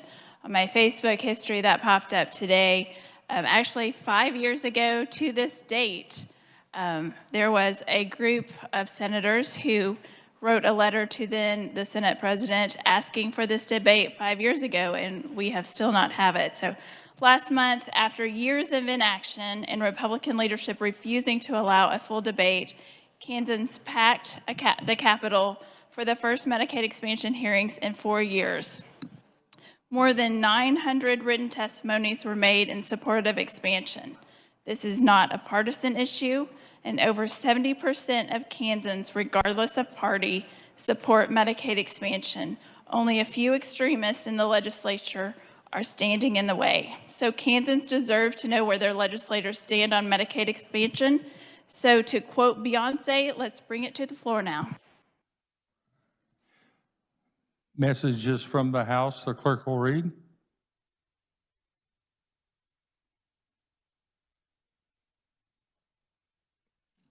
The House adopts the Conference Committee report on House Substitute for Senate Bill 232. The House adopts the Conference Committee report on House Substitute for Senate Bill 271. And the House adopts the Conference Committee report on House Substitute for Senate Bill 172. Now we turn to the item of business, Conference Committee reports. Chair recognizes the senator from Johnson, Senator Warren, on Senate Bill 458. Thank you, Mr. Vice President. The body will remember this bill. This bill concerns civil asset seizure and forfeiture. And we did pass this out of the Senate 36-2, and the House amended it and sent it back to us. They had 3 changes, and one of them was to take out the reporting requirement of law enforcement to the legislature, and another one we had regarding jury trials, and the other one was a prohibition on federal adoption of a state-level seizure of assets. So to back up just a minute, remember that this has to do with the process in Kansas when government stops you. It's most often at a traffic stop, and they seize your assets there. It's usually cash, and then they can start a forfeiture procedure and keep your seized assets, again, usually cash, without having to charge you with a crime, much less convict you of a crime. So this process has been in place for 30 years now in Kansas, since 1994, and we were looking for some reform, very strongly supported by the Senate. And in conference committee, we did work with our House colleagues as well as the stakeholders involved, law enforcement, and other stakeholders, and we found a good position to help bring guardrails to the system, protect Kansans' liberties who are having their assets seized without the proper ability to raise a defense and get their seized property back. So what we did in conference committee was we kept the underlying bill. We kept in the part about requiring the KBI to report to the legislature. The House had at first opposed that reform, and we were able to maintain the Senate position. And then regarding civil adoption, remember, this is the process where the state has seized your asset, and then rather than going through the forfeiture proceedings here in the state of Kansas, they send it to the federal entity, so the Kansan would have to go to federal court to fight to get to the return of their property. What we did was we put some guardrails on that. And you can see that in the bill and in the, in the CCR there. I'm not going to read the 6 circumstances under which the state could ask the federal government to adopt the seizure and do the forfeiture proceedings there. They're listed for you. There are 6 of them. And most importantly, I would say that we established one of the instances where you could ask the federal government to work on the forfeiture proceeding would be when the value of the property seized is $25,000 or more. So without this bill, we did not have that sort of threshold. Now, there are other instances where if it's for instance, if it's part of an ongoing federal investigation, if the seizure is part of an ongoing federal investigation, the federal agency can adopt and proceed with the forfeiture proceedings in federal court. So those are the 3 differences that were in the 2 bills, and we were able to advance 2 of them, and it's an example of coming together, working with stakeholders and all interested parties, even the House, and getting some work done in conference committee. And I will report that the House just passed this conference committee report 82 to 38 with a couple of, it was unanimous in the House. 120 to 0 in the House. And with that, I'd stand for questions. Would you make your motion, please? I thought that was after questions, but I will move the Senate adopt the conference committee report on Senate Bill 458. In your defense, we did change up the order a little bit, so now that you've made the explanation and the motion, we'll stand for questions. I recognize the senator from Wyandotte, Senator Haley. Thank you, Mr. Vice President. I appreciate the overview of this crucial issue that we have already weighed in on regarding standard asset, civil asset seizure and forfeiture. You know, Mr. Vice President, this conference committee report, which I hope we will adopt and that we will pass, has come a long way. As one who was on the interim committee for 2 years myself, I can say that there are some provisions that we anticipated and we're glad to see here, thanks to the skilled work of our conferees from the Senate in retaining a stronger measure than we had hoped that has come out of that interim committee. My concern, though, honestly, Mr. Vice President and others, and I don't know if the senator from Johnson, Kerry, and this CCR could share with us is why one of our strong positions regarding the jury trials continues to be a problem for us to adopt, why that model is, or why that model, which was so highly recommended. You know, and if we went through this procedurally, the process of someone having their property taken prior to adjudication of a particular allegation or offense, even, I mean, I guess after the allegation, but prior to adjudication of the offense, why we would not be able to have what I thought was one of the strongest tenets of that being a jury trial, to be retained in this final report, Mr. Vice President. Senator Warren. Thank you, Mr. Vice President, and I appreciate the question. The conference committee, as well as,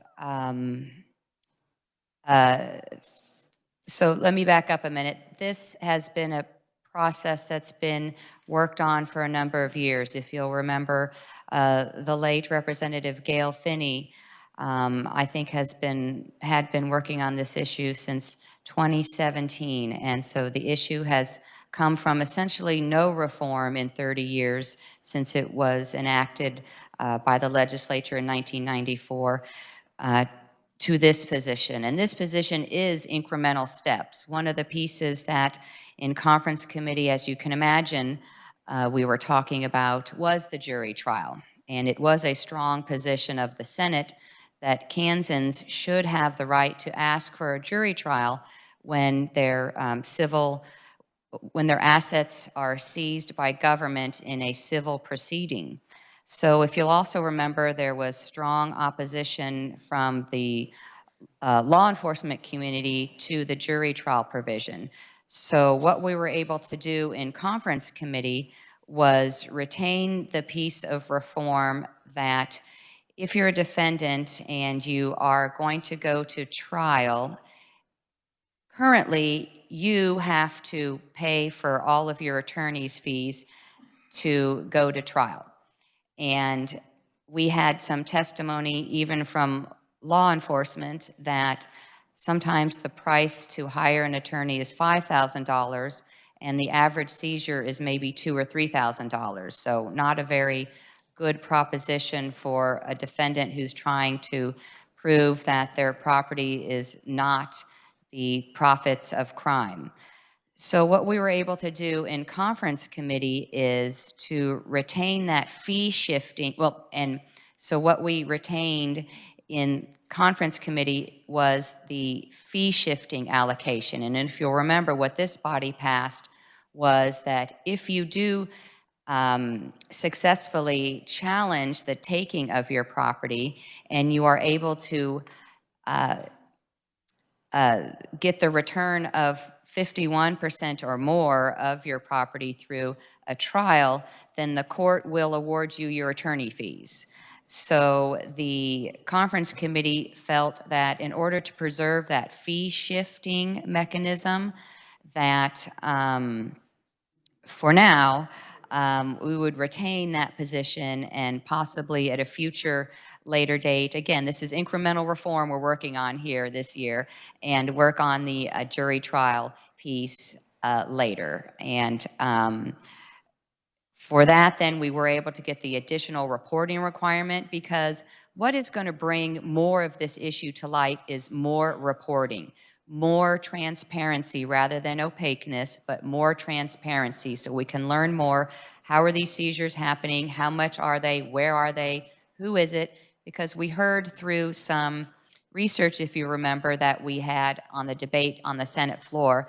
So this impacts minorities quite significantly, this civil asset seizure and forfeiture process. Minorities, most significantly, and those who are low income, because they often operate in cash. They don't have credit cards, they don't have bank accounts, and so this is a significant piece, but incremental piece of reform. So we're ready to still continue to talk about jury trial at a later date.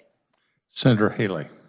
I'm grateful that the senator from Johnson would go through some of this, sir. I really am, you know, because she has detailed, I guess, why the late, very concerned, great Representative Gail Finney first brought this to the legislative attention. And I don't know how in depth. We are resolving some of the issues that Gail Finney brought and many of us had. We had to go through the Judicial Council, had to go through, it's been a long way to get those very same people that the Senator from Johnson just brought to us who were in opposition, those in law enforcement, who profit on trotting on civil rights, you know, by snatching people's property and knowing that they have no ability to go and get it back so that they can turn those proceeds over, usually for the own departments that they are. Those same who were at the table, Mr. Vice President, during this interim committee, who spoke in the very minority because everybody else gets it. But law enforcement wants to, those, not all, but some are very, very slow to give the equal rights to due process that most of us hold sacrosanct, but some people cannot afford. The Senator from Johnson just mentioned with that low-hanging fruit of just a small amount being taken by law enforcement and then not being able to retain an attorney or go through the system to go back to get what should have been adjudicated before it was taken is an ongoing problem. And it's important that there would be a neutral tribunal, like a jury, that could be impaneled to make that decision, because you're relying upon the same system now with the adoption of this incomplete, I think, remedy that's before us now, with the same problem that we've had without that interim. So I appreciate the one word that she gave that gives me hope.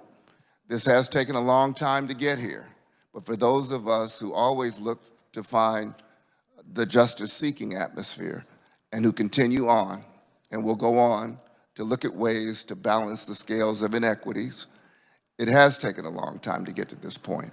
I will support this, but I look at it in the word of that gives me further hope. This is an increment, that there'll be an opportunity next year to do the right thing by bringing true balance in legislation to alleviate society, irrespective of economic situation or race, but just the right thing in terms of how we see law enforcement implement and not be so predatory, if you will, on that. So I appreciate the good work again in this incremental, this first step after all this time, this baby step toward a justice-seeking atmosphere that the Senator from Johnson and her team have brought, and I certainly do support it. I'm glad to hear that the House has unanimously adopted it. I joined them in the support for that. I look forward to a better day, a better year, next year, whenever we come back and reconvene, to make sure we reach truly what this legislation is designed to do, and that is to create a level playing field for property that's seized from people without a conviction. Thank you, Mr. Vice President. Are there other questions or comments?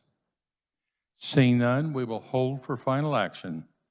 The chair now looks to the Senator from Lynn, Senator Tyson, on Senate sub for House Bill 2036. Thank you, Mr. Vice President.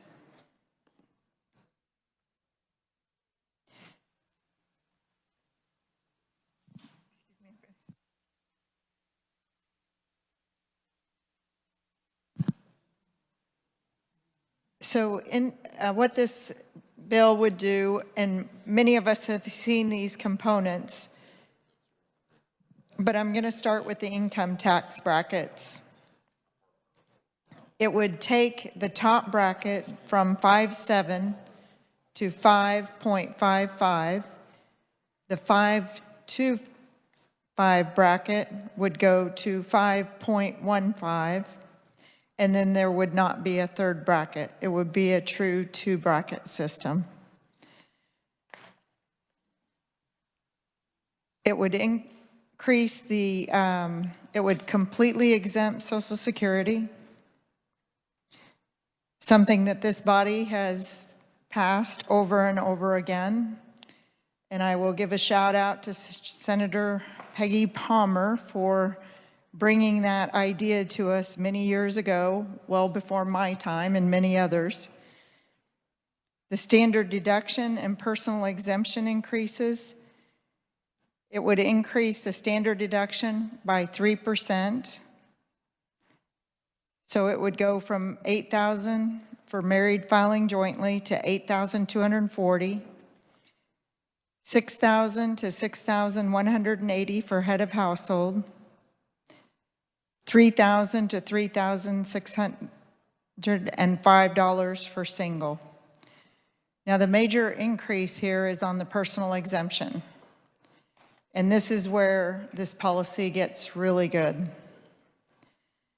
What it does is increase for a single filer the personal exemption to from $2,250 to $9,160. For married filing jointly, it would be $18,320. And it creates a dependent exemption for $2,320 for each dependent. The financial privilege tax, which we've heard over and over, would be decreased from 2.25 to 1.94%. Local government transfers would delete the local ad valorem tax reduction fund and the county and city revenue sharing fund. It would leave the special city and county highway fund so that budget could increase the funding for this. We decided not to do it in negotiations because it gets kind of, we just need the budget to be working on budgets and tax working on tax. So we didn't want to get into funding. The school finance levy, the 20 mil, and this body has passed this several times. We're currently at approximately 42,000 and change. And what this would do is increase the 20 mil exemption for homeowners to $100,000. It would also take the 20 mil that all property taxpayers pay for K through 12 to 19.5, and the difference would be made up with the state general fund. The final provision would be the food sales tax, which again, this body has passed for and worked very diligently for. It would move the state food sales tax to zero July 1st. I move the Senate adopt the conference committee report on Senate substitute for House Bill 2036, and I'll stand for questions. The senator from Lynn has made a motion and explained the bill. Are there any questions? Chair recognizes Senator from Douglas, Senator Holland. Thank you, Mr. Vice President. Not really any questions. I'll just make some comments. You know, I was hoping after yesterday that there would have been at least some marginal improvement in the work product. Unfortunately, Mr. Vice President, I think the train's going in the wrong direction. Let me elaborate. You all heard me beef yesterday about the fact that the income tax piece of this is becoming more regressive. And once again, yes, it's cutting the top marginal tax rate. And yes, again, make no mistake, this whole purpose of this income tax piece of this bill is to give those much vaunted, cherished, pass-through income earners the tax cut, the richest among us. And make no mistake, when you look at their effective tax rates, because they get to basically run through, they get to deduct all their business expenses, their effective tax rates are much lower than a comparable W-2 earner at the same gross wages. But this bill is even worse, Mr. Vice President, because what it does, it's much more regressive. It's going now from a 3-tier system to a 2. I fail to see how that is a significant improvement. To me, it's negative. It's bad. We have an economy, Mr. Vice President, that is going to become more and more worker dependent, not LLC owner dependent, worker dependent.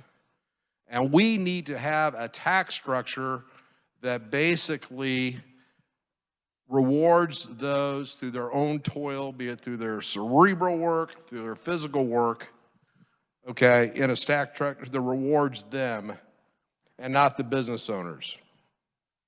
And once again, this is an LLC owner-driven plan, a pass-through driven plan. I'm going to just go a little bit off script here because I'm really disappointed in the fact that I have reached out to both sides of the aisle and membership to share my thoughts.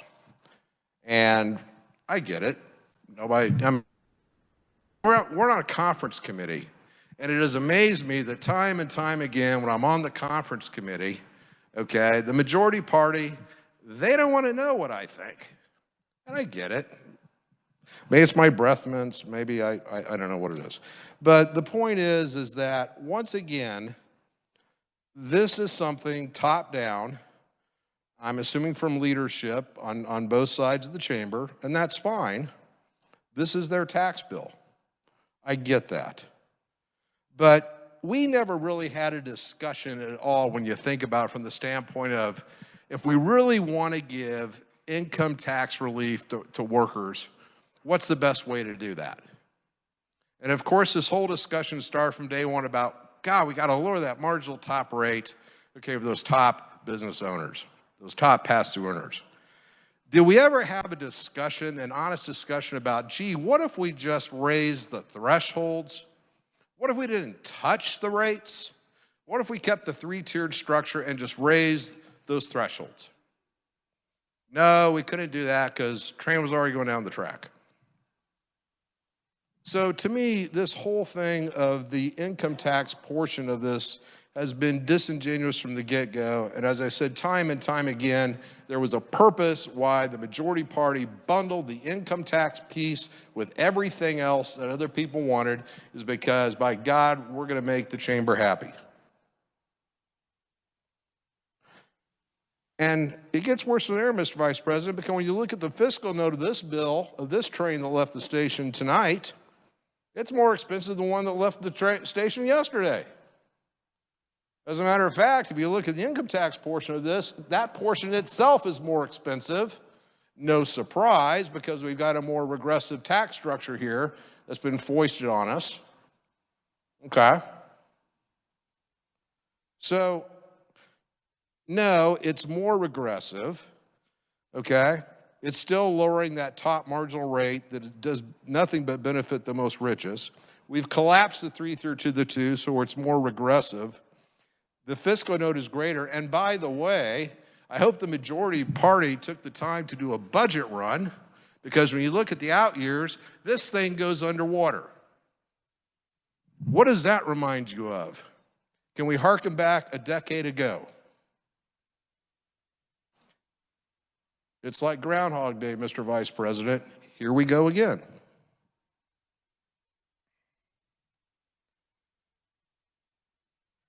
So we now have a more expensive plan. It goes underwater in the out years.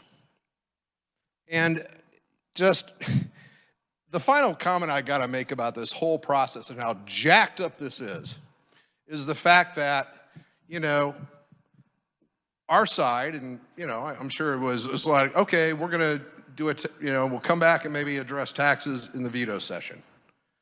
And then all of a sudden I get a text message about, hey, the Conference Committee's meeting at 6:45. And so I don't know, Mr. Vice President, what time, your caucus got the plan. Did you guys actually get a detailed fiscal note? Did you get to break out all that stuff? Did you get a chance to talk about that? I mean, I'm not sure there were really numbers around till 9:30, 10 o'clock, and here it is Friday night. I can tell you, Mr. Vice President, you and I both know we've been here long enough. We do our best work late at night. Oh, are we Saturday? Is it Saturday now? Okay, thank you, Senator Haley. It's Saturday, Mr. Vice President. I misspoke. So since it's morning, maybe I'm more alert to look at this stuff and make a discerned evaluation of the work product before us. But it really concerns me where, once again, your conference committee has pulled something out of you-know-where at the last second, and now it's presented like, hey, this is the bestest plan ever. I really wish that after that bill went down last night, that we would have gone back. Everybody could have just collected their thoughts and come back in the veto session and put together a plan, number one, that isn't bundled, and number two, a plan that was put together in a much more transparent process. We haven't done that. So, Mr. Vice President, once again, I'll be voting no. Once again, I have talked to the conference committee. I want to keep in mind, if you think your constituents, this is the best part of this plan, is through some sort of hacked up regression income tax structure, if you think that's what your constituents are asking for you, you are sorely mistaken. My constituents want residential property tax relief. And right now in this current plan, and the carrier of the bill can correct me, but my understanding is basically from the property tax savings, it's pretty much what it was last night. So I get a measly $140 in savings with this tax plan. You know, we had some good additional targeted significant property tax relief that got jammed into 2096. And if we could have taken that homestead property tax freeze, if we could have put that in with this, not with this, but if we could have put that in yesterday's bill, I would have held my nose and I would have said, okay.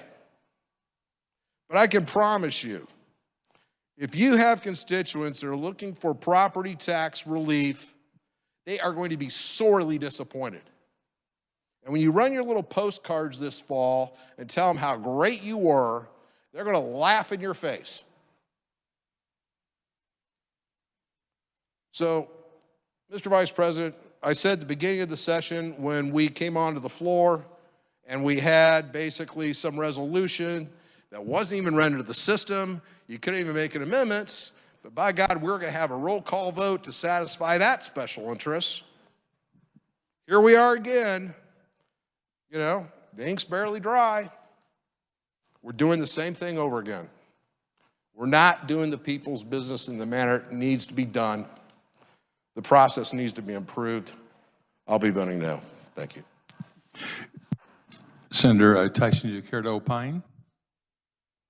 No, but I care to respond. Especially to the inaccuracies. Thank you, Mr. Vice President. Quite disappointing. The ranking has always been included. He knows as soon as I do 90% of the time on what's going on the tax conference committees. And he was included in the process. There were 5 tax conference committee bills we've had in the last couple days. He was absolutely included. I would turn to ask him and he would say, nope, you don't want my opinion. You've already got this figured out, or I'm not going to work on this. I mean, whatever the response was. You know, we have worked very well over the years together. And I felt like we were still working well together. Understand the frustration on this conference committee report from him. It came together at the last minute. Sometimes that happens. I would remind the good senator that he did vote for one of the conference committee reports. He passed on the other one. This isn't about us as individuals. I'm going to ask this body to turn down your WIFM station. What's in it for me? And remember, this is for our constituents. This is for Kansans. This bill helps low-income Kansans. We've had several bills that do, and this one takes care of those. In fact, we have a pretty good example here that currently, if you have a family of 4, 2 adults, 2 dependents, at about $17,000, they start paying income tax. This bill would take it to $31,000 and $31,80 before they start paying income tax. It is a tax cut for every taxpayer in Kansas. Yes, it's small property tax relief, but a majority of your property taxes are local government. And this body, I would remind you, most of us, a supermajority, voted for a constitutional amendment that would have limited taxable valuations each year. That would have helped homeowners. That would have helped business owners. That would have helped all property owners in Kansas. So, Mr. Chairman, I appreciate the comments, but I ask the body to stand in support of this legislation. The chair now recognizes the senator from Johnson, Senator Olson. I think Senator Hall, and I'll yield to him if he'll yield back, or you can recognize him before me, because I think he wants to respond to them comments that were personal to him. I recognize the senator from Douglas, Senator Hawley. Your second time. You know, Mr. Chairman, I'm going to yield to the senator from Johnson, and then if he'll yield back to me, I think I'll be in a better position to make my second set of comments. Thank you. Senator from Johnson, Senator Olson. Guess I'm on the ball. So, you know, once again, we spent, this session's winding down. Didn't do a lot during the normal session. We're here late again tonight. I think about how much money we probably spent today. We passed the budget. We passed a lot of special interest bills today. And you know what? They went through the committee process, a lot of them, through both sides. Good deliberation, plenty time in conference, plenty time to review them. And here we are with a tax bill that we just got the sheet on a few minutes ago, and we're expected to spend $1.5 billion. The right thing would have been to do from day one is to bring Social Security out by itself. But here we are, we're trapped in a package on the Social Security piece that should have been done by itself. You know, a question I have when I read the packet, when you look at the fiscal note, it doesn't say how much the child tax credit is in there for it. It says added the child tax credit. Did it add 100%? Is it at the 12 million? Is it at the 6 million? In the run, I don't see the child tax credit and how much is in there. So I'm going to ask the chairman, is the full 12 million in there? Show me where it's at in this run. I would like to know.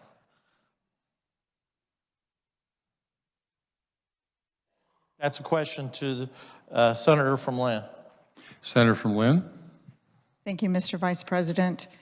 Well, the reason it's not in the run is because the child tax credit is not in this bill. There's no child care, none of that. It's all in Senate bill or Conference Committee Report 96.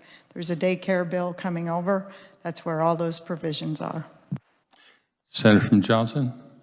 I believe that's the first bill that didn't have the child tax credit in. I could be wrong. I don't know. I'm sure I'm going to get corrected here in a minute. But the fact is, most of the bills have had it. It's been 12 million, 100%. Now we're going to move that into another bill, play a little shell game. You know, that's a bill that should have probably been passed, introduced, ran out by itself, debated. It would probably already be in law right now. You know, the property tax credit, I mean, I did like the version where it took it down to thousand down to 18 mills. I like the 19. I like the 19 and a half. I'm good with the 20. That's what the bill I supported filed. I think that's property tax reduction. I would like more. Our property tax, when you look around the states around us, we're one of the highest. I would like to see that go down. You know, the bill we passed yesterday, the hardest thing for me, and I told everybody on this floor, was the 2/10 on the top bracket, not giving the other two brackets anything. I actually joked about it a little bit today coming in from lunch. I told my colleagues, I said, you know, I felt like I died and went to heaven. I'm at the pearly gates, and God's asking me, now, I don't understand why you gave 2/10 to the top bracket, but the middle bracket and the bottom bracket got nothing. They got an increased standard deduction, but so did everybody else. But we give it all to the top. But in the art of compromise, I thought that was me giving a little. Right back, deja vu, or however you want to say it, we're right back where we were. This bill's going to get vetoed. Number one, it's about 40 or 50 million more than we can afford. I mean, there's a lot of bills we've got to add up at the end here. You know, we added prison space and all, you know, every time you change a grade of the crime, you add people that are going to go to prison and all these little things that we haven't even thought about that are going to add up. You know, we're going to get ourselves right back where we were before with the last time we did this. This is the same kind of tax package that we had to have. Let's see, wasn't that a 2 bracket? Was that a 2 bracket? I believe it was.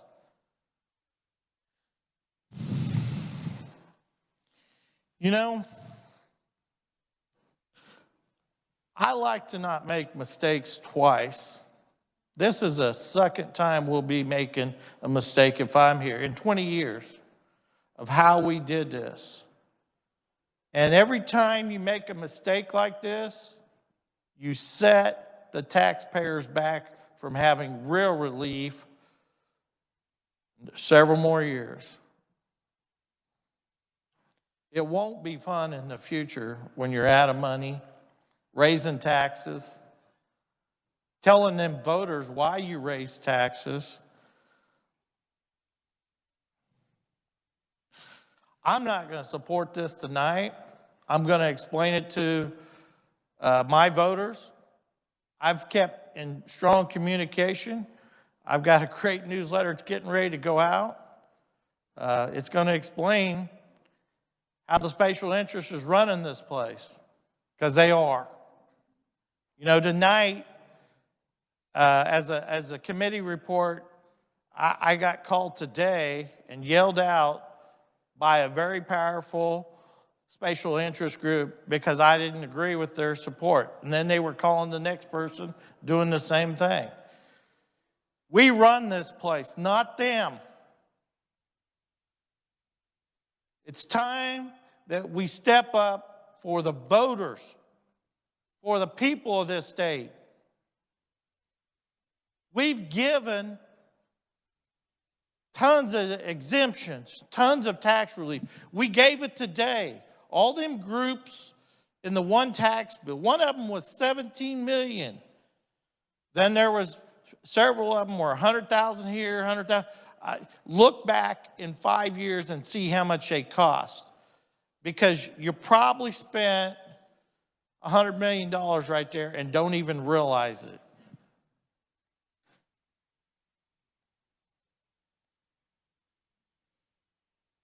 Sometimes the hardest thing is to resist spending money you don't have in the future, even though you think you have it. I think the senator from Shawnee said it very well. We've got a pot of money here. I mean, but we're deferring debt. I mean, we have bond payments of, was it $470 million that we deleted from being paid. We're spending $35 million on an airport in Salina, I believe. We've got kids on the waiting list. What do you think the taxpayers would think that we really haven't removed any of them kids on the waiting list? The percentage is about the same. They'd be disappointed. Well, we've given all these exemptions that we just gave. Didn't bat an eye. They got it first. This bill, this is a postcard bill is what this is today.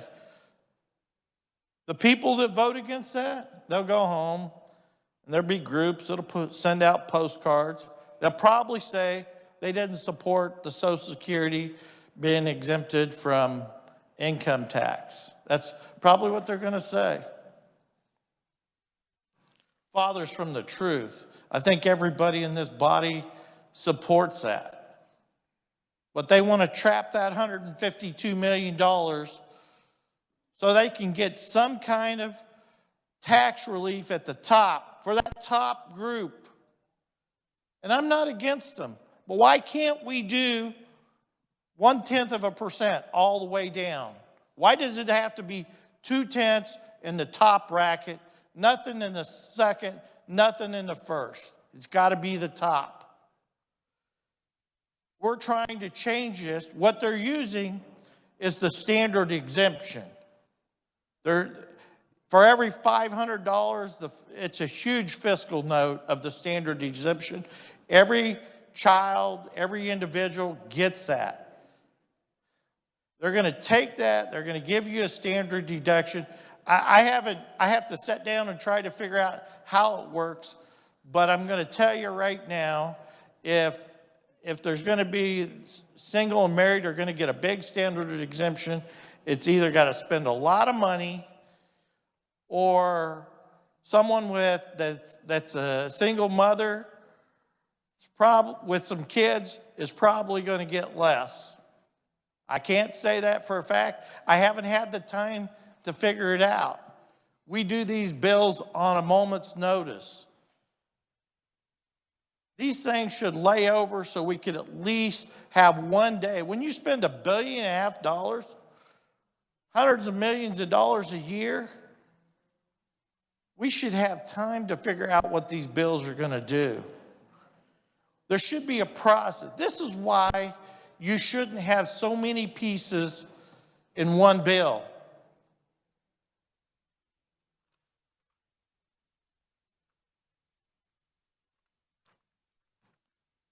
My opinion, I'm guessing, and what I've seen out of these tax bills, the people at the bottom are probably going to lose more than anybody else.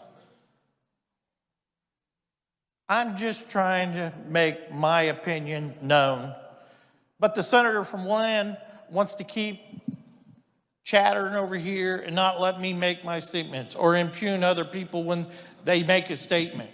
I'm just trying to make my statement and why I believe. I was here when the Brownback tax cut passed.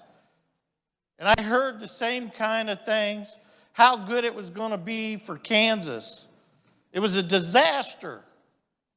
And you know, part of that disaster was there was no fiscal restraint, just like we've seen in this budget today. This budget today is fat. It's got a lot of pork in it. This is the reason why people are sick of politicians, because you know what? They feel like if they need a bridge, they go stick it in there to get reelected. They need an opera house to get reelected, they'll get $1 million for it. They won't focus on the kids that are on the waiting list. Point of information or point of order?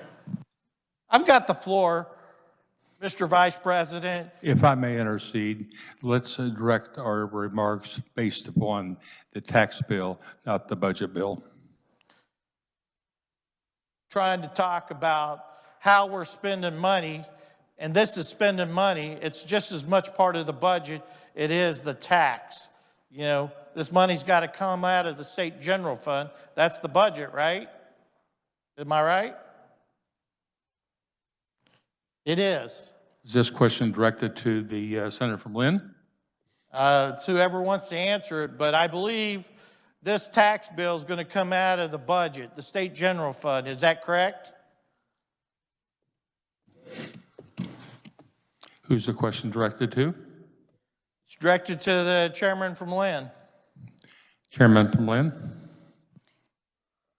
Thank you, Mr. Vice President. This is a tax bill. It is an attempt to cut taxes for taxpayers. It doesn't come out of any budget. It stops Kansans from paying an excessive amount of taxes with over $3.8 billion in the coffers. Let's return it to the taxpayers where it belongs. Senator Olson. Thank you, Mr. Chairman. What coffers are she talking about? Is it the coffers outside buried in the backyard, or is it the state general fund? Chairman from Lynn. Senator Tyson. Thank you, Mr. Vice President. I guess I'll explain the process. So what happens is Kansas taxpayers are obligated right now to pay a certain amount of money in future years. We are trying to decrease that amount of money that they would be obligated to pay. We are trying to keep more money in the taxpayers' pockets. That is what this is an attempt to do. Senator Olson. Thank you, Mr. Vice President. I think we know the answer. The answer is coming out of the state coffers of the state general fund. When there's a refund from people, the state's got to pay it. But the fact is, I think I've made my point, but I'll tell you, we're going right down the same road we went down once before. I don't want to see us go down that road, because getting out of that road will be very painful in my mind. And so, you know, same chairman taking us down that same road, and, you know, we'll deal with that road, I guess, when we get there. Thank you, Mr. Vice President. Senator Tyson, do you care to respond? I'm going to have to. I can't let some of that false information hang. As far as taking us down that same road this chairman has taken us down, yes, we had tax cuts. In fact, in 2022, we had approximately $85–90 million in tax cuts. It passed this body. The governor signed it into law. She was up for election that year. And we are still increasing what's in the state coffers, collecting more taxes. The year before that, we had a tax cut, and I forget the fiscal note on it. The governor vetoed that tax cut, and her words were that it was reckless, it was going to break the state, it was going to take us back to the Brownback era. Guess what? It didn't happen. Look where we're at now. So we do increase spending each year that we bring in more money. And this, we can address the spending at any time, but as one of the senators said today, sometimes it's easier to do a budget when you don't have all this money, because we are just spending on things that we never dreamed would occur. So let's give the money back to the taxpayers, keep it in their pockets. This isn't refunds. This is when they file their taxes and their property taxes. Another statement was made that it hurts the poor. Well, the brackets, I will repeat again, goes from 5.7 to 5.55, 5.25 to 5.15, and 3.1, the lowest bracket, goes to 0. No state income tax. How is that an increase on the poor and the low income? I really want to know. This bill is about taking care of hardworking Kansans and families. He keeps saying that the Social Security needs to be on its own. We had a motion to divide. Everyone in this chamber could have stripped all the provisions out and it would have been Social Security alone. That did not happen. We built that bill on this floor.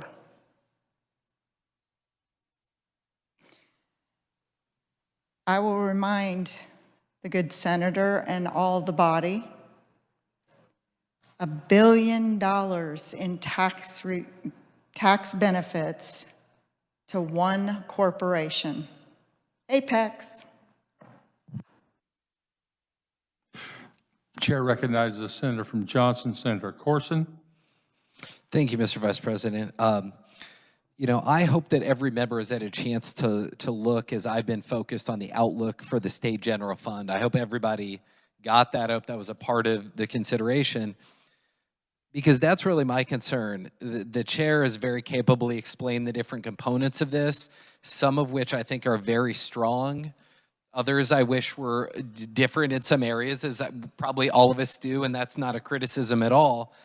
But what I'm looking for an answer, and this isn't meant as a gotcha or as being facetious, is I'm looking at, again, the ending balance, and I'm looking at the revenues related to expenditures. And so what I'm seeing is that in fiscal year 2025, our ending balance is going to be at 16.3%. Fiscal year 2026, it's going to go down to 11.1%. Fiscal year 2027, it's going to go down to 5.7%. Fiscal year 2028, it's going to go down to 0.8%. In fiscal year 2029, it is going to be in the red by $392.4 million. It will continue to keep going further and further and further into the red. If you look at our revenues related to expenditures, fiscal year 2025, we are spending $938 million more than we're taking in. Fiscal year 2026, we are spending $544.4 million than we are taking in. Fiscal year 2027, we are spending $549 million more than we are taking in. Fiscal year 2028, we are spending $515.7 million more than we are taking in.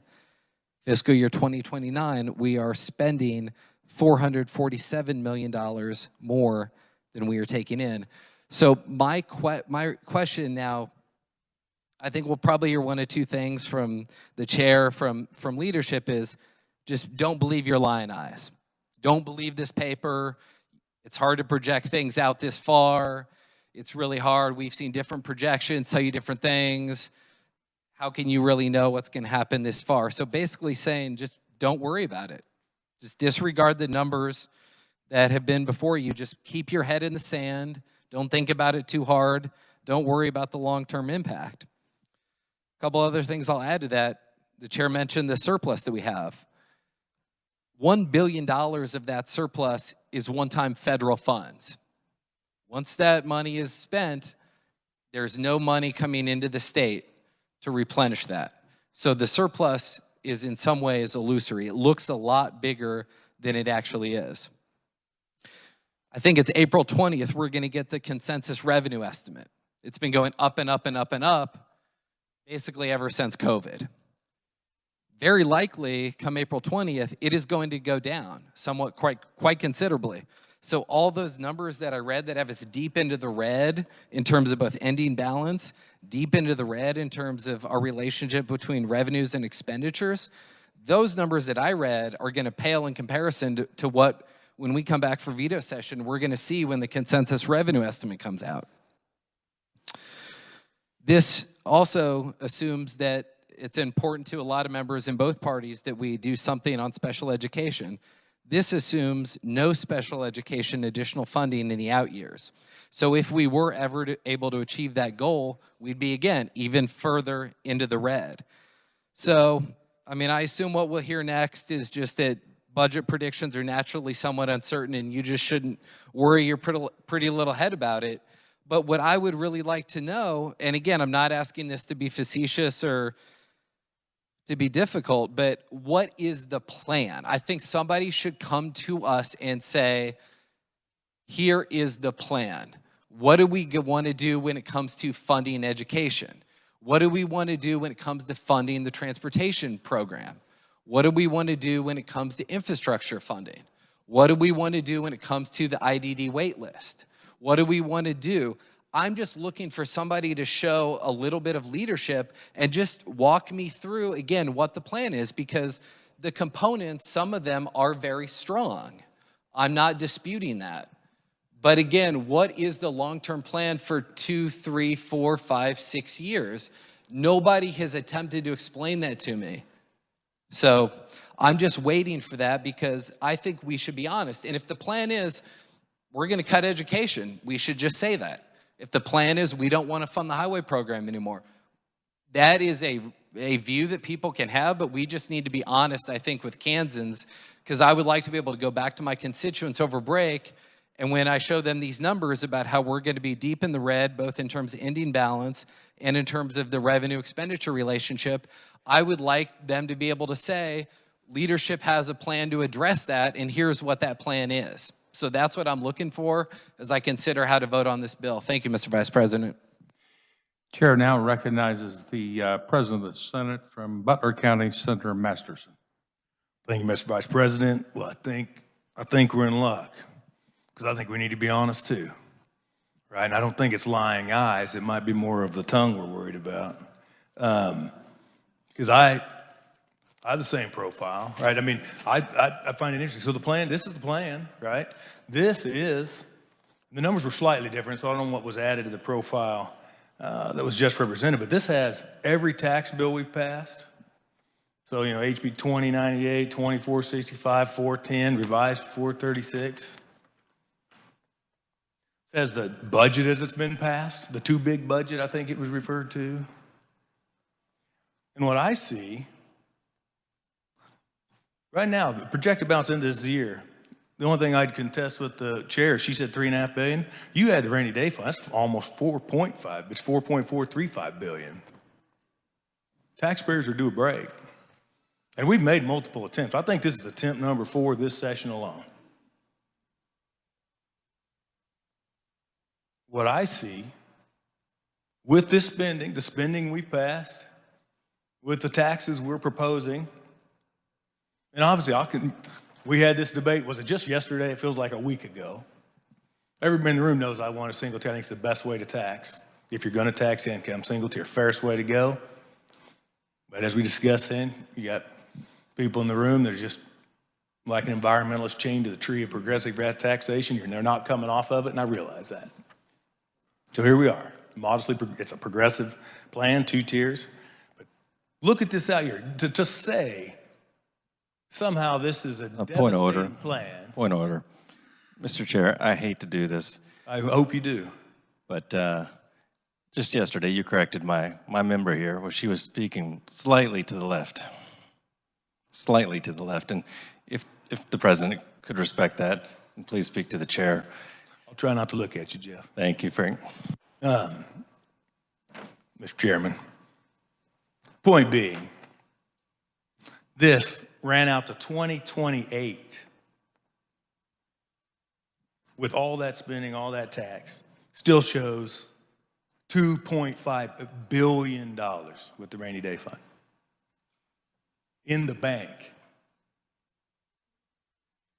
Kansans need a tax break. Is this ideal? Even for me, no. And I think it might have been Senator from Holland said, you know, pulled out of your you-know-where. I guess the you-know-where is the House. Right, we're making a deal, right, that everybody can get behind, and that's what we're attempting to do. This plan is a compromise, it's fair, and it's time. $2.5 billion in 2028. Tell me those numbers don't work. And that's if we make no adjustments. And that's with consensus revenue on caseloads and K-12. It's time. Chair recognizes the Minority Leader, Senator Sykes. Thank you, Mr. Vice President.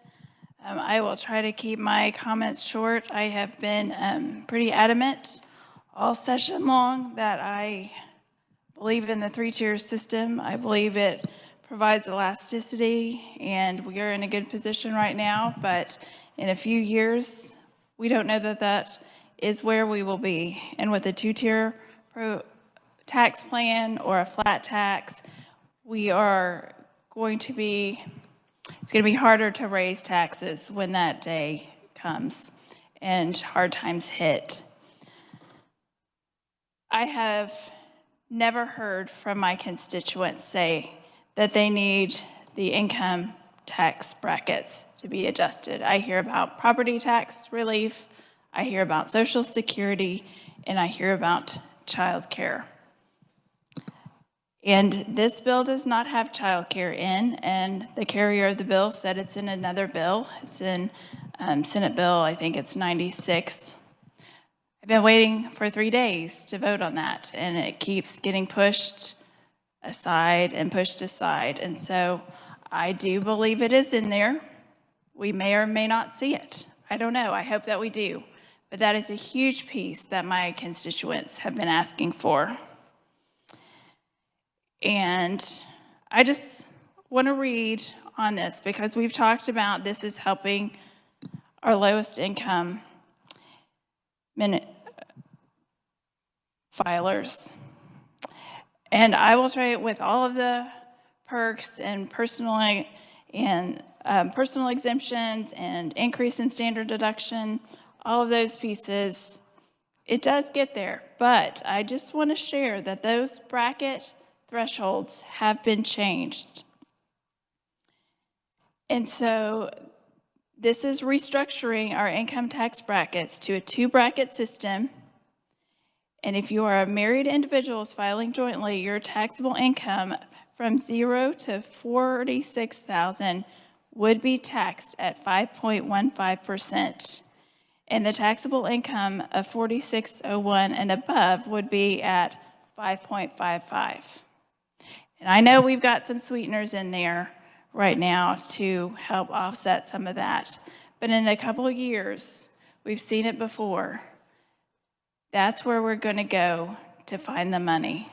And it's those people that we are telling them today that we are trying to provide relief for them.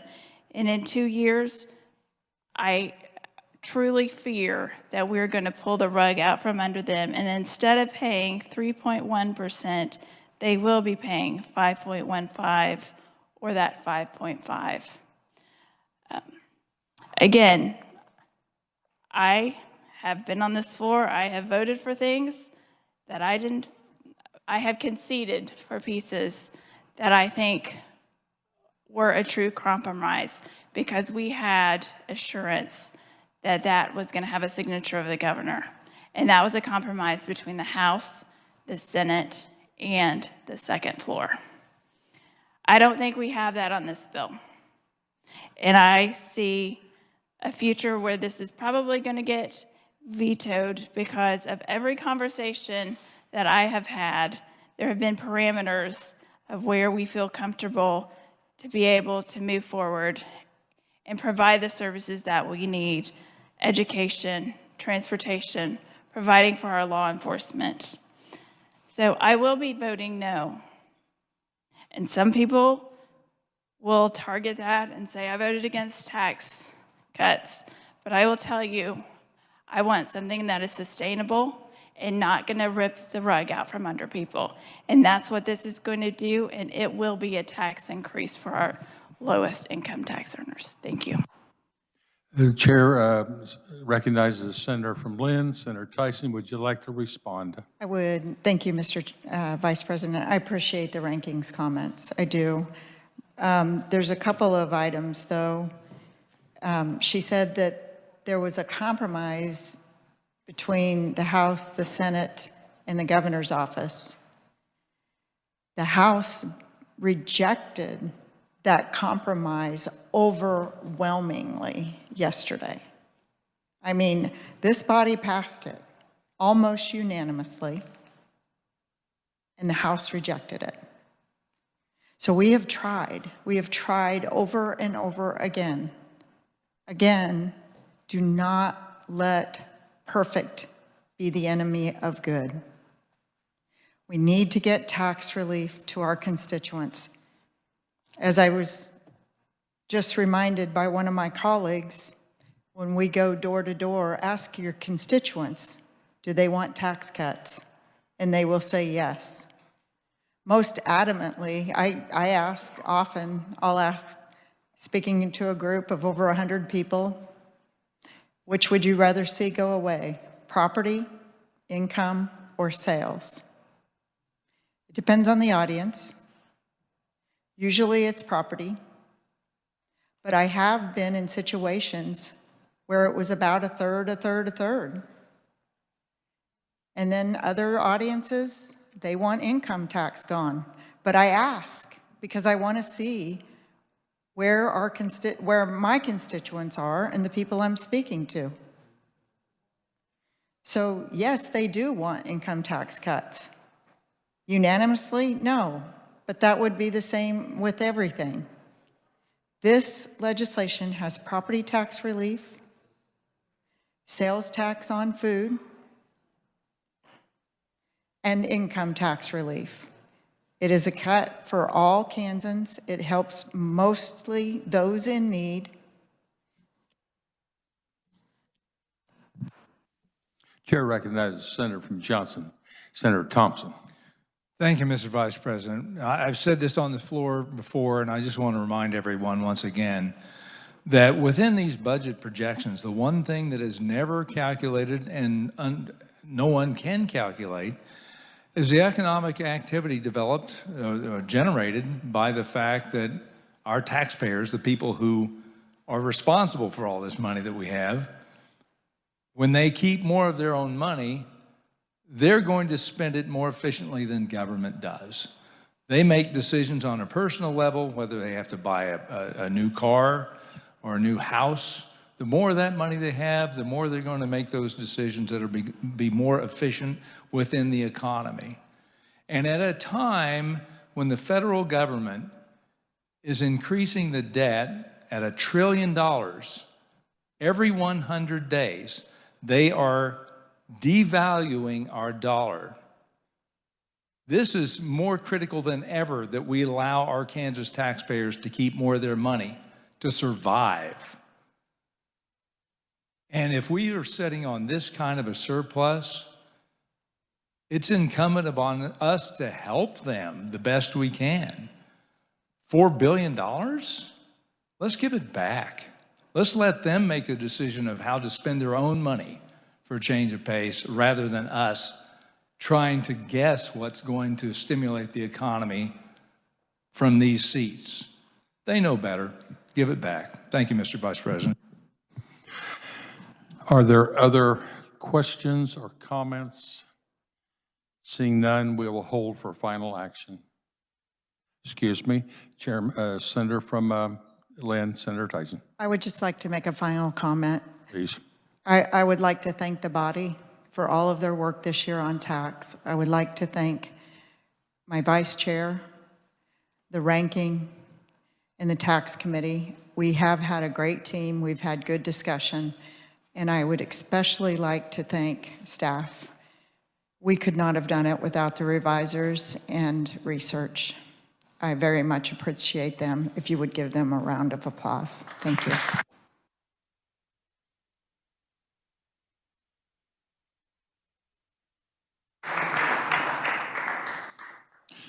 We'll hold for final action. We are now ready for final action. On this roll call, we will take the following.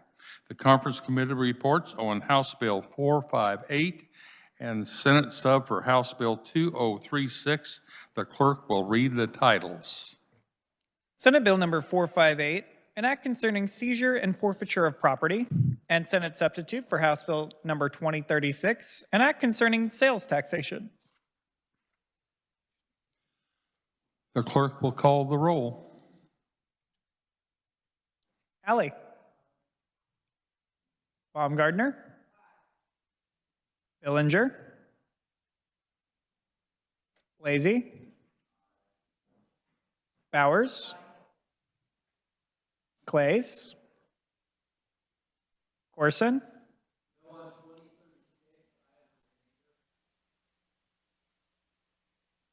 Dietrich. Dahl. Erickson. Fag. Faust-Gudot.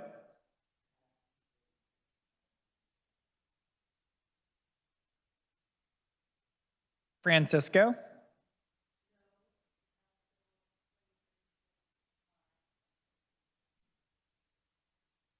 Gossage.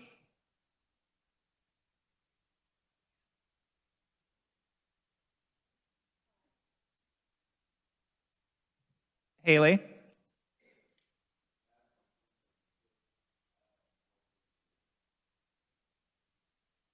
Holland.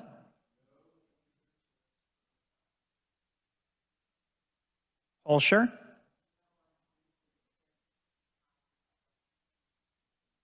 Kirshen. Cluse. Longbine. Masterson. McGinn. Olson.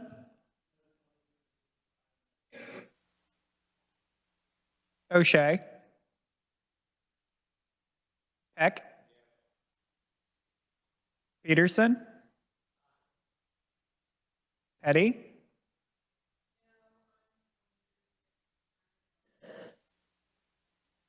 Pittman. Pyle. Ready.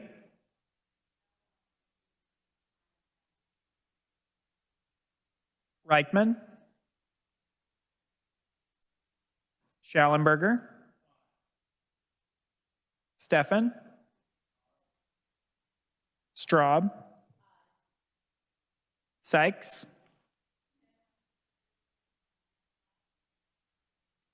Thompson. Tyson. Ware.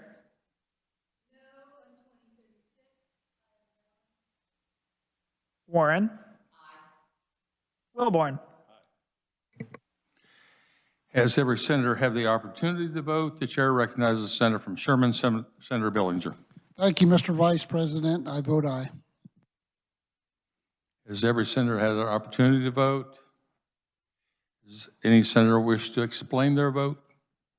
Does any senator wish to change their vote? No, I wish to explain my vote, Mr. Chairman. It's more of a comment, probably, than an explanation. We have been going at this for quite some time, and it's interesting to me, the mix that gets put into the plans, all the different ways to cut taxes.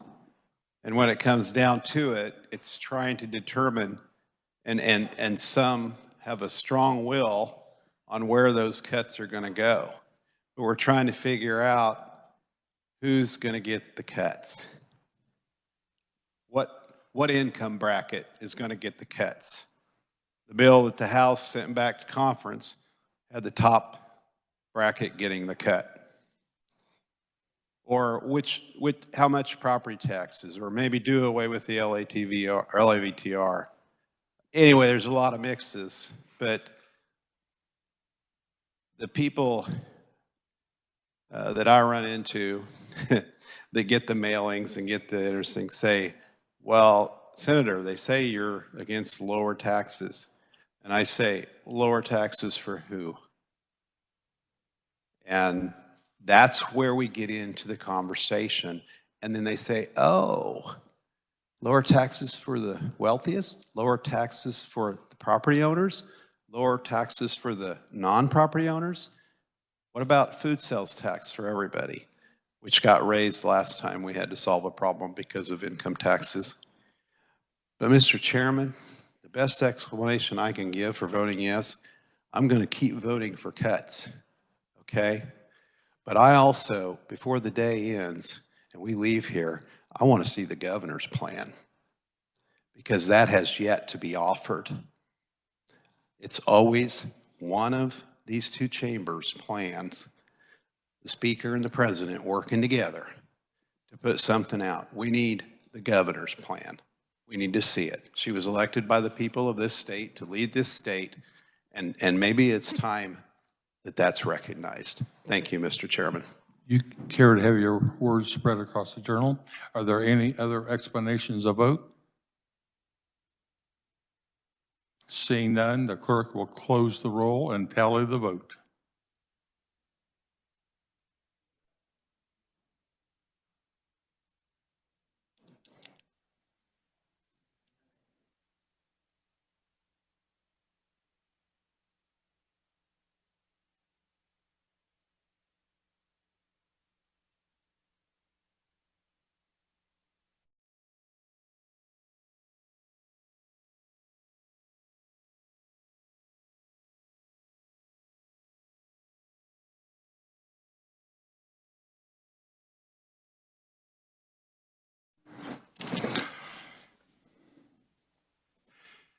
$35 having voted in favor and 0 against Senate Bill 458.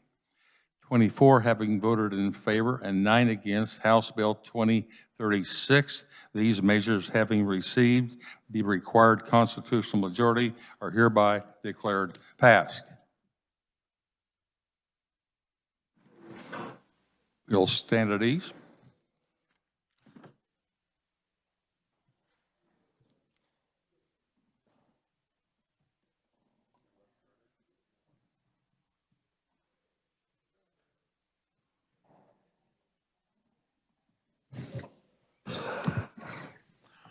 On conference committee reports, Chair recognizes Senator from Johnson, Senator Thompson on House sub for Senate Bill 172.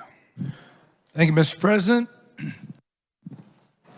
House sub for Senate Bill 172 generally would prohibit any foreign principal from owning or acquiring any interest in real property located within 100 miles of any military installation's boundary in Kansas or any adjacent state. Foreign principals would be permitted to acquire the interest by device or bequest, so inheritance more or less, through the enforcement of a security interest or through the collection of debt. And any foreign principal that owns or acquires that interest within the 100 miles radius would be required to file registration of the ownership with the Attorney General no later than 90 days after the bill is enacted, which would be July 1st of this coming year. Registration would require their name, date of acquisition, address, number of acres, and the legal description of the property. There are some exemptions. The bill would provide a de minimis exemption, so essentially residential property would be exempted. Also, there's an exemption for those who can file a CFIUS report.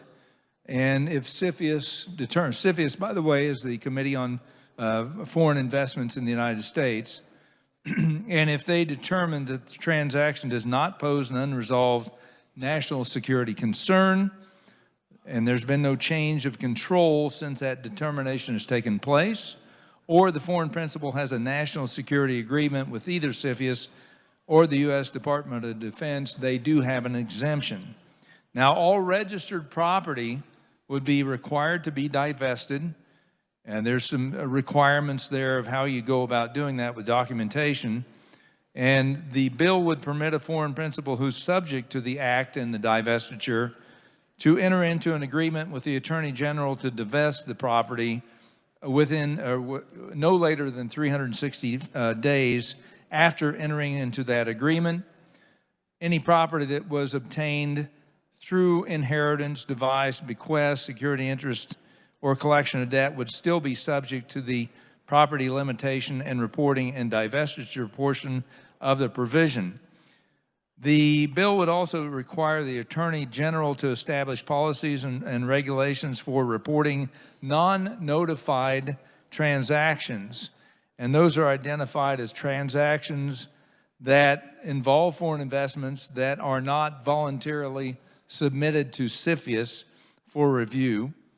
The Attorney General will be required to investigate any suspected violation of the Act and could seek a court order directing the divestiture of the property, injunctive relief, civil forfeiture of the defendant's interest in the property, and reasonable attorney fees and court costs.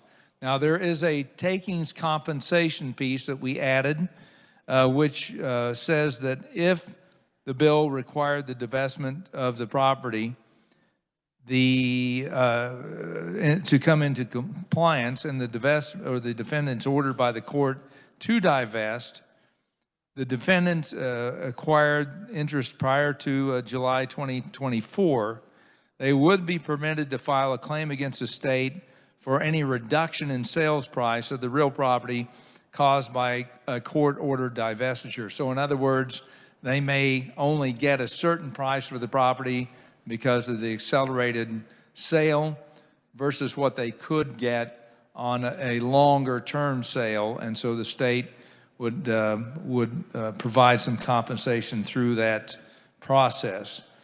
The bill would require the Attorney General to prepare and submit a report on the identified and non-notified transactions to CFIUS, to the Governor, Adjutant General, the Committee on Federal and State Affairs of the Senate and the House.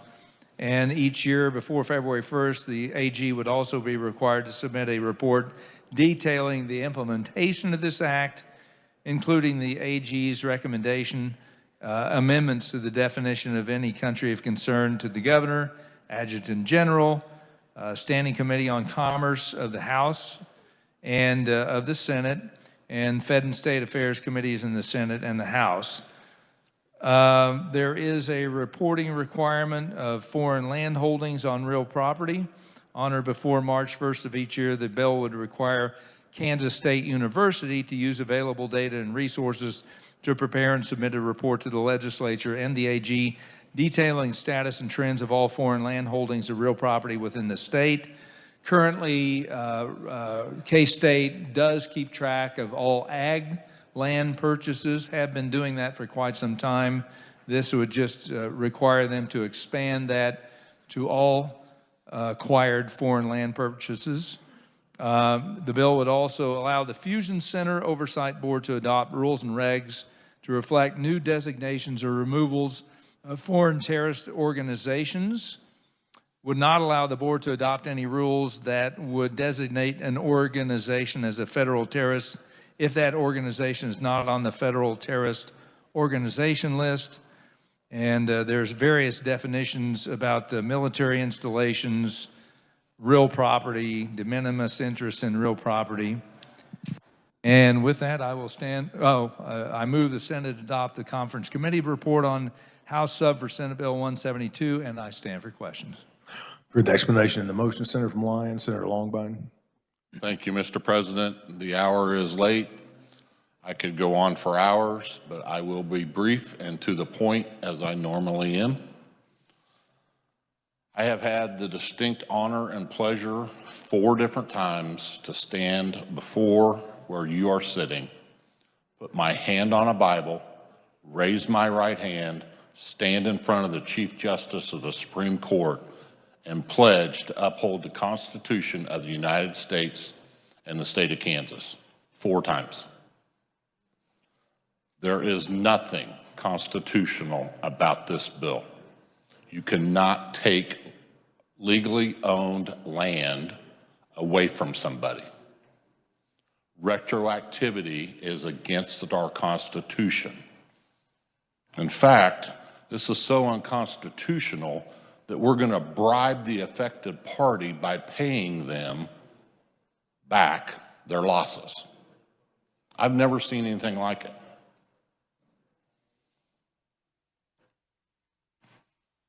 As we move forward, there's been a lot of conversation about a an American company who is wholly owned by a Chinese public company. And somehow they've become the poster child. Well, there's $80 million worth of investment in our state, but more importantly, there's 100 Kansas families that are depending on that income for themselves. So as we vote on that, I want you to keep those 100 families in mind. The third and final point is, I'm not going to vote for this bill, but I realize that it's probably going to pass. But if you're going to do it right, then whoever's going to vote for this, someone needs to stand up and reconsider our actions on the budget so that we can take $10 million worth of pork out of that budget and put it into the AG's office to defend this bill. Senator Johnson. Thank you, Mr. President. We have to remember there is a national security component to this that we haven't discussed yet. And you also have to understand that China is a communist country. They operate differently than those of us here in the United States.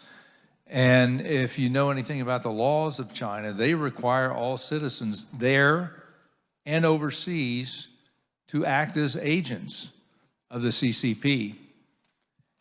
And they're not going to be overt about it here in the United States.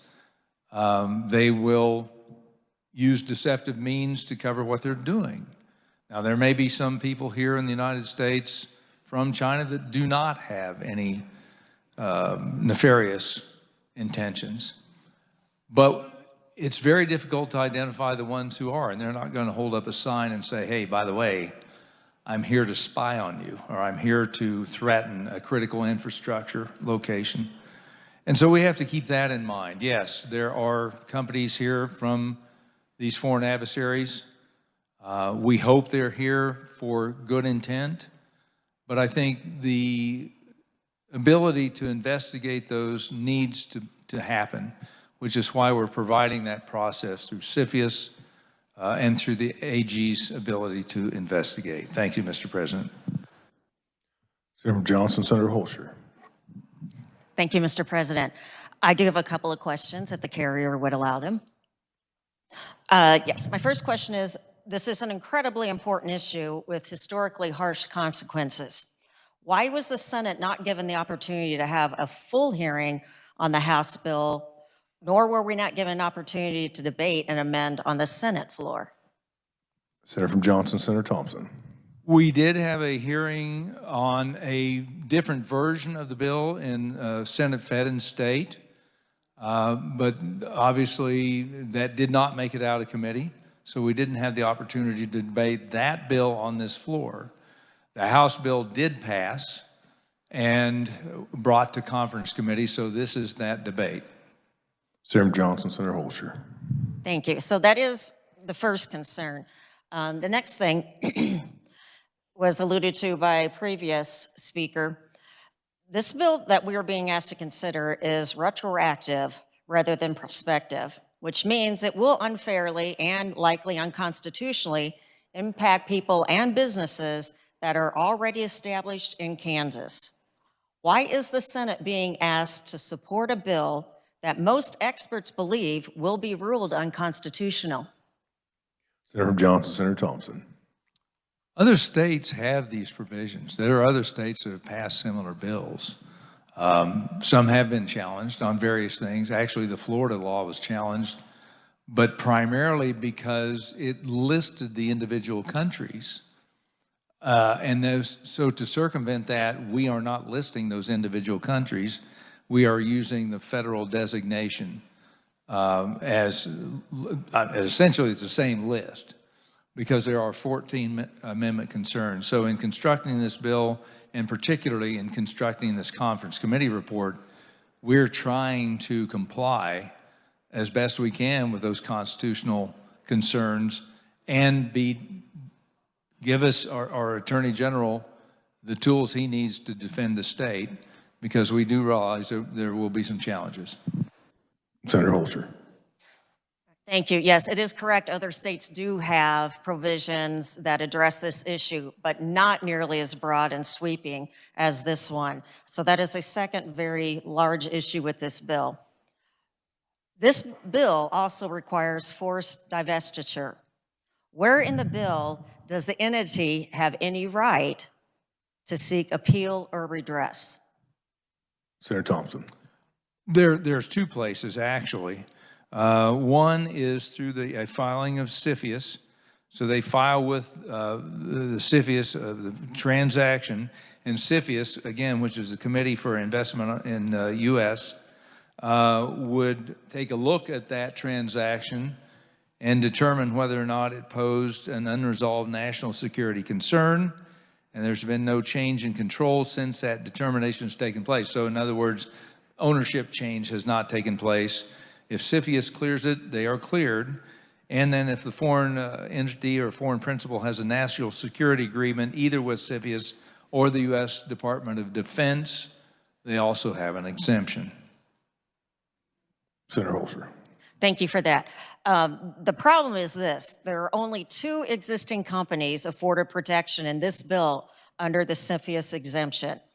That's a huge problem and opens us up to issues with current businesses. My final question is this: there is much authority ceded to the Attorney General in this bill, and it was mentioned about security issues. Can the carrier please speak to the expertise of the Attorney General in national security matters that exceeds that of our federal government and military? Senator Thompson. Let's take a step back and look at what CFIUS doesn't do. They only focus on 4 different areas, including agriculture. I can't remember all of them. And a lot of times the federal people don't look very closely at what's happening in these individual states. So there is a security concern, and if that concern is here at home, our local law enforcement people, our Attorney General and all of his resources, which may be including his relationship with the Kansas Bureau of Investigation, may come into play and can do a much more deep dive. The federal government has 50 states to worry about. We have 1. And so the Attorney General gives would do a much better job of investigating than the feds would. It's just pretty simple and straightforward. Thank you, Mr. President. Senator Holscher. Thank you. Thank you for answering those questions. And I will say, while this report is much better than the bill we discussed in our committee, it still misses the mark. If we as a body are truly concerned about national and state security, this bill is not the answer. And no offense to my colleagues here in this body, but I am confident the federal government has better intelligence on this issue than we do. And this should be handled at the federal level. It was made clear during our hearings that legislation on this topic is not supported by the agriculture and business community. I grew up on a farm and value the input of those organizations. While I understand they are now neutral on this CCR, I think it should be noted that they are not supportive of the measures. That should speak volumes to us.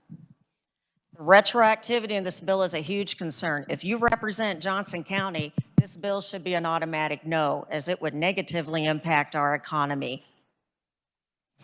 And because this bill requires forced divestiture without the rights to seek appeal or redress, we will likely force small businesses into very lengthy, expensive court proceedings.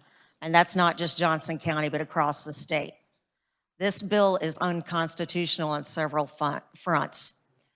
We haven't even talked about fiscal note. The Office of the Attorney General states that we require 5 full-time positions. This is another bill, again, that grows the AG office. In the end, this bill has lots of concerning issues with huge negative consequences. The reality is that all it really accomplishes is growing government. I urge the body to vote no. Senator Johnson, Senator Thompson. Thank you, Mr. President. The Attorney General has the statutory authority and requirement to defend the Constitution of this state. He also has a wherewithal to contract if he doesn't feel like he has the expertise. He can go out and find people with the expertise to do that sort of investigative work. And so the expertise is there. And with regard to Johnson County, yes, there is a large company that's a parent company is China. Do we let economic concerns supersede national security concerns? Mr. President, I think because of the incredible debt we're piling up in this United States, because more and more China has the ability to buy land and is buying land in every state, particularly out here in the Midwest, I think we're at September 10th, 2001. On that date, nobody would have believed an airplane would fly in to the World Trade Center on September 10th, 2001. Everybody's attitude changed the very next day. I remember that day. Somehow over the course of these last 23 years, the memory of the impact of that day has faded. And here we are again, dismissing national security concerns that we have to deal with right here at home. Now, do we know which companies we're talking about? No. We do want to be able to investigate those. And that's where we are today. Do we put our blinders on and think, it's not going to happen tomorrow, until it does? That's where we are, Mr. President. Senator from Sedgwick, Senator from Scudo. Thank you, Mr. President. While I understand the premise of the legislation, safety for our community, city, state, our country, I understand that part for sure, and I support that premise. Mr. President, this is one of the pieces of legislation this entire week that the conference committee, we met the most on. And however, as growing up, you know, we hear if you own property, even in the cowboy movies, we talk about property, which is a valuable asset. And so, however, Mr. President, I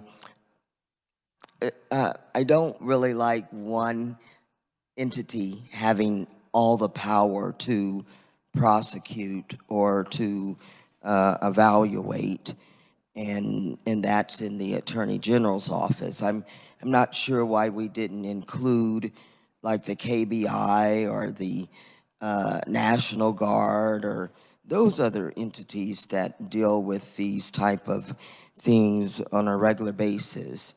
And I do have a question for the senator, Mr. President, the senator from Johnson. On the handout in our conference committee, and I believe he has the sheet on page 6, line 16, if he could explain. So it says, if such defendant is ordered by the court to divest such defendant's interest in the real property, and such defendant has acquired such interest prior to July 1st, 2024, such defendant may file a claim against the state pursuant to Article 9 of Chapter 46 of the Kansas statute, and amendments thereto, and reduction in sales of the real property caused by such court order. So, Mr. President, with that, if in fact that individual decides not to file a claim with our state, then what?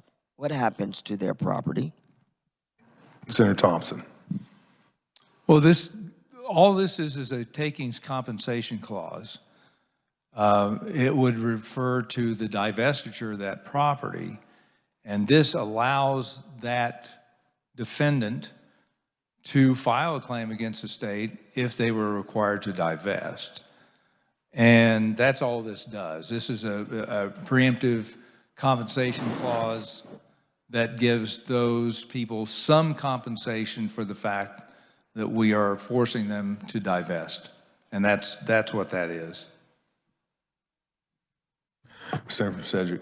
Mr. President, so again, if that individual decides not to file the claim, what do they do? We just get to keep the property, that court order. What if they don't file the claim? Why not just give them a certain percentage of that and send them on their way? Just again, if they don't, so the language says if they decide to file a claim, if they don't, then what?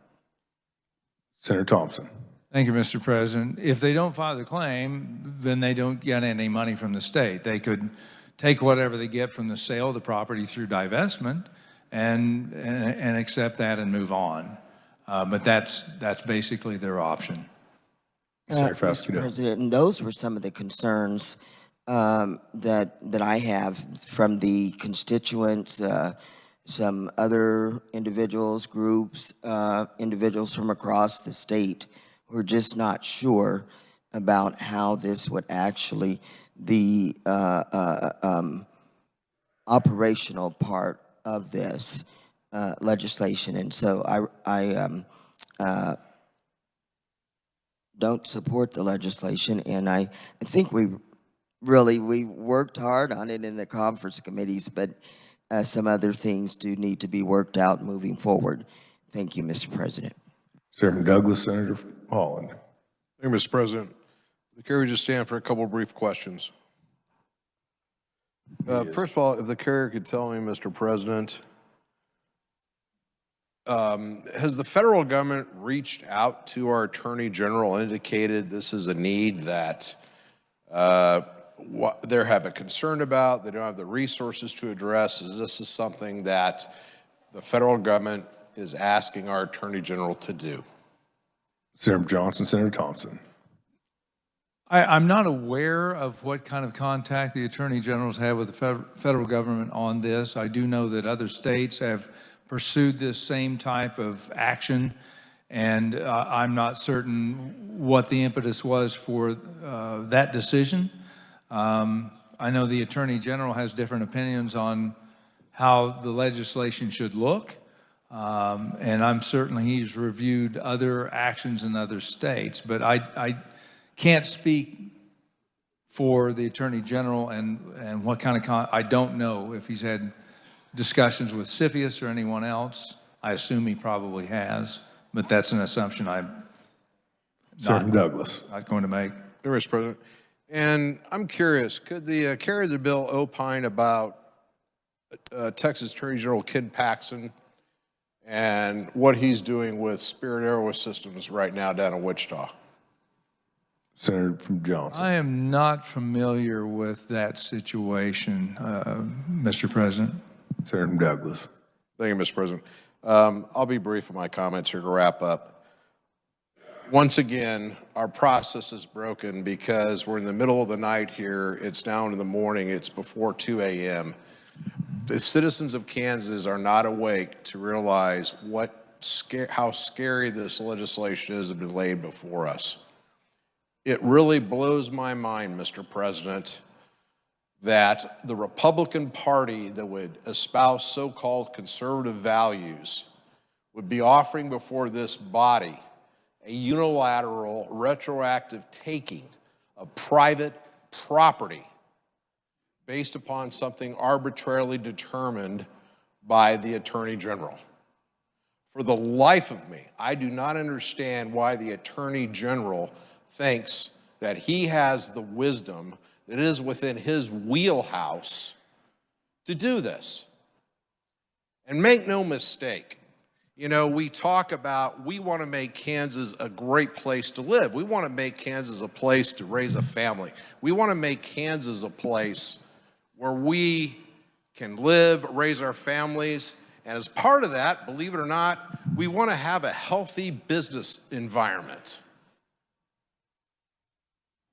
And for the life of me, when we talk about having good tax policies that encourage healthy families and having good tax policies that encourage active business environment and economic development programs, Mr. President, that would actually want to attract businesses, many that are large, many that are multinational, many that span the world over. What kind of message are we sending to those corporations and those businesses? We've got basically our Attorney General roaming around looking to identify and seize the properties of the infidels. This is bad legislation. It sends a really poor message. If I were a company, the last thing that I would want would be a politically motivated attorney general with whatever wild idea of the week that he or she got that would now be potentially harassing my business, my workers, my property, my private property. This is nuts. I vote no. Senator Shawnee, Senator Cluse. Thank you, Mr. President. Let me just start by saying I have sat through the meetings and do want to say thank you to Senator Thompson for his hard work and Senator Faustido as well. Just a few comments. I know the midnight hour here.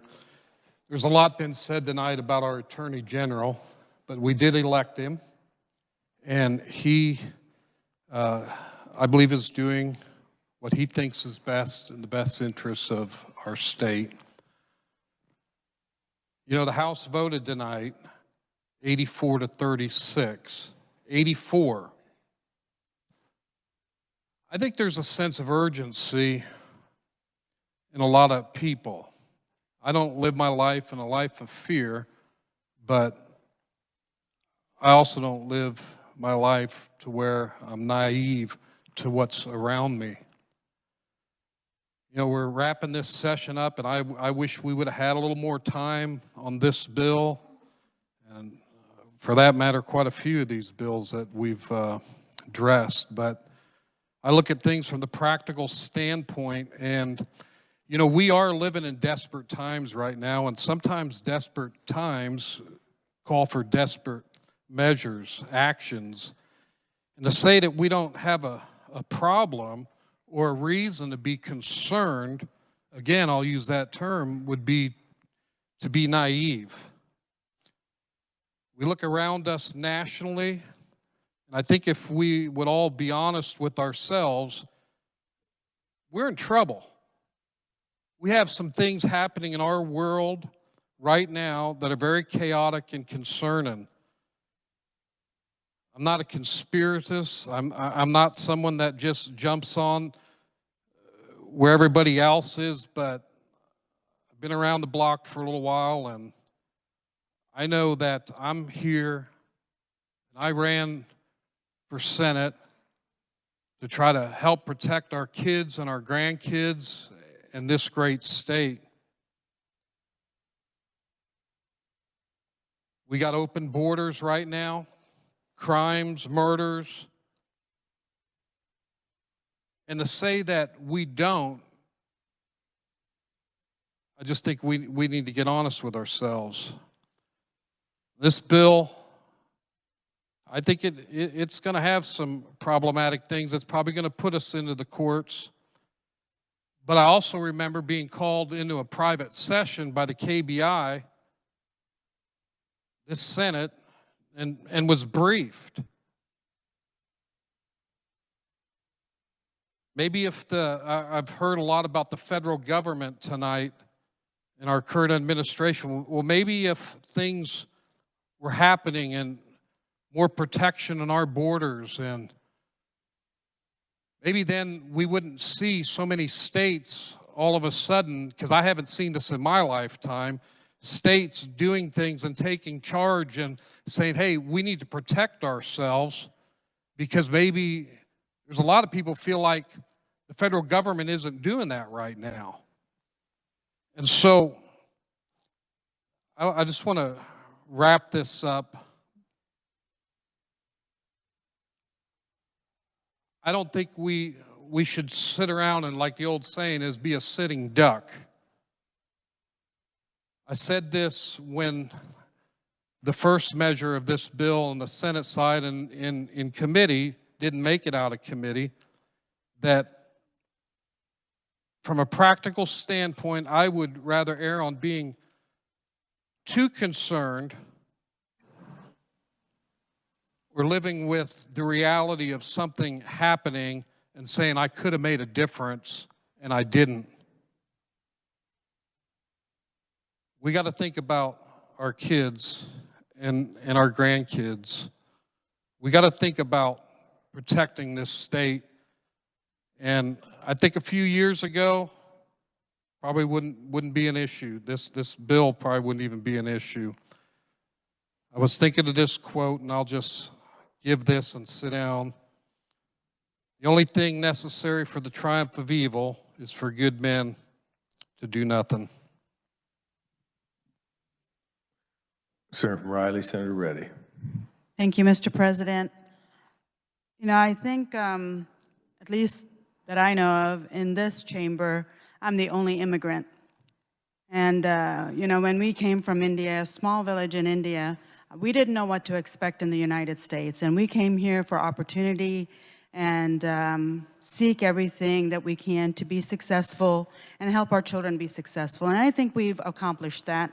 But I think that is the goal for a lot of the immigrants that come to the United States. And my fear is, I am honored to represent District 22. I remember every day who elected me.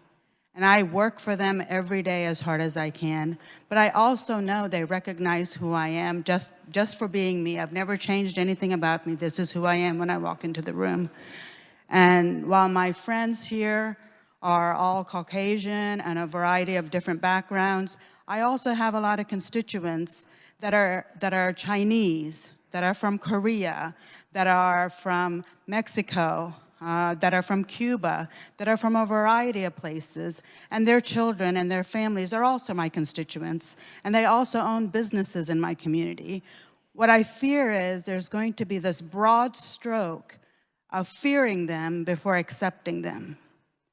And I want to make sure that we are not doing that without having some actual data within, whether it's in the city of Manhattan, whether it's in Lawrence, whether it's in Wichita, how many of them are actually in jail? How many actually have citations for something? How many of them are actual criminals? How many of them have committed murder? How many of them are part of an espionage group or mafia group that we have? And I don't have those stats around me where I live, and I haven't seen my police department tell me anything about it. And I've been on law board. I've seen our stats. I've seen our metrics. I've seen the trends.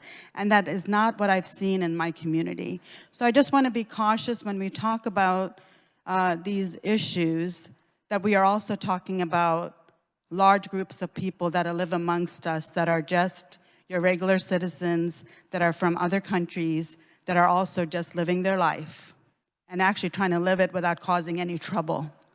So let's not forget about all of that when we talk about issues like this, about such fear amongst us. Thank you. Senator from Barton, Senator Straub. Thank you, Mr. President. I would like to rise in support of this legislation, but I'd also like to point out a few things first. The House substitute for Senate Bill 172 is actually House Bill 2766 that was requested by Representative Croft. The opponent testimony on this bill is what is of most concern to me. When we have the likes of C-Nano and the two largest ag lobbying organizations in our state testifying in opposition of the same legislation, we clearly have a problem. My family has farmed and ranched across my entire Senate district for over 150 years. When the Kansas Farm Bureau and the Kansas Livestock Association can't support defending our land, we clearly have a problem. Neutral testimony was provided by the Attorney General, And I know that the Attorney General has been mentioned numerous times in this, but this is not the Attorney General's legislation. There have been numerous amendments made to this bill, and this does not include any other countries but foreign adversaries. And I'm well aware that we have members in this body that are immigrants, and we welcome all legal immigrants to this country and to this state. I think what else? I believe that's about all I have. I do stand in support of this, but I want the body to remember where this legislation came from, and it pains me to see that it took us over 2 years to get to this point. We should have done this 2 years ago. I hate to see government behind the 8 ball on everything, so I do stand in support of it, and I hope the rest of you will also. Thank you. Senator from Sedgwick, Senator from Ks.gov. Thank you, Mr. President. Just for clarification, a question for the senator carrying the measure on Senate Bill 270. We know what it is. 71. No, it's 172. 172, thank you. So just for those listening in this body perhaps, if he would just share the ultimate goal so the process of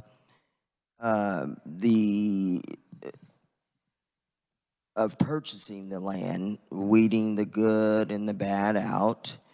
So who does that? And what is so we're not talking about residential property. So are we just talking about business, commercial property to whereas one would start a business?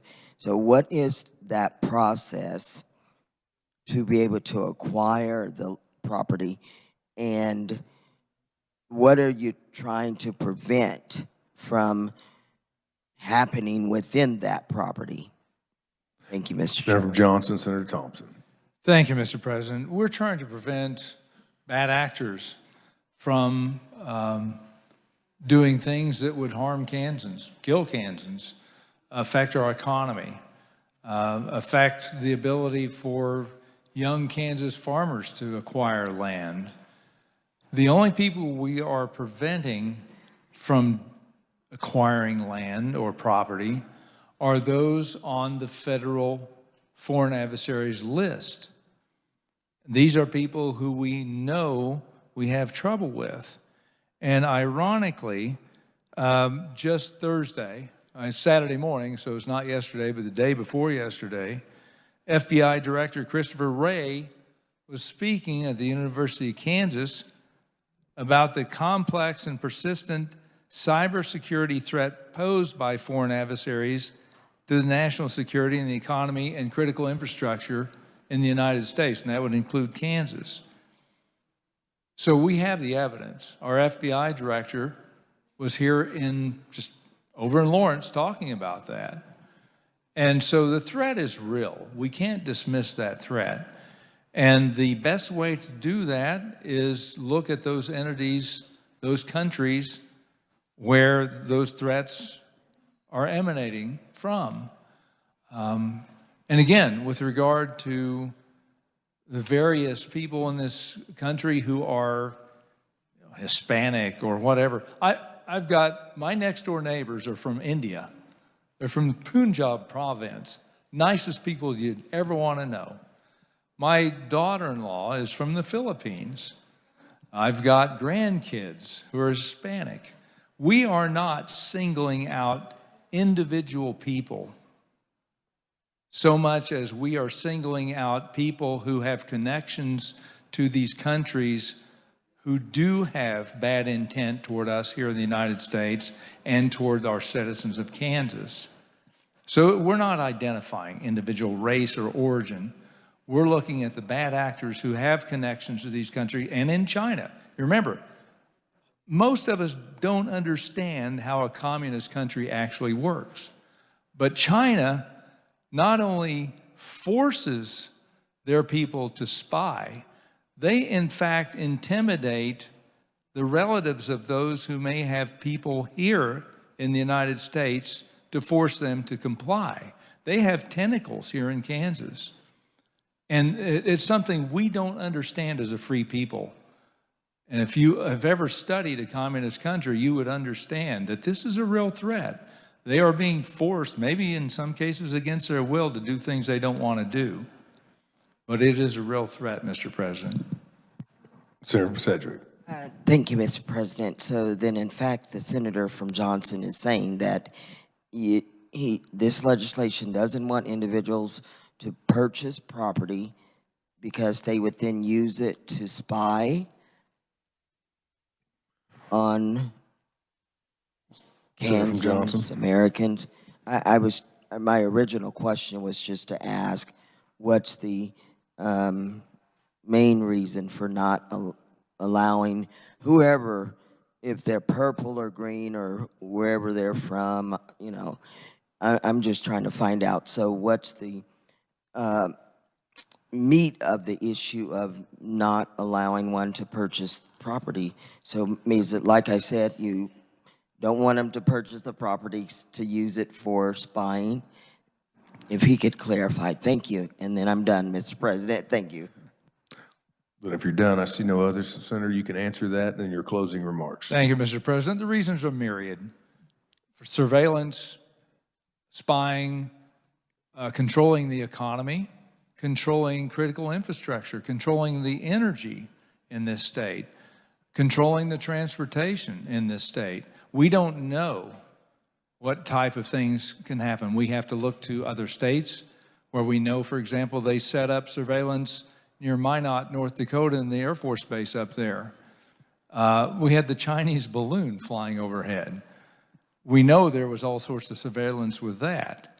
So there's no way to identify any one way they're going to attack. Again, I hearken back to September 9/11, 2001. We didn't know we were going to use an airline, a jet, to fly into a building. So they are very imaginative. And if we think we understand every way that we might be attacked, I think we're naive. Thank you, Mr. President. Apparently, I was a bit too quick to have you close. Senator from Barton. Thank you, Mr. President. I remembered the other issue that I was going to address. I see that the bill was also amended from 150 miles from within a military installation to within 100 miles of a military installation. And my question is, was there a specific reason for that, or was that just an arbitrary number? Senator Johnson. Yeah, to some degree, it was arbitrary. The Adjutant General actually wanted 250, which would encompass the entire state. But if we look at what happened in other states, like North Carolina, only required a 25-mile radius. Right next door in Missouri, it's a 10-mile radius. North Dakota was at 100, and we felt like that was defensible because another state was doing that. And so, the 100-mile radius also really, around Fort Riley, around McConnell, around Whiteman, around Vance, around any installations in eastern Colorado, would encompass most of the state anyhow. And that would be the military bases, both federally owned and Kansas National Guard, and also any critical infrastructure within that purview. For example, Wolf Creek or NBAF, something like that. Senator Barton. Thank you, Mr. President. I would have to agree with the Adjutant General. I would go with the 250 miles because 100 miles will not get you across my district from north to south or east to west. Thank you. Any final remarks, Senator Johnson? I think we've exhausted the subject, Mr. President. I believe we have. We will now hold for final action. Final bill 271, Senator from Johnson, Senator Thompson. Thank you, Mr. President. House sub for Senate Bill 271 would basically prohibit government agencies from purchasing and acquiring drones whose critical components were produced in a country of concern or whose critical components were produced or owned by any foreign principal. The prohibition would not apply to any drone of replacement component contract or agreement entered into prior to July 1st of 2024. So after that date, then no governmental agency could purchase a drone from one of these entities. When an agency determines a critical, there's a component replacement part to this bill. When the government agency determines a critical component must be replaced, the agency would be allowed to use any replacement component acquired prior to July 1st, 2027, but no new replacement component could be acquired from any foreign principal unless there's no other reasonable means to acquire that critical component or of addressing the needs of the agency necessitating the purchase. An agreement for such acquisition is approved by the Secretary of Administration after consultation with the Attorney or the Adjutant General, and failing to acquire such component or otherwise address the agency need would pose a greater threat to state safety and security than the risk posed by the acquiring the actual component. There are a number of definitions of drones within the bill and the countries of concern. In this case, we do list those countries. That would be People's Republic of China, including Hong Kong, Cuba, Iran, North Korea, Russia, and the Bolivian Republic of Venezuela.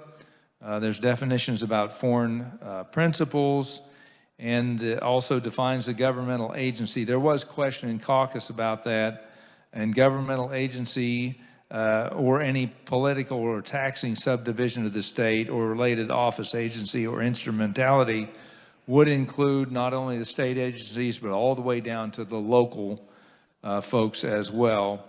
And it would require, well, the procurement of goods and services. The bill would prohibit any state-level agency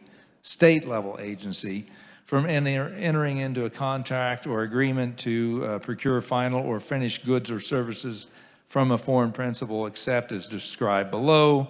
It would permit a state agency to enter into a contract or agreement to procure or purchase finished goods or services if the foreign principal previously received a determination there was no unresolved national security concerns under CFIUS, as in effect on July 1st, 2024, has concluded with respect to a covered transaction provided that such foreign principal hasn't undergone a change in control, in other words, change hands of the company.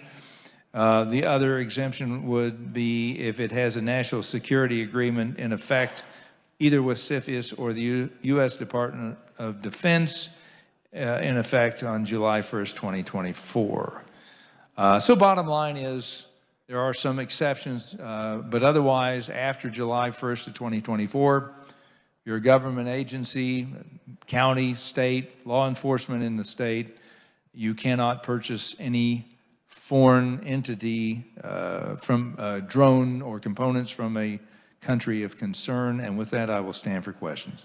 Oh, sorry about that. I move the Senate adopt the conference committee report on House Sub for Senate Bill 271, and now I will stand for questions. Thank you, Senator. You've heard the motion and the explanation. Question, Senator from Douglas, Senator Francisco. Thank you, Mr. President. I do appreciate all the work that the Senator from Johnson, Senator Thompson, the Senator from Shawnee, Senator Clues, and the Senator from Sedgwick, Senator Faust-Cadeau, have done on this conference committee. There's been a number of meetings to discuss this. And I realize that all three were put in an awkward situation because the Senate didn't have a hearing on this bill or make a recommendation to the Senate to vote on it. So there was no Senate position. Earlier today, the Senator from Johnson asked for a new conference committee to be appointed. That was before we had any discussion in the full Senate about this bill. It was passed over yesterday. I listened to the discussion of the conference committee report on this bill in the House, and the statement was made that the Senate thought that this bill was too complicated. So last evening, I had pointed out to the senator from Johnson a concern with the previous conference committee report, because it stated that in no case shall such reimbursement exceed the depreciated value of the functional drone taken out of service. And the concern about that is the reimbursement was supposed to be based on replacement cost, not on current value. So did the senator from Johnson think that a new conference committee was needed because the bill was too complicated, or because in fact they needed to address some concerns with that conference committee report? Senator from Johnson. Well, I appreciate the comments from Senator from Douglas, Senator Francisco, and we attempted to explain that first bill in caucus, and it was very complicated.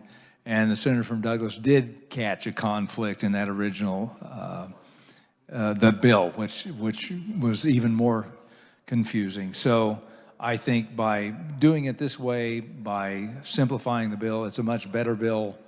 It addresses the concerns, allows for the drones that are in existence to filter out of use through attrition. One thing I failed to mention, we also do have a component in this bill that allows for addressing any purchases that happen between the time that the bill is enacted and that July 1st date. So this, let's say somebody purchased a drone or a component or a contract for a drone on April 1st to acquire that drone, then we do have a little grace period in there. But aside from that, any purchases after July 1st of 2024 would be addressed by this bill. And I think that's it, Mr. President. Senator from Douglas. Thank you, Mr. President. My feeling is that the House members did not do a good job of defending the position that was the one amended by the House Committee of the Whole, and that position was to add a plan for reimbursement for the cost of purchasing replacement drones. I think that figuring out how to do that responsibly was too complicated for those House members. Instead, they stripped that language from the bill. But I'm hoping back to now what we have in this new conference committee report. Can the senator from Johnson describe in some detail the threat to the safety and security of this state posed by entering into an acquisition agreement for a drone? Senator from Johnson.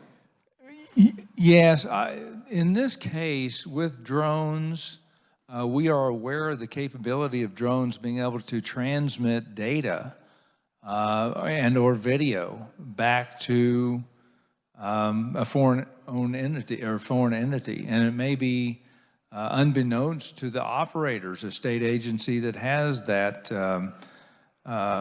drone, or whether or not that information would be stored on the cloud where it could be hacked.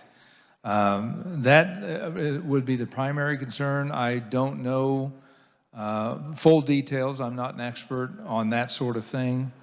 And again, the bill was not introduced on the Senate side, or we didn't have a chance to have a hearing on that. So I can't fully answer that, but that would be my most immediate thought, that there may be some data transfer that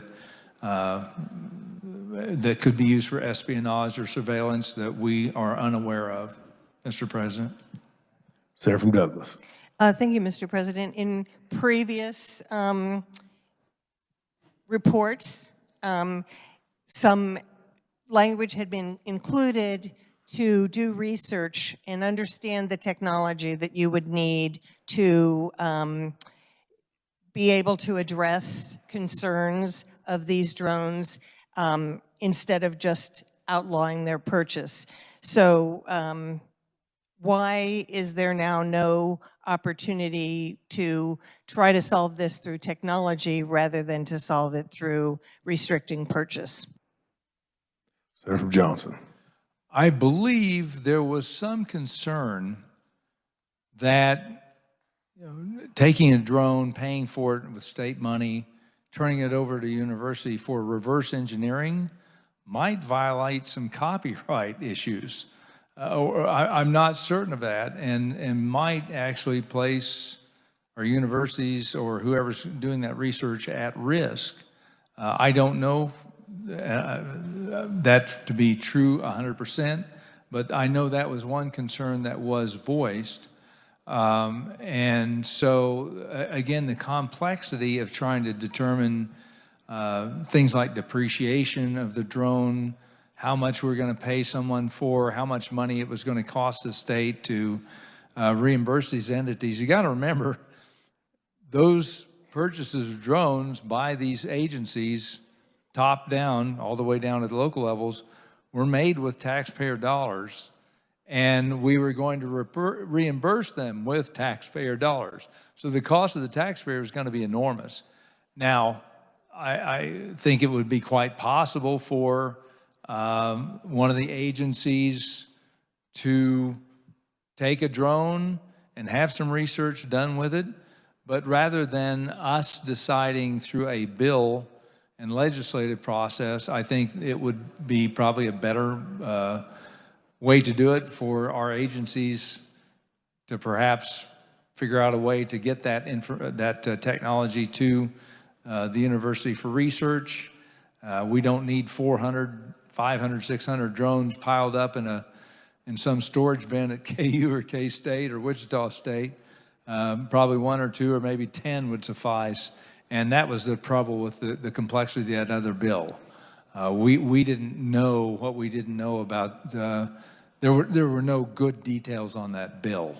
And so rather than try to completely rework it at a late hour in a conference committee with 3 senators, we felt it was better just to simplify the bill, clarify the situation, and then let our agencies determine, the AG particularly, whether or not he wants to grab a couple of those drones and use it for research. Senator from Douglas. Thank you, Mr. President.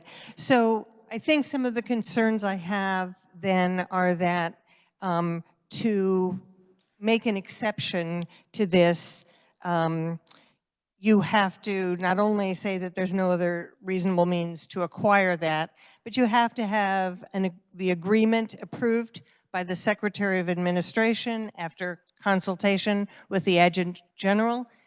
There are hundreds of these local agencies who are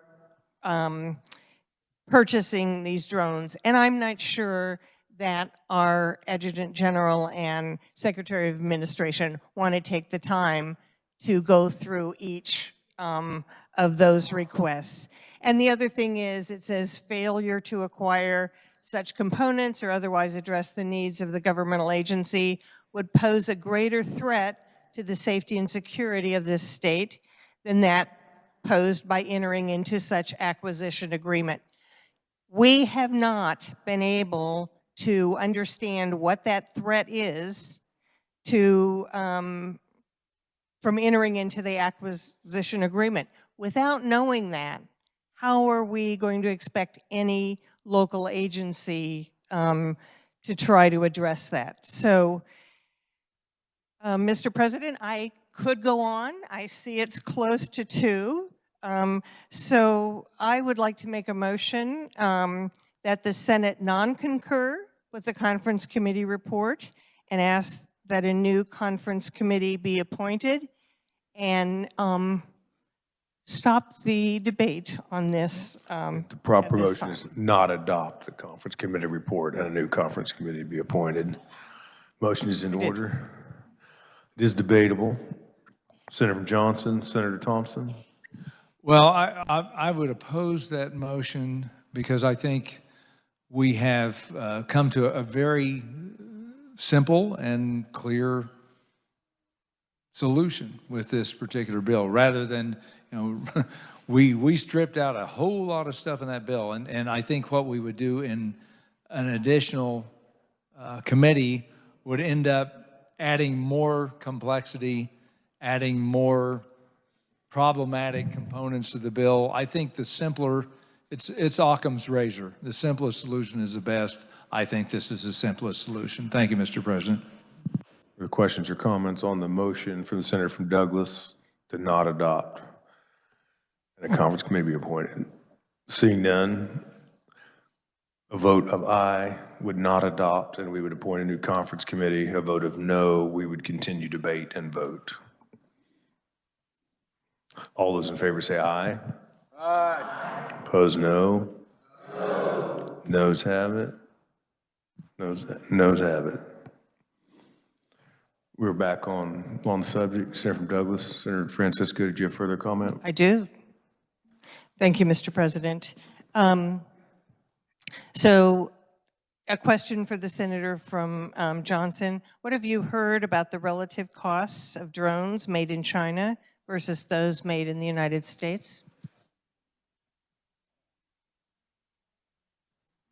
Senator from Johnson. Thank you, Mr. President. According to the sources we've heard, a little bit less expensive. Senator from Douglas. Thank you, Mr. President. I've heard that other drones may be 4 to 10 times as expensive. And so another question is, what have you heard about the technological capabilities and durability between drones made in China and those made in the United States? Senator from Johnson. Well, everything I've heard is hearsay, to be honest.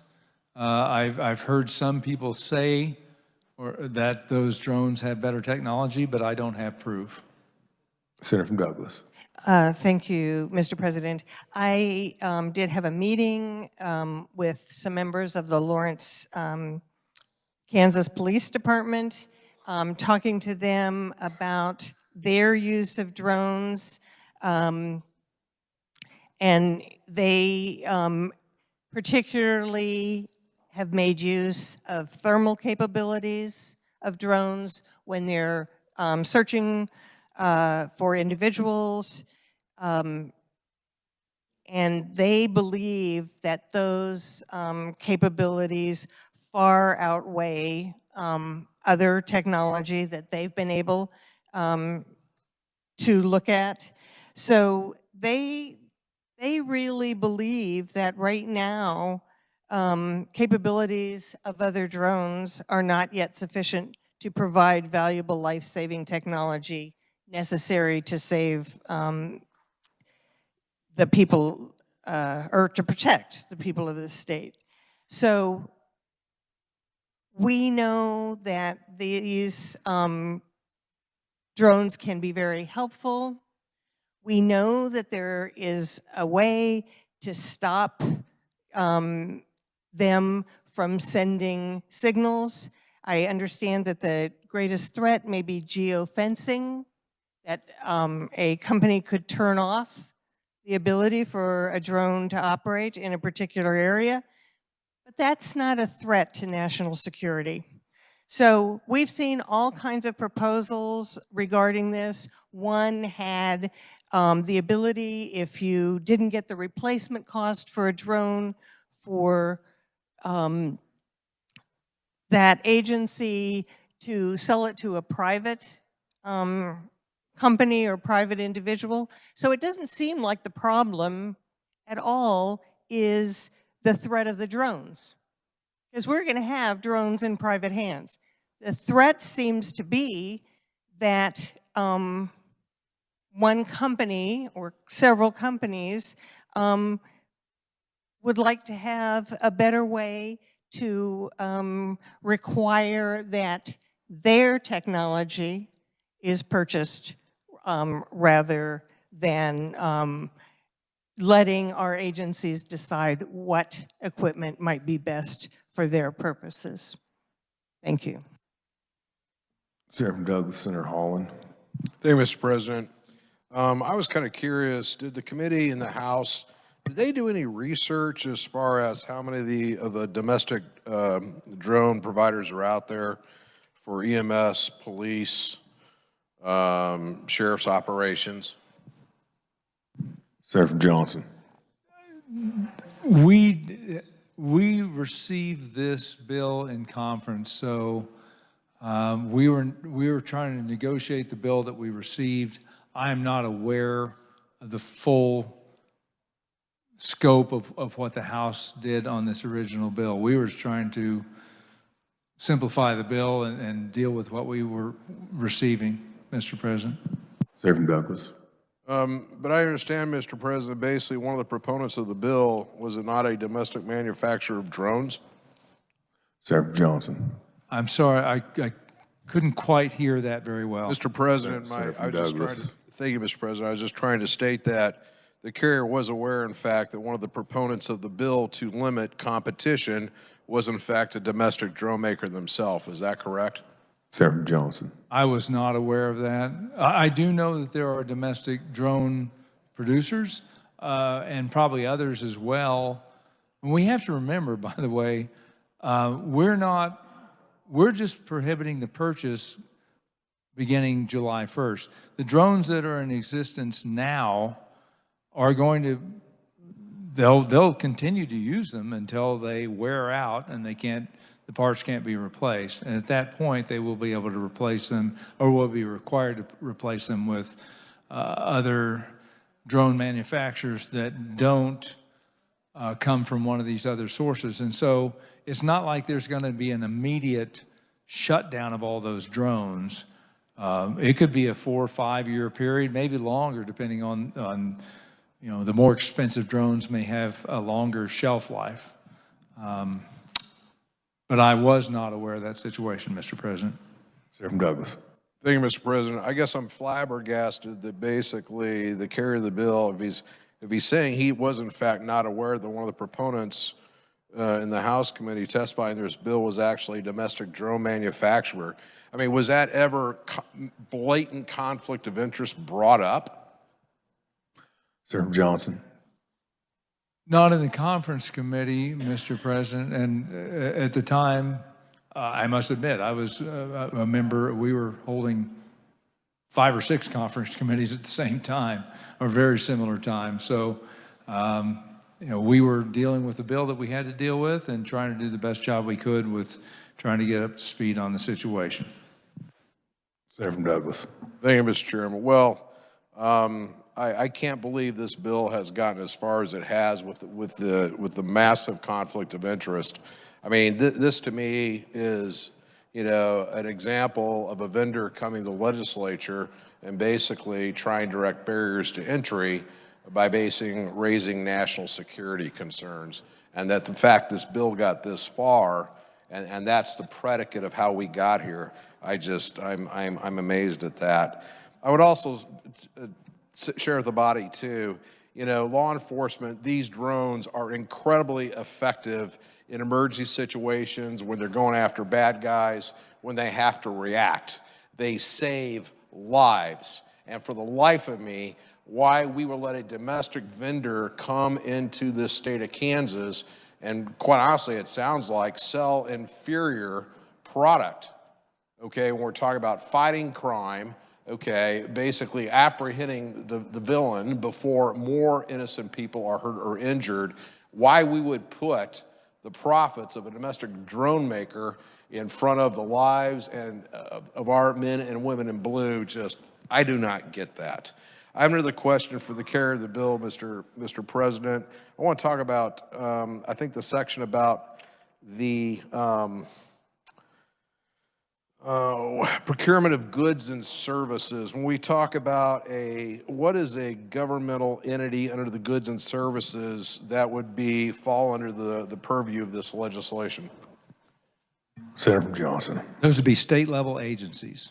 And Mr. President, would that involve basically things like a community college? Senator from Johnson. I don't believe so. We're talking state-level agencies, so I don't know if that falls under the purview, but I don't believe so. Senator from Douglas. Thank you, Mr. Chairman. Well, once again, this bill has not been thoroughly vetted. One of the things I know is myself being a manufacturer, I don't, Does the carrier of the bill recognize where basically heavy manufacturing equipment comes from primarily in this world, Mr. President? Senator Johnson. I recognize the fact that the United States has done this to themselves. We've chased manufacturing out of this country, and we need to bring it back. Senator from Douglas. Well, that evades the real answer is most of it comes from China. If you want to get like a CNC mill, if you want to get heavy machinery to do machining, it comes from China, Shenzhen. That's where you go. You go for a lot of electronic component parts from Shenzhen. That's where it comes from. And for the life of me, what we potentially have is a situation, if you think about, say, a community college or some other governmental entity, Mr. President, if they want to basically have a machine shop for students or something like that, some of this gear is going to come from China. And so, you know, once again, how much critical thinking really went into this work product, okay? Who really thought about this stuff? Thank you, Mr. President. Senator from Sedgwick, Senator Blasey. Thank you, Mr. President. I just want to note that in January, the FBI stated that the Chinese manufactured unmanned aircraft systems, commonly known as drones, continue to pose a significant risk to critical infrastructure in the United States. I think this bill is a matter of national security, and I support it. But I imagine most people in the body already have a position on this bill, so I'm going to execute Rule 29 and call the question. It's in order. It requires 10 hands. Seeing 10 hands, it's in order. The question's been called. We'll move to final action.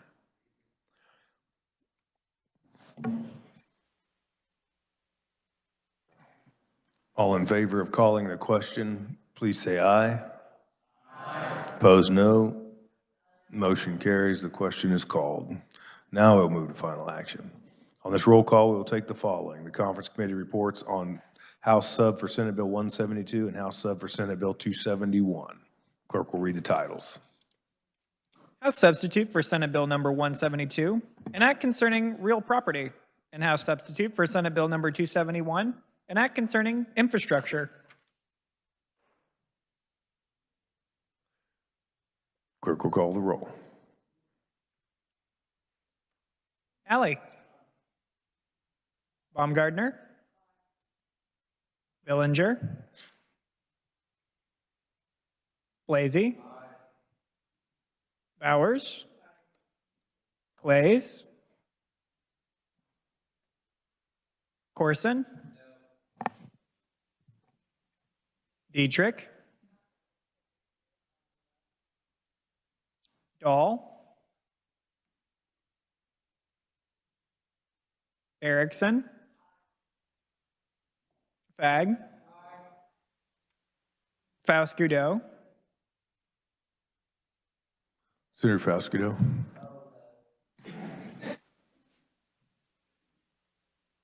Francisco. Gossage. Haley. Holland. Olsher. Kirshen. Cluse. Longbine. Masterson. McGinn. Olson.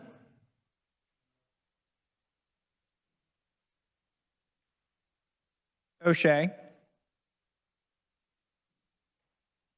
Peck. Peterson. Petty. Pittman. Pyle. Ready. Reichman. Schallenberger. Steffen. Straub. Sykes. Thompson, Tyson,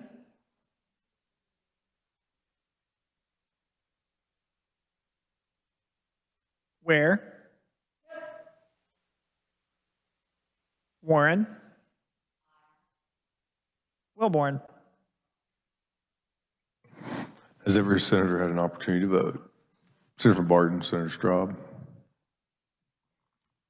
Thank you, Mr. President. I might have stood up a little bit too fast. I just would like to explain my vote on 271. If we're concerned about drones, there might be a few other electronic devices in this very room. Apple and its flagship iPhone have grown to global dominance over the past 2 decades, and much of that has come with the help of China. The following, despite recent efforts to diversify, over 95% of iPhones, AirPods, Macs, and iPads are still made in China, and that's from a Business Insider article from September of just last year. So if we're concerned about drones spying on us, I think Apple just might know better what's happening in Kansas politics than any of us do. Thank you. Senator from Shawnee, Senator Cluse. Thank you, Mr. President. Can you give me a preliminary on 172? 172 preliminary is 20 in favor, 13 opposed. And Mr. President, if you will, preliminary on 271. Preliminary 21 in favor, 12 opposed. Thank you, Mr. President. Further explanations? Changes? Senator from Johnson, Senator Holscher. Thank you, Mr. President. Explanation of vote on 172, please. Please proceed. Growing government, growing the AG office, and growing litigation against the state. That's what this bill does. Because this bill requires forced divestiture, it's hard to say, without rights to seek appeal or redress, we will likely force small businesses into lengthy, expensive court proceedings, and that's not just Johnson County, but all across the state. This bill assumes all people and companies covered are guilty without even a chance to prove innocence, absent a long and expensive court battle. This is not the American way. I vote no. Senator from Cherokee, Senator Schallenberger. I'd like to change my vote on Senate Bill 172 to no. Ordered. Further changes. Senator from Wyandotte, Senator Petty. I'd like to join the comments of the senator from Johnson, if she would agree. Further changes or explanations? Senator from Douglas, Senator Francisco. Thank you, Mr. President. I would also like to join the explanation of the senator from Johnson on 172. So ordered. Seeing no further changes or explanations, clerk will close the roll, tally the vote.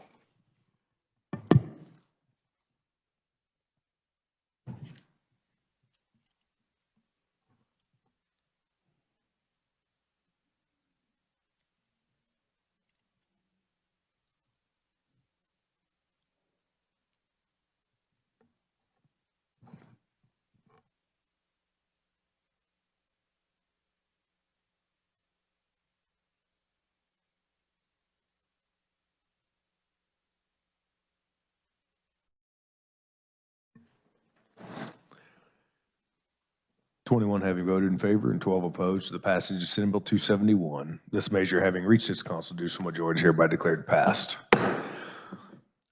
19 in favor and 14 opposed to Senate Bill 172. This measure having not received it is lost. Before adjourning, are there announcements? Senator from Cherokee. Thank you, Mr. President. Having voted on the prevailing side, I'd like to make a motion to reconsider Senate Bill 172. For the motion to reconsider, all in favor say aye. Opposed, no. Motion carries. Senator from Cherokee.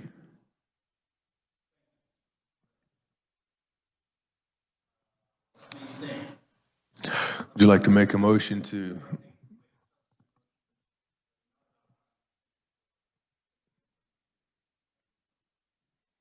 You heard the motion to not adopt a new conference committee be reported. All those in favor say aye. Opposed, no. Motion carries. As third conferees on part of the Senate, Chair appoints Senator from Johnson, Senator Thompson, Senator from Shawnee, Senator Cluse, Senator from Sedgwick, Senator Fauskito. Now, before we adjourn, are there announcements? Seeing none, Chair recognizes the Majority Leader from Cali, Senator Alley. Thank you, Mr. President.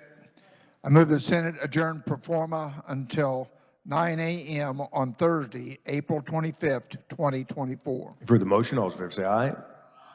Opposed, no. Senate